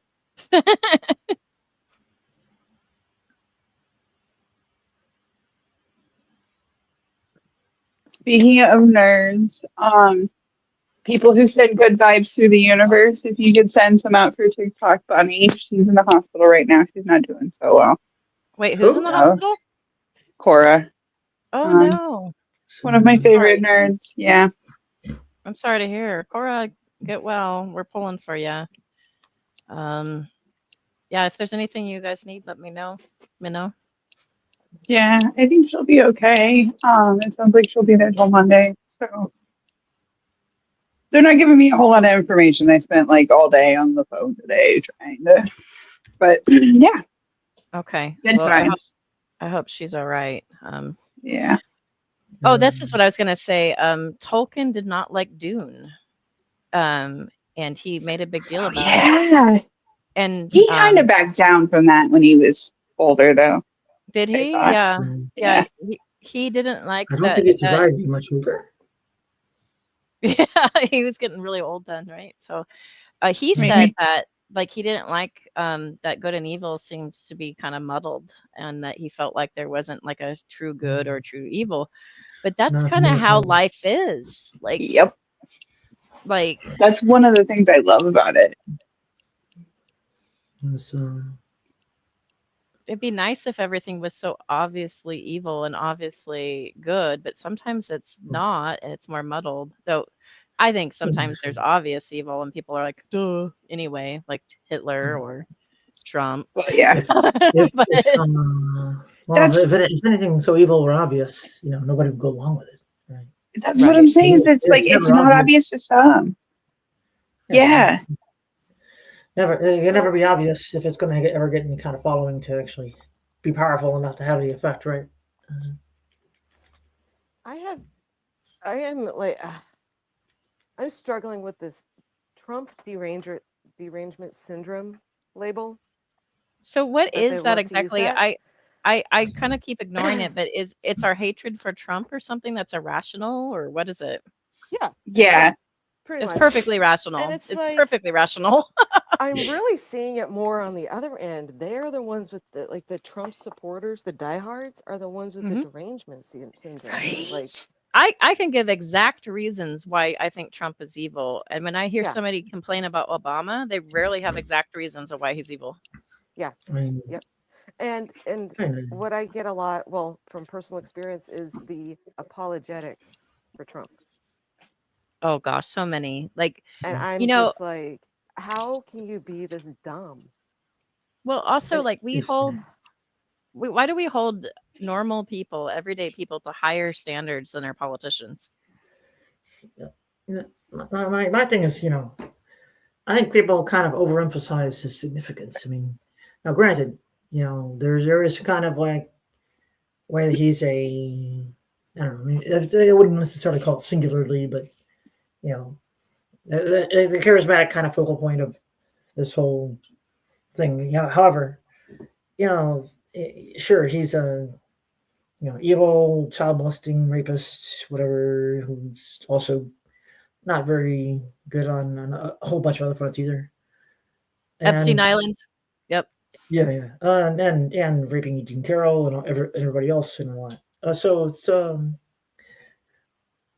he's not a good guy. However, the people kind of be more afraid of are, kind of the Christ of fascist types who are, well, number one, have like, I guess, an army of like lawyers with brains or whatever, the Federalist Society and all that kind of crap, going and doing their junk, and also have a bunch of fundy nutcases in the military high command ready to, I guess they already have replaced the saner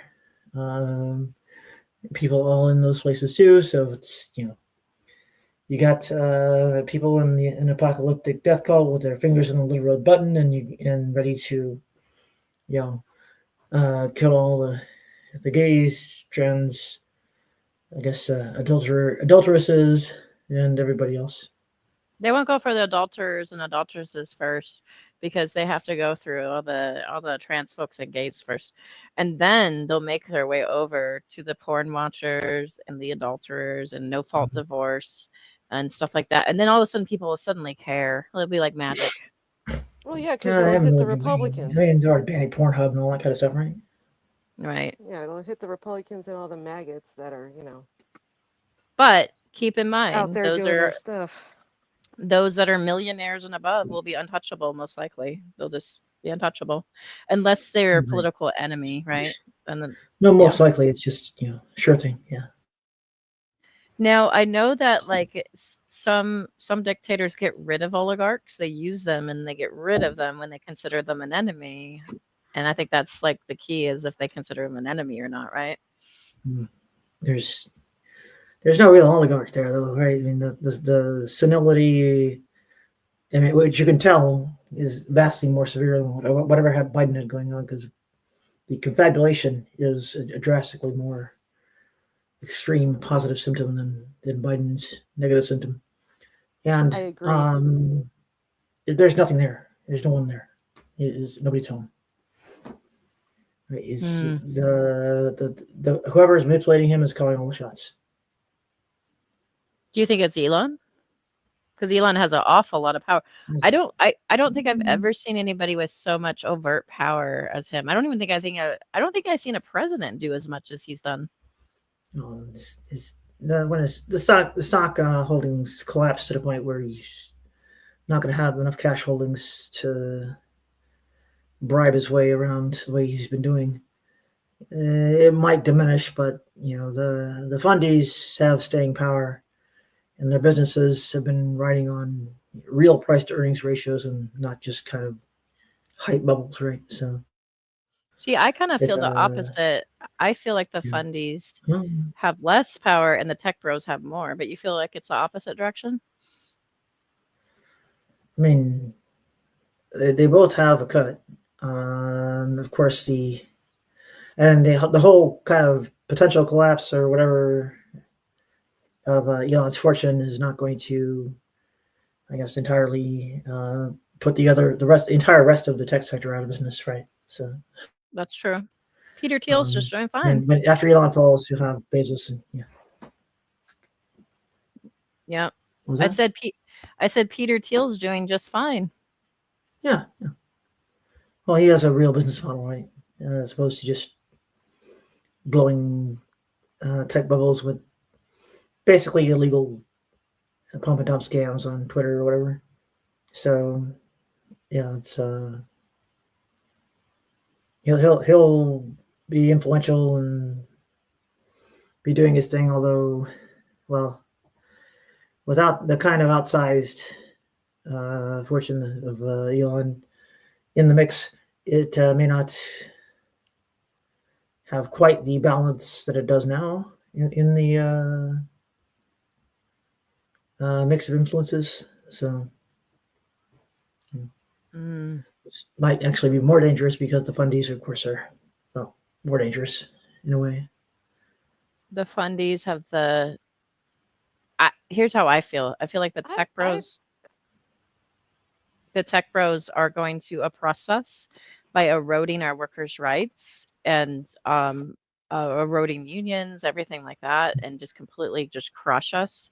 And I feel like the fundies are going to crush us with morality policing. And I think we're going to get crushed on both ends. And that's my fear. And I think it's a valid fear. I don't know. But yeah, I think the tech bros are way more dangerous because, I mean, look at Elon with Starlink. Like I said a long time ago, like, okay, Elon's going to be up Trump's ass. He has Starlink. He can turn that shit off anytime he wants, and he can fuck over how many other nations in this world? Yep. Like the tech got the bros are power. far more dangerous. And that's why him attaching Starlink to our FFA, was it FA? I'm bad at acronyms. FAA? Yeah. FAA. Yeah. Yeah. I'm the worst at acronyms. That's really terrifying. FFA is like farmer kids in school. When Yeah. I found out my flight from Mexico City to Berlin was actually flying over the USA, I completely shat my pants because I was terrified there was going to be a plane crashing into the plane I was riding in and all that kind of stuff. It was a total. I considered calling my representative and asking what they were doing to ensure that my flight back from London was going to land safely in St. Louis, but I decided to forego that. So, yeah. I mean, I'm not sure that there's kind of a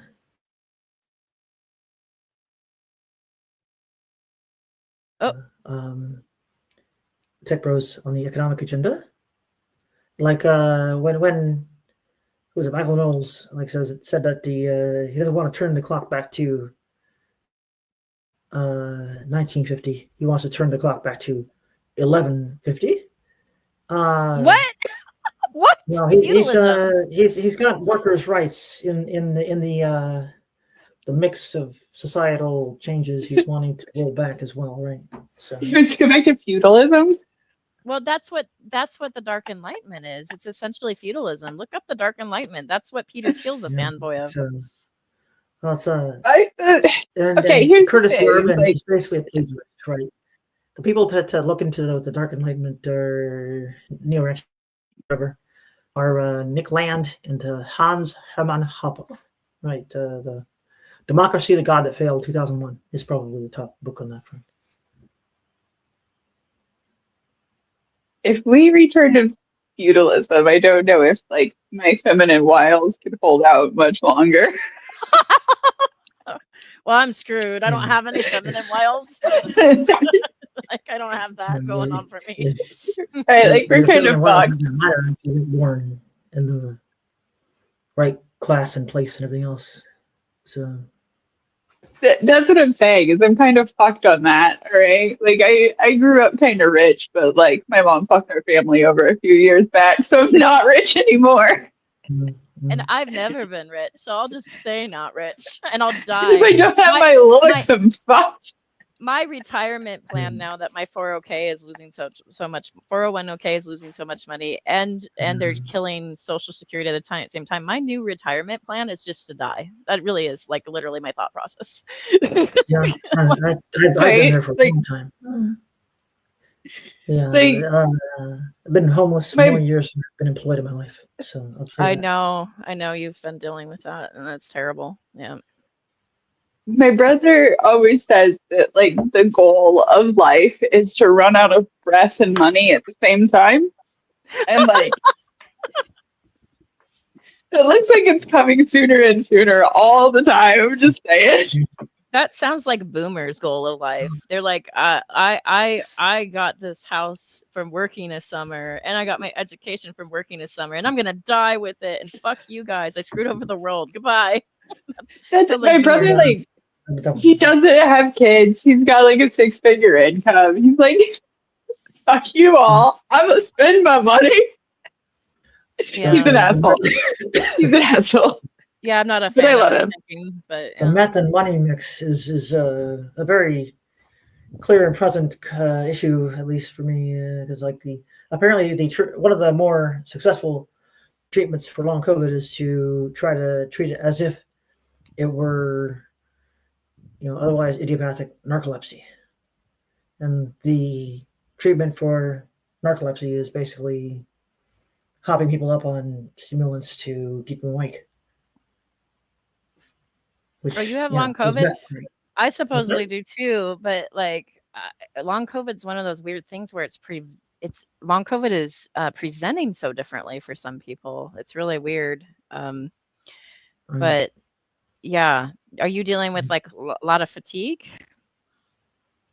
Yeah, it's probably the main issue I notice, and I mean, pull the plug on all that stuff, and I'm basically just unconscious and a vegetable.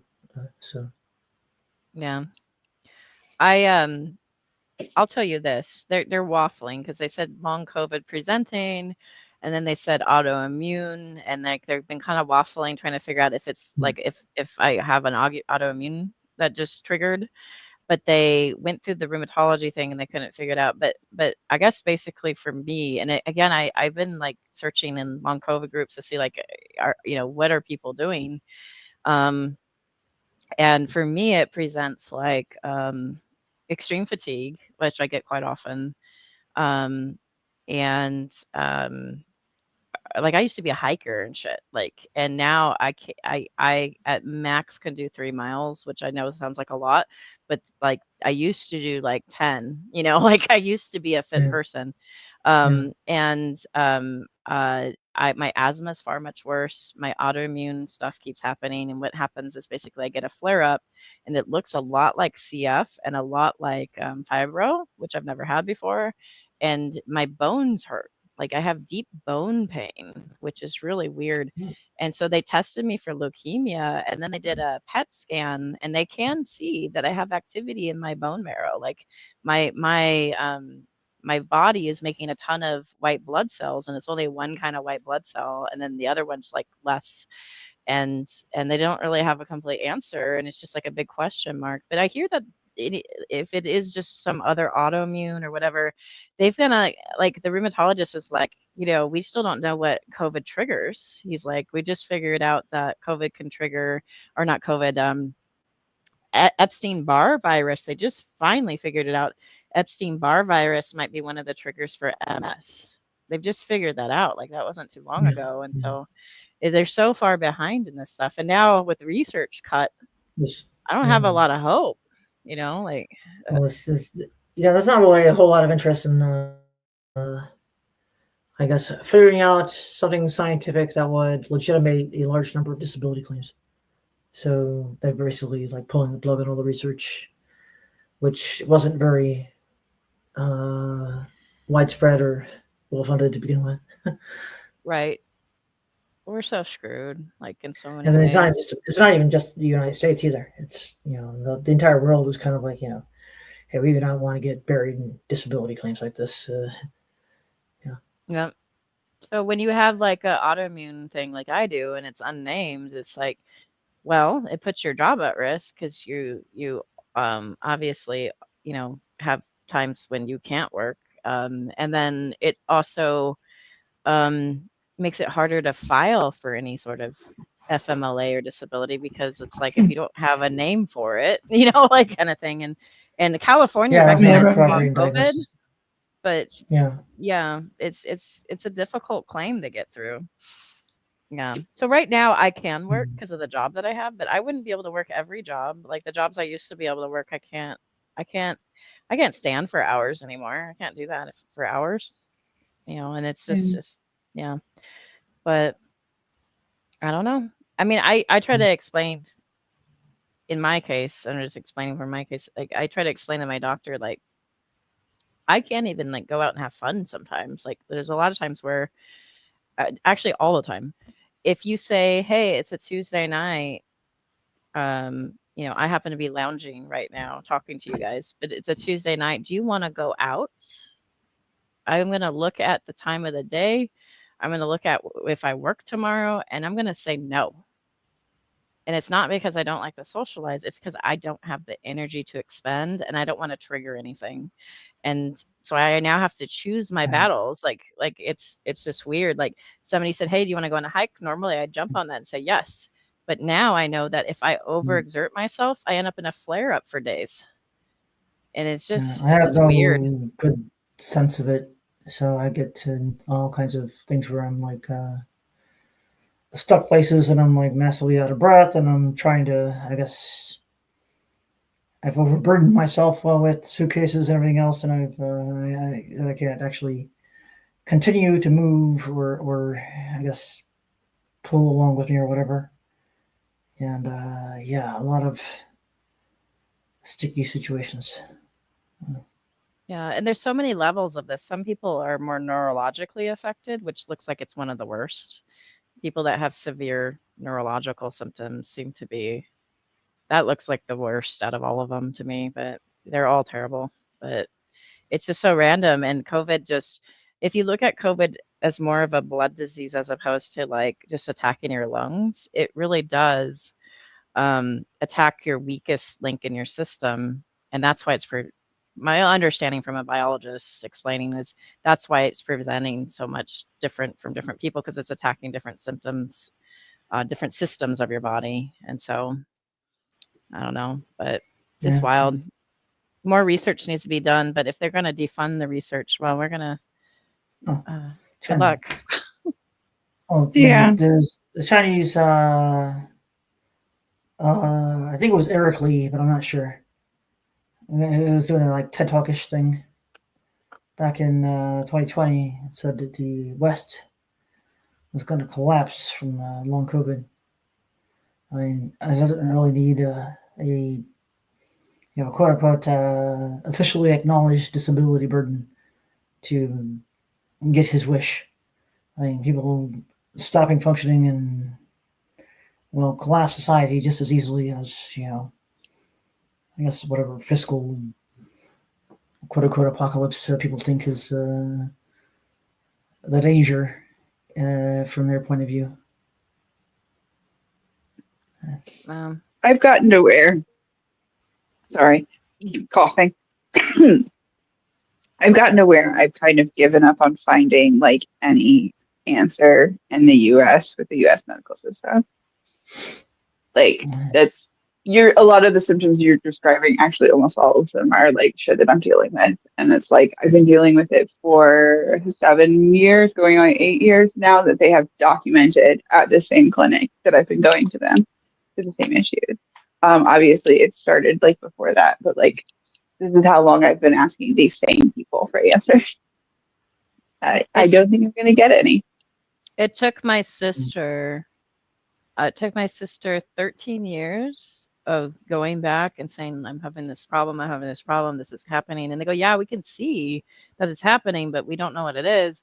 And it took her 13 years to get the diagnosis of Sjogren's, I'm probably saying it wrong, Sjogren's syndrome. 13 years. Hmm. And that's not uncommon. And But that's just a syndrome.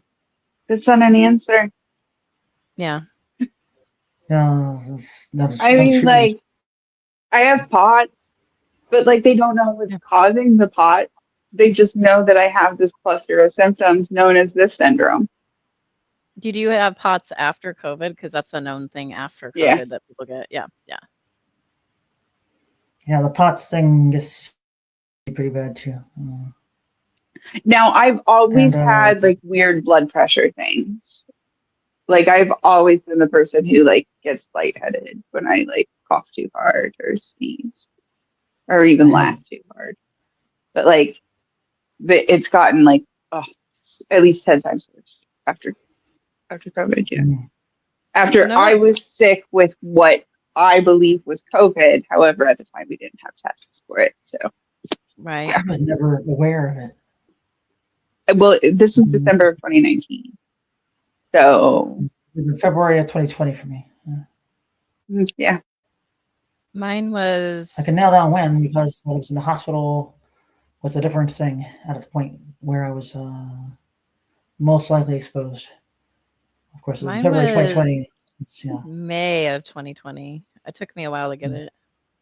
But I was exposed by someone who like came into town on a plane for a funeral and picked up something on a plane. Sure enough. My husband is asymptomatic. So he's had COVID twice along with me. And each time he doesn't get sick, but I get sick as a dog.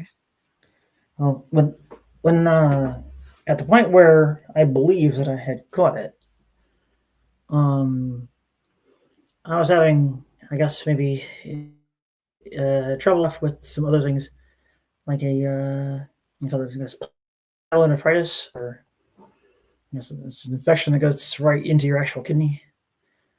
That Ugh, that's not good. I did not notice if COVID was hitting me then, I'm pretty sure it did. I did not notice it beyond whatever that was doing. However, after there was something unusual going on because I was kind of right away just unconscious around the clock. And Yeah, stayed it that wipes way. you. Hmm. I stayed that way until they started hopping me up on cocktail like modafinil, Vyvanse, and Ritalin. Yeah, the Ritalin thing. I've heard about that too. Yeah. Well, the Ritalin's kind of the weakest leg of the stool.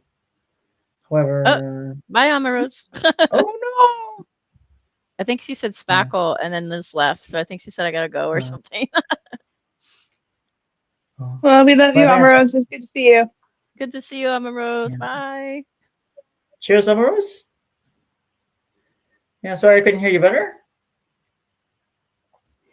Yeah, Yeah, the it's tough. Vyvanse The and the modafinil do most of the heavy lifting, and because the Vyvanse is so much ridiculously harder to get than everything else.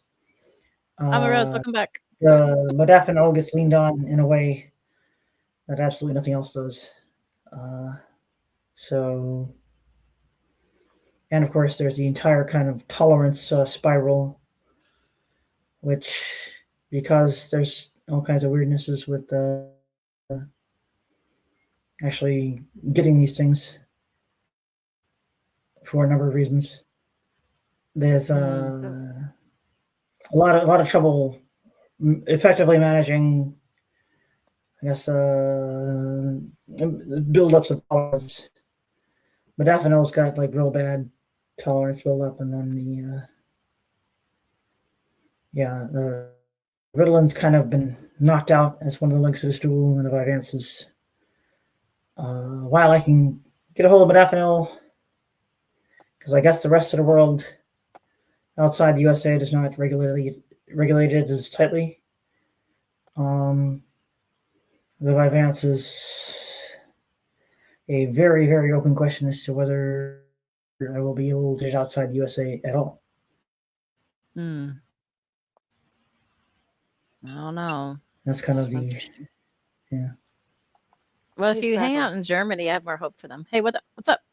I was going to tell you, or I was going to say, before I disconnected myself. Sorry about that. We were wondering. Yeah, no. Water dripped on my phone, and there you go. Your husband should get like tested and like studied so he can like help other people recover and survive it.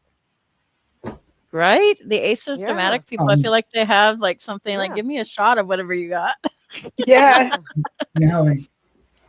Okay, but would you do it if it was like one of those like weird reverse enema things where you had to get like their poop shoved up your butt? Wait, what? You haven't heard about that? Oh my god, I can't remember what it was. It was some like weird disease, and they were like, "Okay, this is a fucking weird ass way to cure it," but it worked. But it was like, it had to do with like their like gut biome and stuff. But they like did an enema on one person, and then like with like the fecal matter that they flushed out, they like shoved it up the butt of the other person who was sick. It sounds like a horror And it, movie along like- the lines of Human Centipede. Right? But it like fixed their gut biome, and it cured them. So would you do it if it was like that? Okay, hang on. I've never heard of a reverse enema, but I have heard of fecal implantation. That is real. Okay, that's what it is. I didn't know the word for Reverse it. enema. Like I'm picturing just a tube. Like what the hell? Give you like Imodium and just go. Like No, I do play that. Yeah. jeez. Oh my gosh. So gross. This is like the grossest conversation I've ever had. This is Max slid into bathroom humor really bad, and it's all my fault.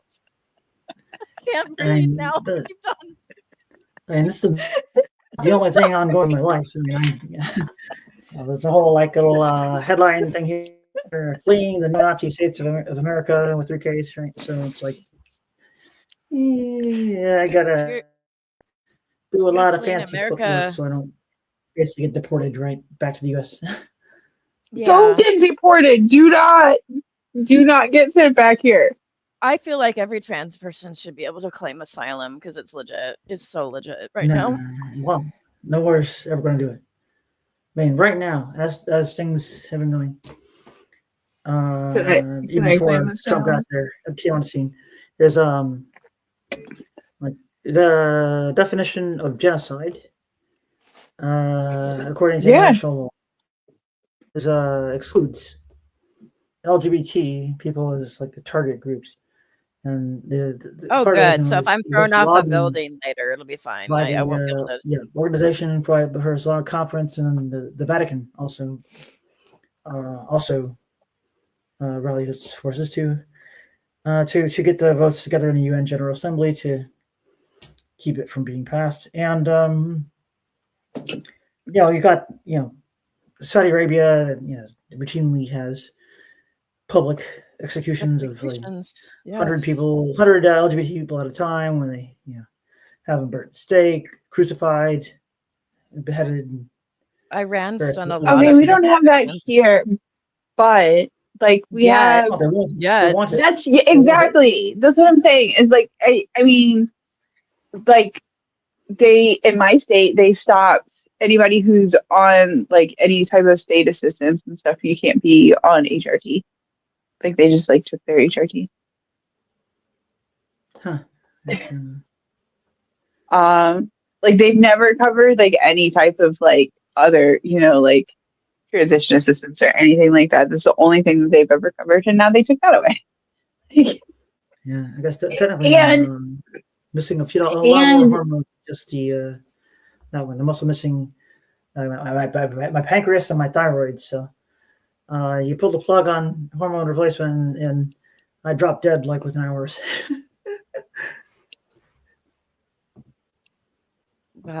Now you're diabetic, right? So when you had the kidney issue It's type for long 1. Type 1, COVID, yeah, type 1 diabetic, did that also come into play? Because I'd imagine, in my experience with like my brother having diabetes, like everything gets more complicated.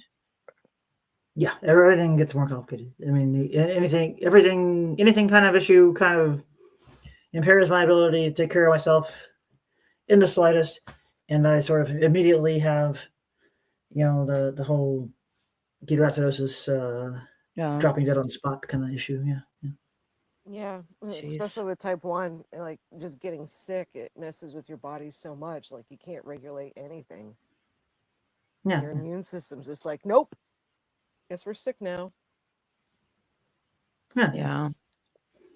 And, Yeah. and Diabetes sucks. it doesn't even necessarily have to do the killing of me directly. And all it has to do is just keep me from being able to do the self-maintenance with the type 1 stuff, to take that medicine, and then right there I'm just dying on the spot.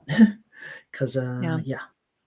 I was really hopeful when they lowered the price of insulin, and then they said, "Fuck you," and now it's going back up again, and it's like, it's just such an evil thing to charge people a high cost for. It's just I don't get it, because it's common enough where we shouldn't be charging an arm and a leg for insulin. The And emergencies caused by type 1 diabetics being unable to get insulin, I guess at a point where Imtala, whatever, still is in effect, costs every year annually larger than the budget of NASA, like over $4 billion a year. And it'd be it's larger than the budget of NASA? Yeah. Oh. Well, all I know is that the USA spends an awful lot on our drugs, and you can cross the border to Mexico and spend we spend seven times the amount that the folks in Mexico spend. Like, and as a non-insured person going to Mexico. And then the first place I flew out was Mexico City. I only flew out to Berlin like last Friday, right? Yeah. It's 19th January where I went with Mexico City. So I've been seeing firsthand the prices on that, and it's like $15 for a vial of the insulin. That's not too bad. 15. Speaking of going to Mexico for shit, have you seen people smuggling eggs over the border? Yes. And they're making a big deal about it. So like is that smuggling, or are they just bringing them across the border? No, because you can't bring them. So like they check and say, do you have any agriculture or any poultry? They'll take it from you, right? So I guess the eggs in Mexico have a membrane on them, and we in the US wash off the membrane. So like that's why we have to refrigerate our eggs. And because of salmonella, we think it's better to wash them off. But yet all these people are fine when they don't wash it off. It's weird. No, I didn't see any of the border related things. I was kind of afraid of enough of just kind of getting randomly dumped back over the border in the dead of night if I was too close to the border. I made sure I flew out to Mexico City instead of someplace that was just kind of like right on the border. Right. Yeah. So, I mean, famously, TJ cops are corrupt. It's famous. It's a whole thing. And then our border agents in San Diego, there's a lot of border agents that are also corrupt. So it makes it a fun time. Like, so yeah, I wouldn't. It's not like Yeah, USA cops are corrupt either. Yeah. Mexico City is way safer than TJ. Way safer. Almost every place in Mexico is way safer than TJ. The thing that shocked me. That's what I was looking for the unmute button to say. You said it before I could spackle. Right. The thing that's very, very pleasantly surprised me was that there's just like vegan restaurants everywhere in Mexico City. There's a lot of great food in Mexico. It's a great, it's great like, weather. Like, yeah, hang out there. the weather is a different story. It's the tropics do not sit well with me. I'm apparently do not have the immune system to survive the tropics. But yeah, I'm on the border, right? So like we're more similar to Mexico's weather than like the rest of California. So yeah. But we do get humid, and we get the kind of blow off when Mexico has like hurricanes and stuff like that. We'll get the humidity blowing up towards us. Yeah, the Matt the Pig hurricane is taunting us Otis with eggs. Helen, I think it was, or something like that. Yeah, we were all excited. We're deranged in San Diego. We were excited, like finally a hurricane, which really like I don't want anybody to get hurt, but we're also excited at the same time. I can't explain it. How did I know so many people in San Diego? What's up? How was I know so many people from San Diego? Because we're an international city, and a lot of people visit us and then stay and love us because we have the best weather ever. We're also a purple city, actually. We're not as liberal as LA and San Francisco because we have such a military side. We're actually purple. I mean, the more conservative, the less kind of good, but okay. Yeah. That's yeah. San Diego is not really something I hear being a international city in the same way as. Oh, really? I don't think there's international cities in the USA apart from maybe New York. No, they usually consider San Francisco an international city and the business end, and then San Diego, for whatever reason, we have a lot of immigration here, and we have a lot of business going back and forth, and we are the most cross-border in the entire United States. And then New York City. So San Francisco, New York City, Chicago, to some degree. Yeah. International cities are considered people where people tend to migrate here from different countries, and then also do business here. So. Yeah. Maybe I don't have a definite, idea of what they meant when they were saying these things to me, so I could not tell you like there's one thing meets the definition and the other one doesn't as well, because I have no idea the definition anyone had in mind when they were saying this. Math Pig, if you have chickens and you're getting free eggs, don't let your snakes eat them.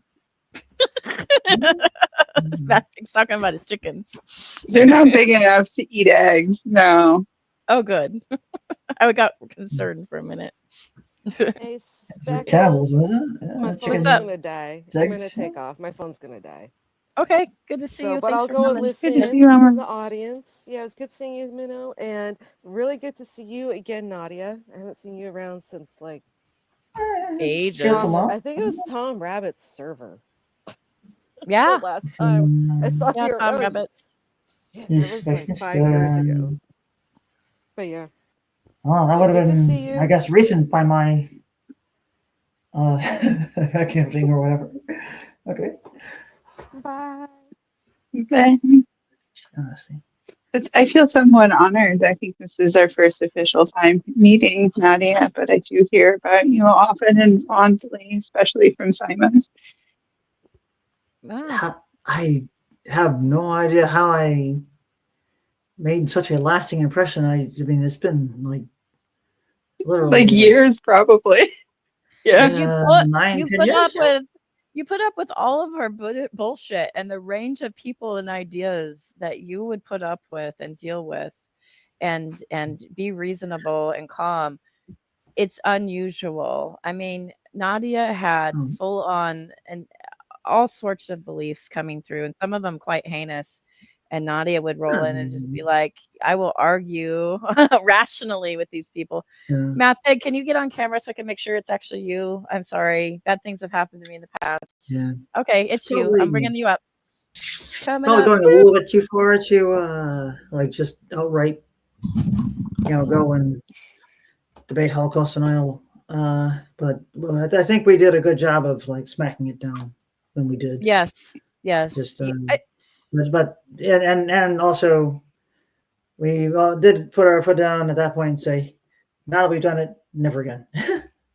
Yeah, it's one of those things where you go, when you're fighting bad ideas, do you also want to promote them? And it's a big call, right? I don't think I've fought with a white supremacist live on air since your since your thing. But I mean, we would fight with white supremacists. We would fight with fundamentalist psychos that want gays to die. I was told I should be stoned to death.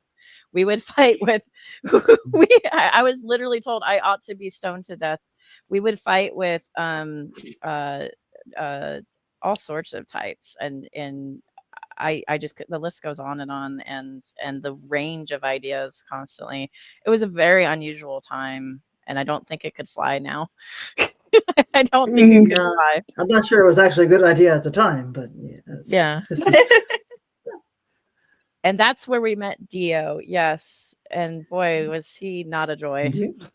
He showed up on my channel and I blocked him. Dio. I said no thanks. Remind me who Dio is?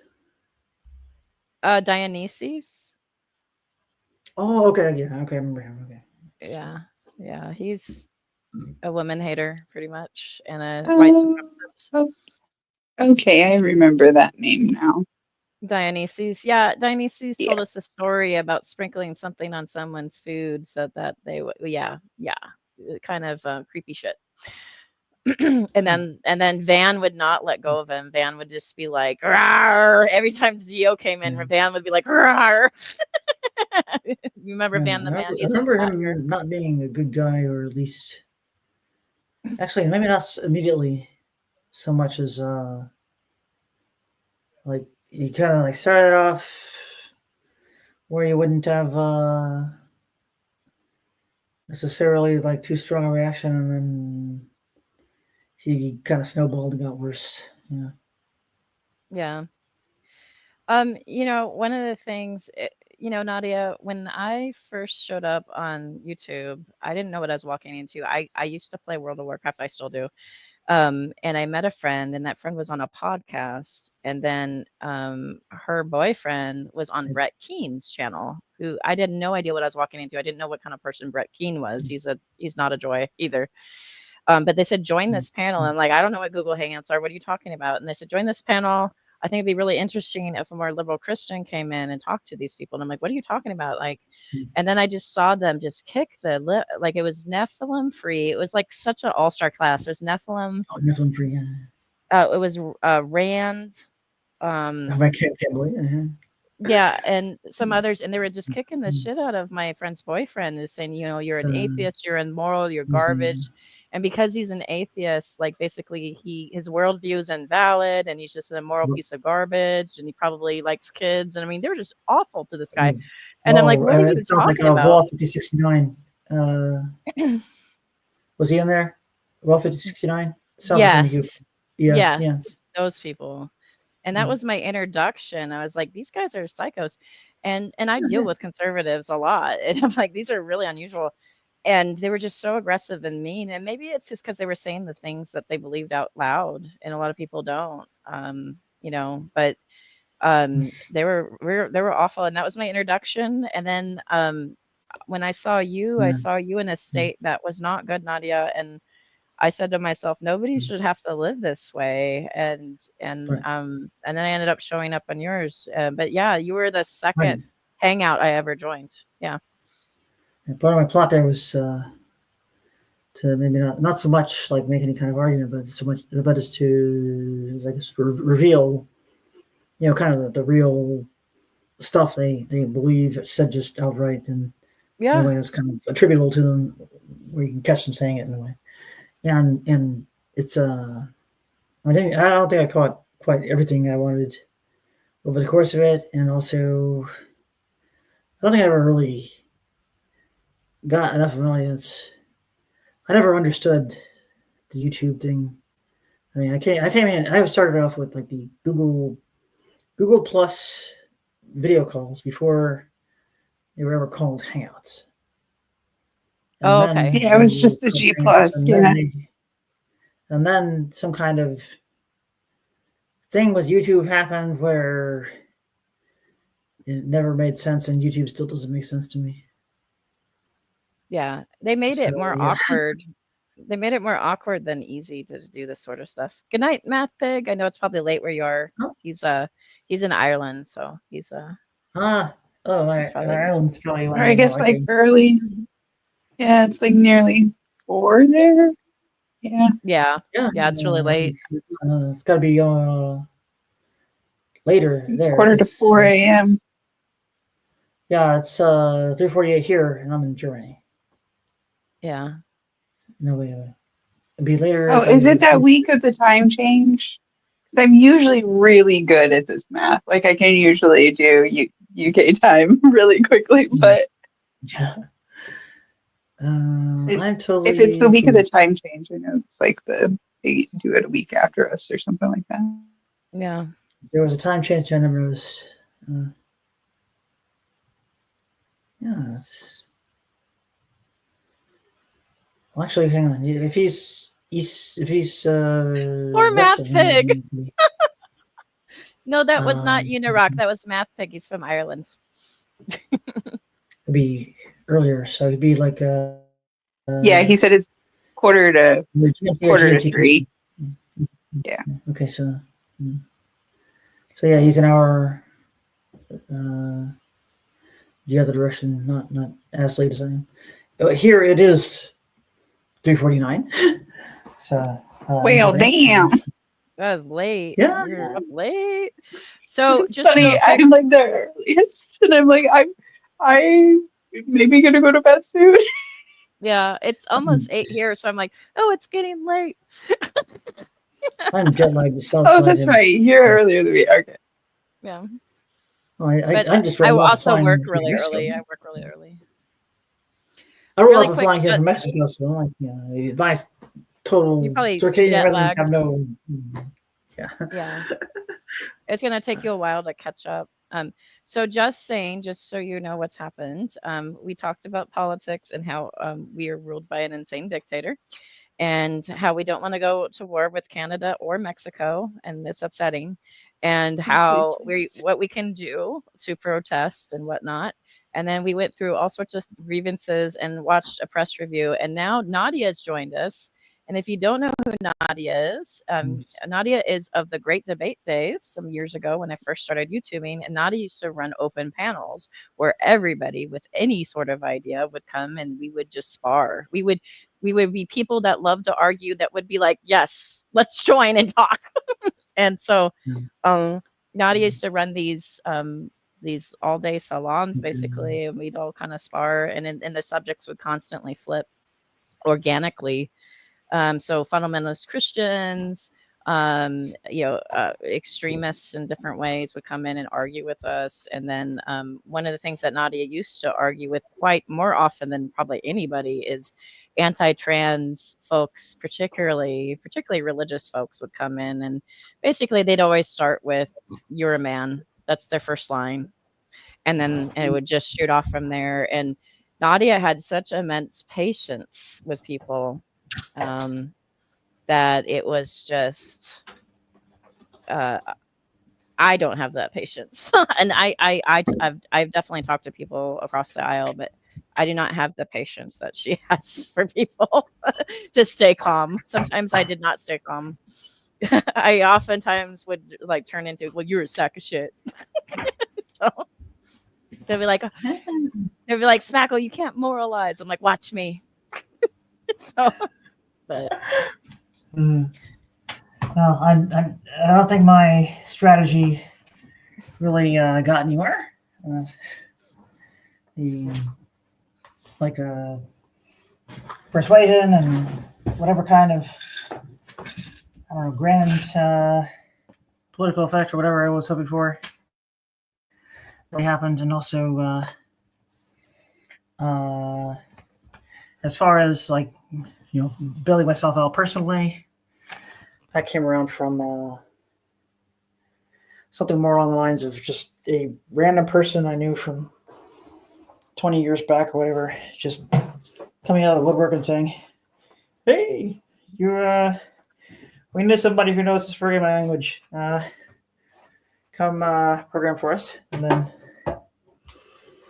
good. I've been there since. Good. You've been programming still? Are you still doing that? Yeah. It's good. Well, I mean, something is paying for this trip, isn't it? Yeah. So Nadia is fleeing the U.S. like really legit, and rightfully so. I at this point it's getting a little bit alarming what's happening. For instance, I'll give an example. Texas is trying to pass a law that if you say you're trans, that you're committing fraud and you can face jail time and thousands of dollars of fines. And that's just the start of it. We're seeing other things too. And we're seeing the rhetoric that like, if you're trans, you're automatically a groomer or a predator. We're seeing all that kind of stuff. So Nadia is like, that's enough for me. Yep. And fair enough. I get it. I think that that's one of the most at-risk people groups right now. And I understand that. And so Nadia right now is in Germany. Just Saying says come to Canada, but I'm afraid Trump's gonna mess with you guys. I'm on the verge of leaving. I really am. I'm about to be like Spackle. You can like live in my house. I'm leaving. Yeah. Well, asylum really doesn't rent free. Yeah. It's cheaper than California. I'm at the point. I'm so frustrated. I'm so sick of like fighting back. I'm so sick of like walking into like, because I can't do the whole phone call thing, but I will. Like, I live an hour and a half away from our state capital. I will like walk into the state capital and talk to the representatives. And I'm so sick of them like smiling and nodding and acting like they're listening. And then like not like absolutely disregarding everything that I have to say. Like, I'm so fucking sick of it. And it's like, it's I don't know. Like, I get what you're saying about like talk to them and like we need to talk to them and we need to keep bothering them. And like, it's like they say with advertising, I think, what is it? You have to have like 17 impressions of something before like you think that you have the idea that you've made the decision to buy it. But so we have to keep up with it. But like it's getting to the point where it's like, do I fight? Do I keep fighting, or do I run? Do I just fucking leave? And like I don't know. Like the balance is tipping every day. I don't know. There's people in my life I've pleaded for, and I think I've given actually pretty calm, rational, discussions. And you're right. It's like they're bulletproof. There's nothing that sticks. There is no empathy anymore. There is no compassion for anybody that's different. And the people that do have compassion, they're usually independents. And they're like wings of the same bird. And they keep saying wings of the same bird, which there is corruption on both ends. But there's only one wing that's oppressing me. And there's only one wing that's being racist fucks. And, so it's not wings of the same bird. There's only one wing that wants to basically invade Canada. And they keep making threats. Like, you know, like Canada and Mexico. They're like want to call fentanyl a weapon of mass destruction. We have been here before when the mass destruction excuse is used. GW used it, and there was no weapon of mass destruction in Iran. So if they say that there's a weapon of mass destruction, historically we know that's an excuse to invade a country. And so when what they say is like the majority of fentanyl is coming through Mexico. Sorry, Mexico, I like you, but like that's true. And the mules for the drug are American citizens. They're American citizens that are moving it. They don't seem to register that. And then they're saying that it's coming from Canada, but there's like little proof of anything coming from Canada. And so like that excuse of fentanyl and then it being a weapon of mass destruction, that just flags to me that that's an excuse to invade one of the countries or both. So, well, there's kind of a trick where I guess at least the directly kind of like Anglosphere, Commonwealth, Marshall Plan countries and so on, they're all part of the same one big spy network blob. So it doesn't even make sense to invade Canada. Because Canada, if I guess the real powers involved here wanted it to happen and would allow anything of the kind to happen, well, they wouldn't have to invade. They could just order the country itself over, right? And you cut out after they don't have to invade it. I don't know if I'm cutting out or you're cutting out. I think she's cutting out. Not Oh. you. Oh, sorry. My network cut out for a moment. Yeah, you said something about they don't have to invade, and then it cut out. Say it again? You said something about them not having to invade, and it cut out. Something more on the order of that, with the whole spy garbage that's going on, like all these countries, like British Commonwealth, the Marshall Plan, reconstructed countries in Europe, and so on, all basically have the governments run by spies. And if I guess the powers that really are would allow something like a war to happen, we're going to say yes to any of it. They would not bother with the war. They would just say for the country to hand itself over and fuse with the United States or something, right? So yeah, right now he's doing Mexico economic pressure. Yeah. What's that? I said he's doing economic pressure right now in Canada, but Mexico, they have a destroyer. Really, truly, they have a destroyer off the shore, and they're talking about bombing. They've literally talked about bombing the cartels. Yeah. They and that there's going to be collateral damage. I'm not for that.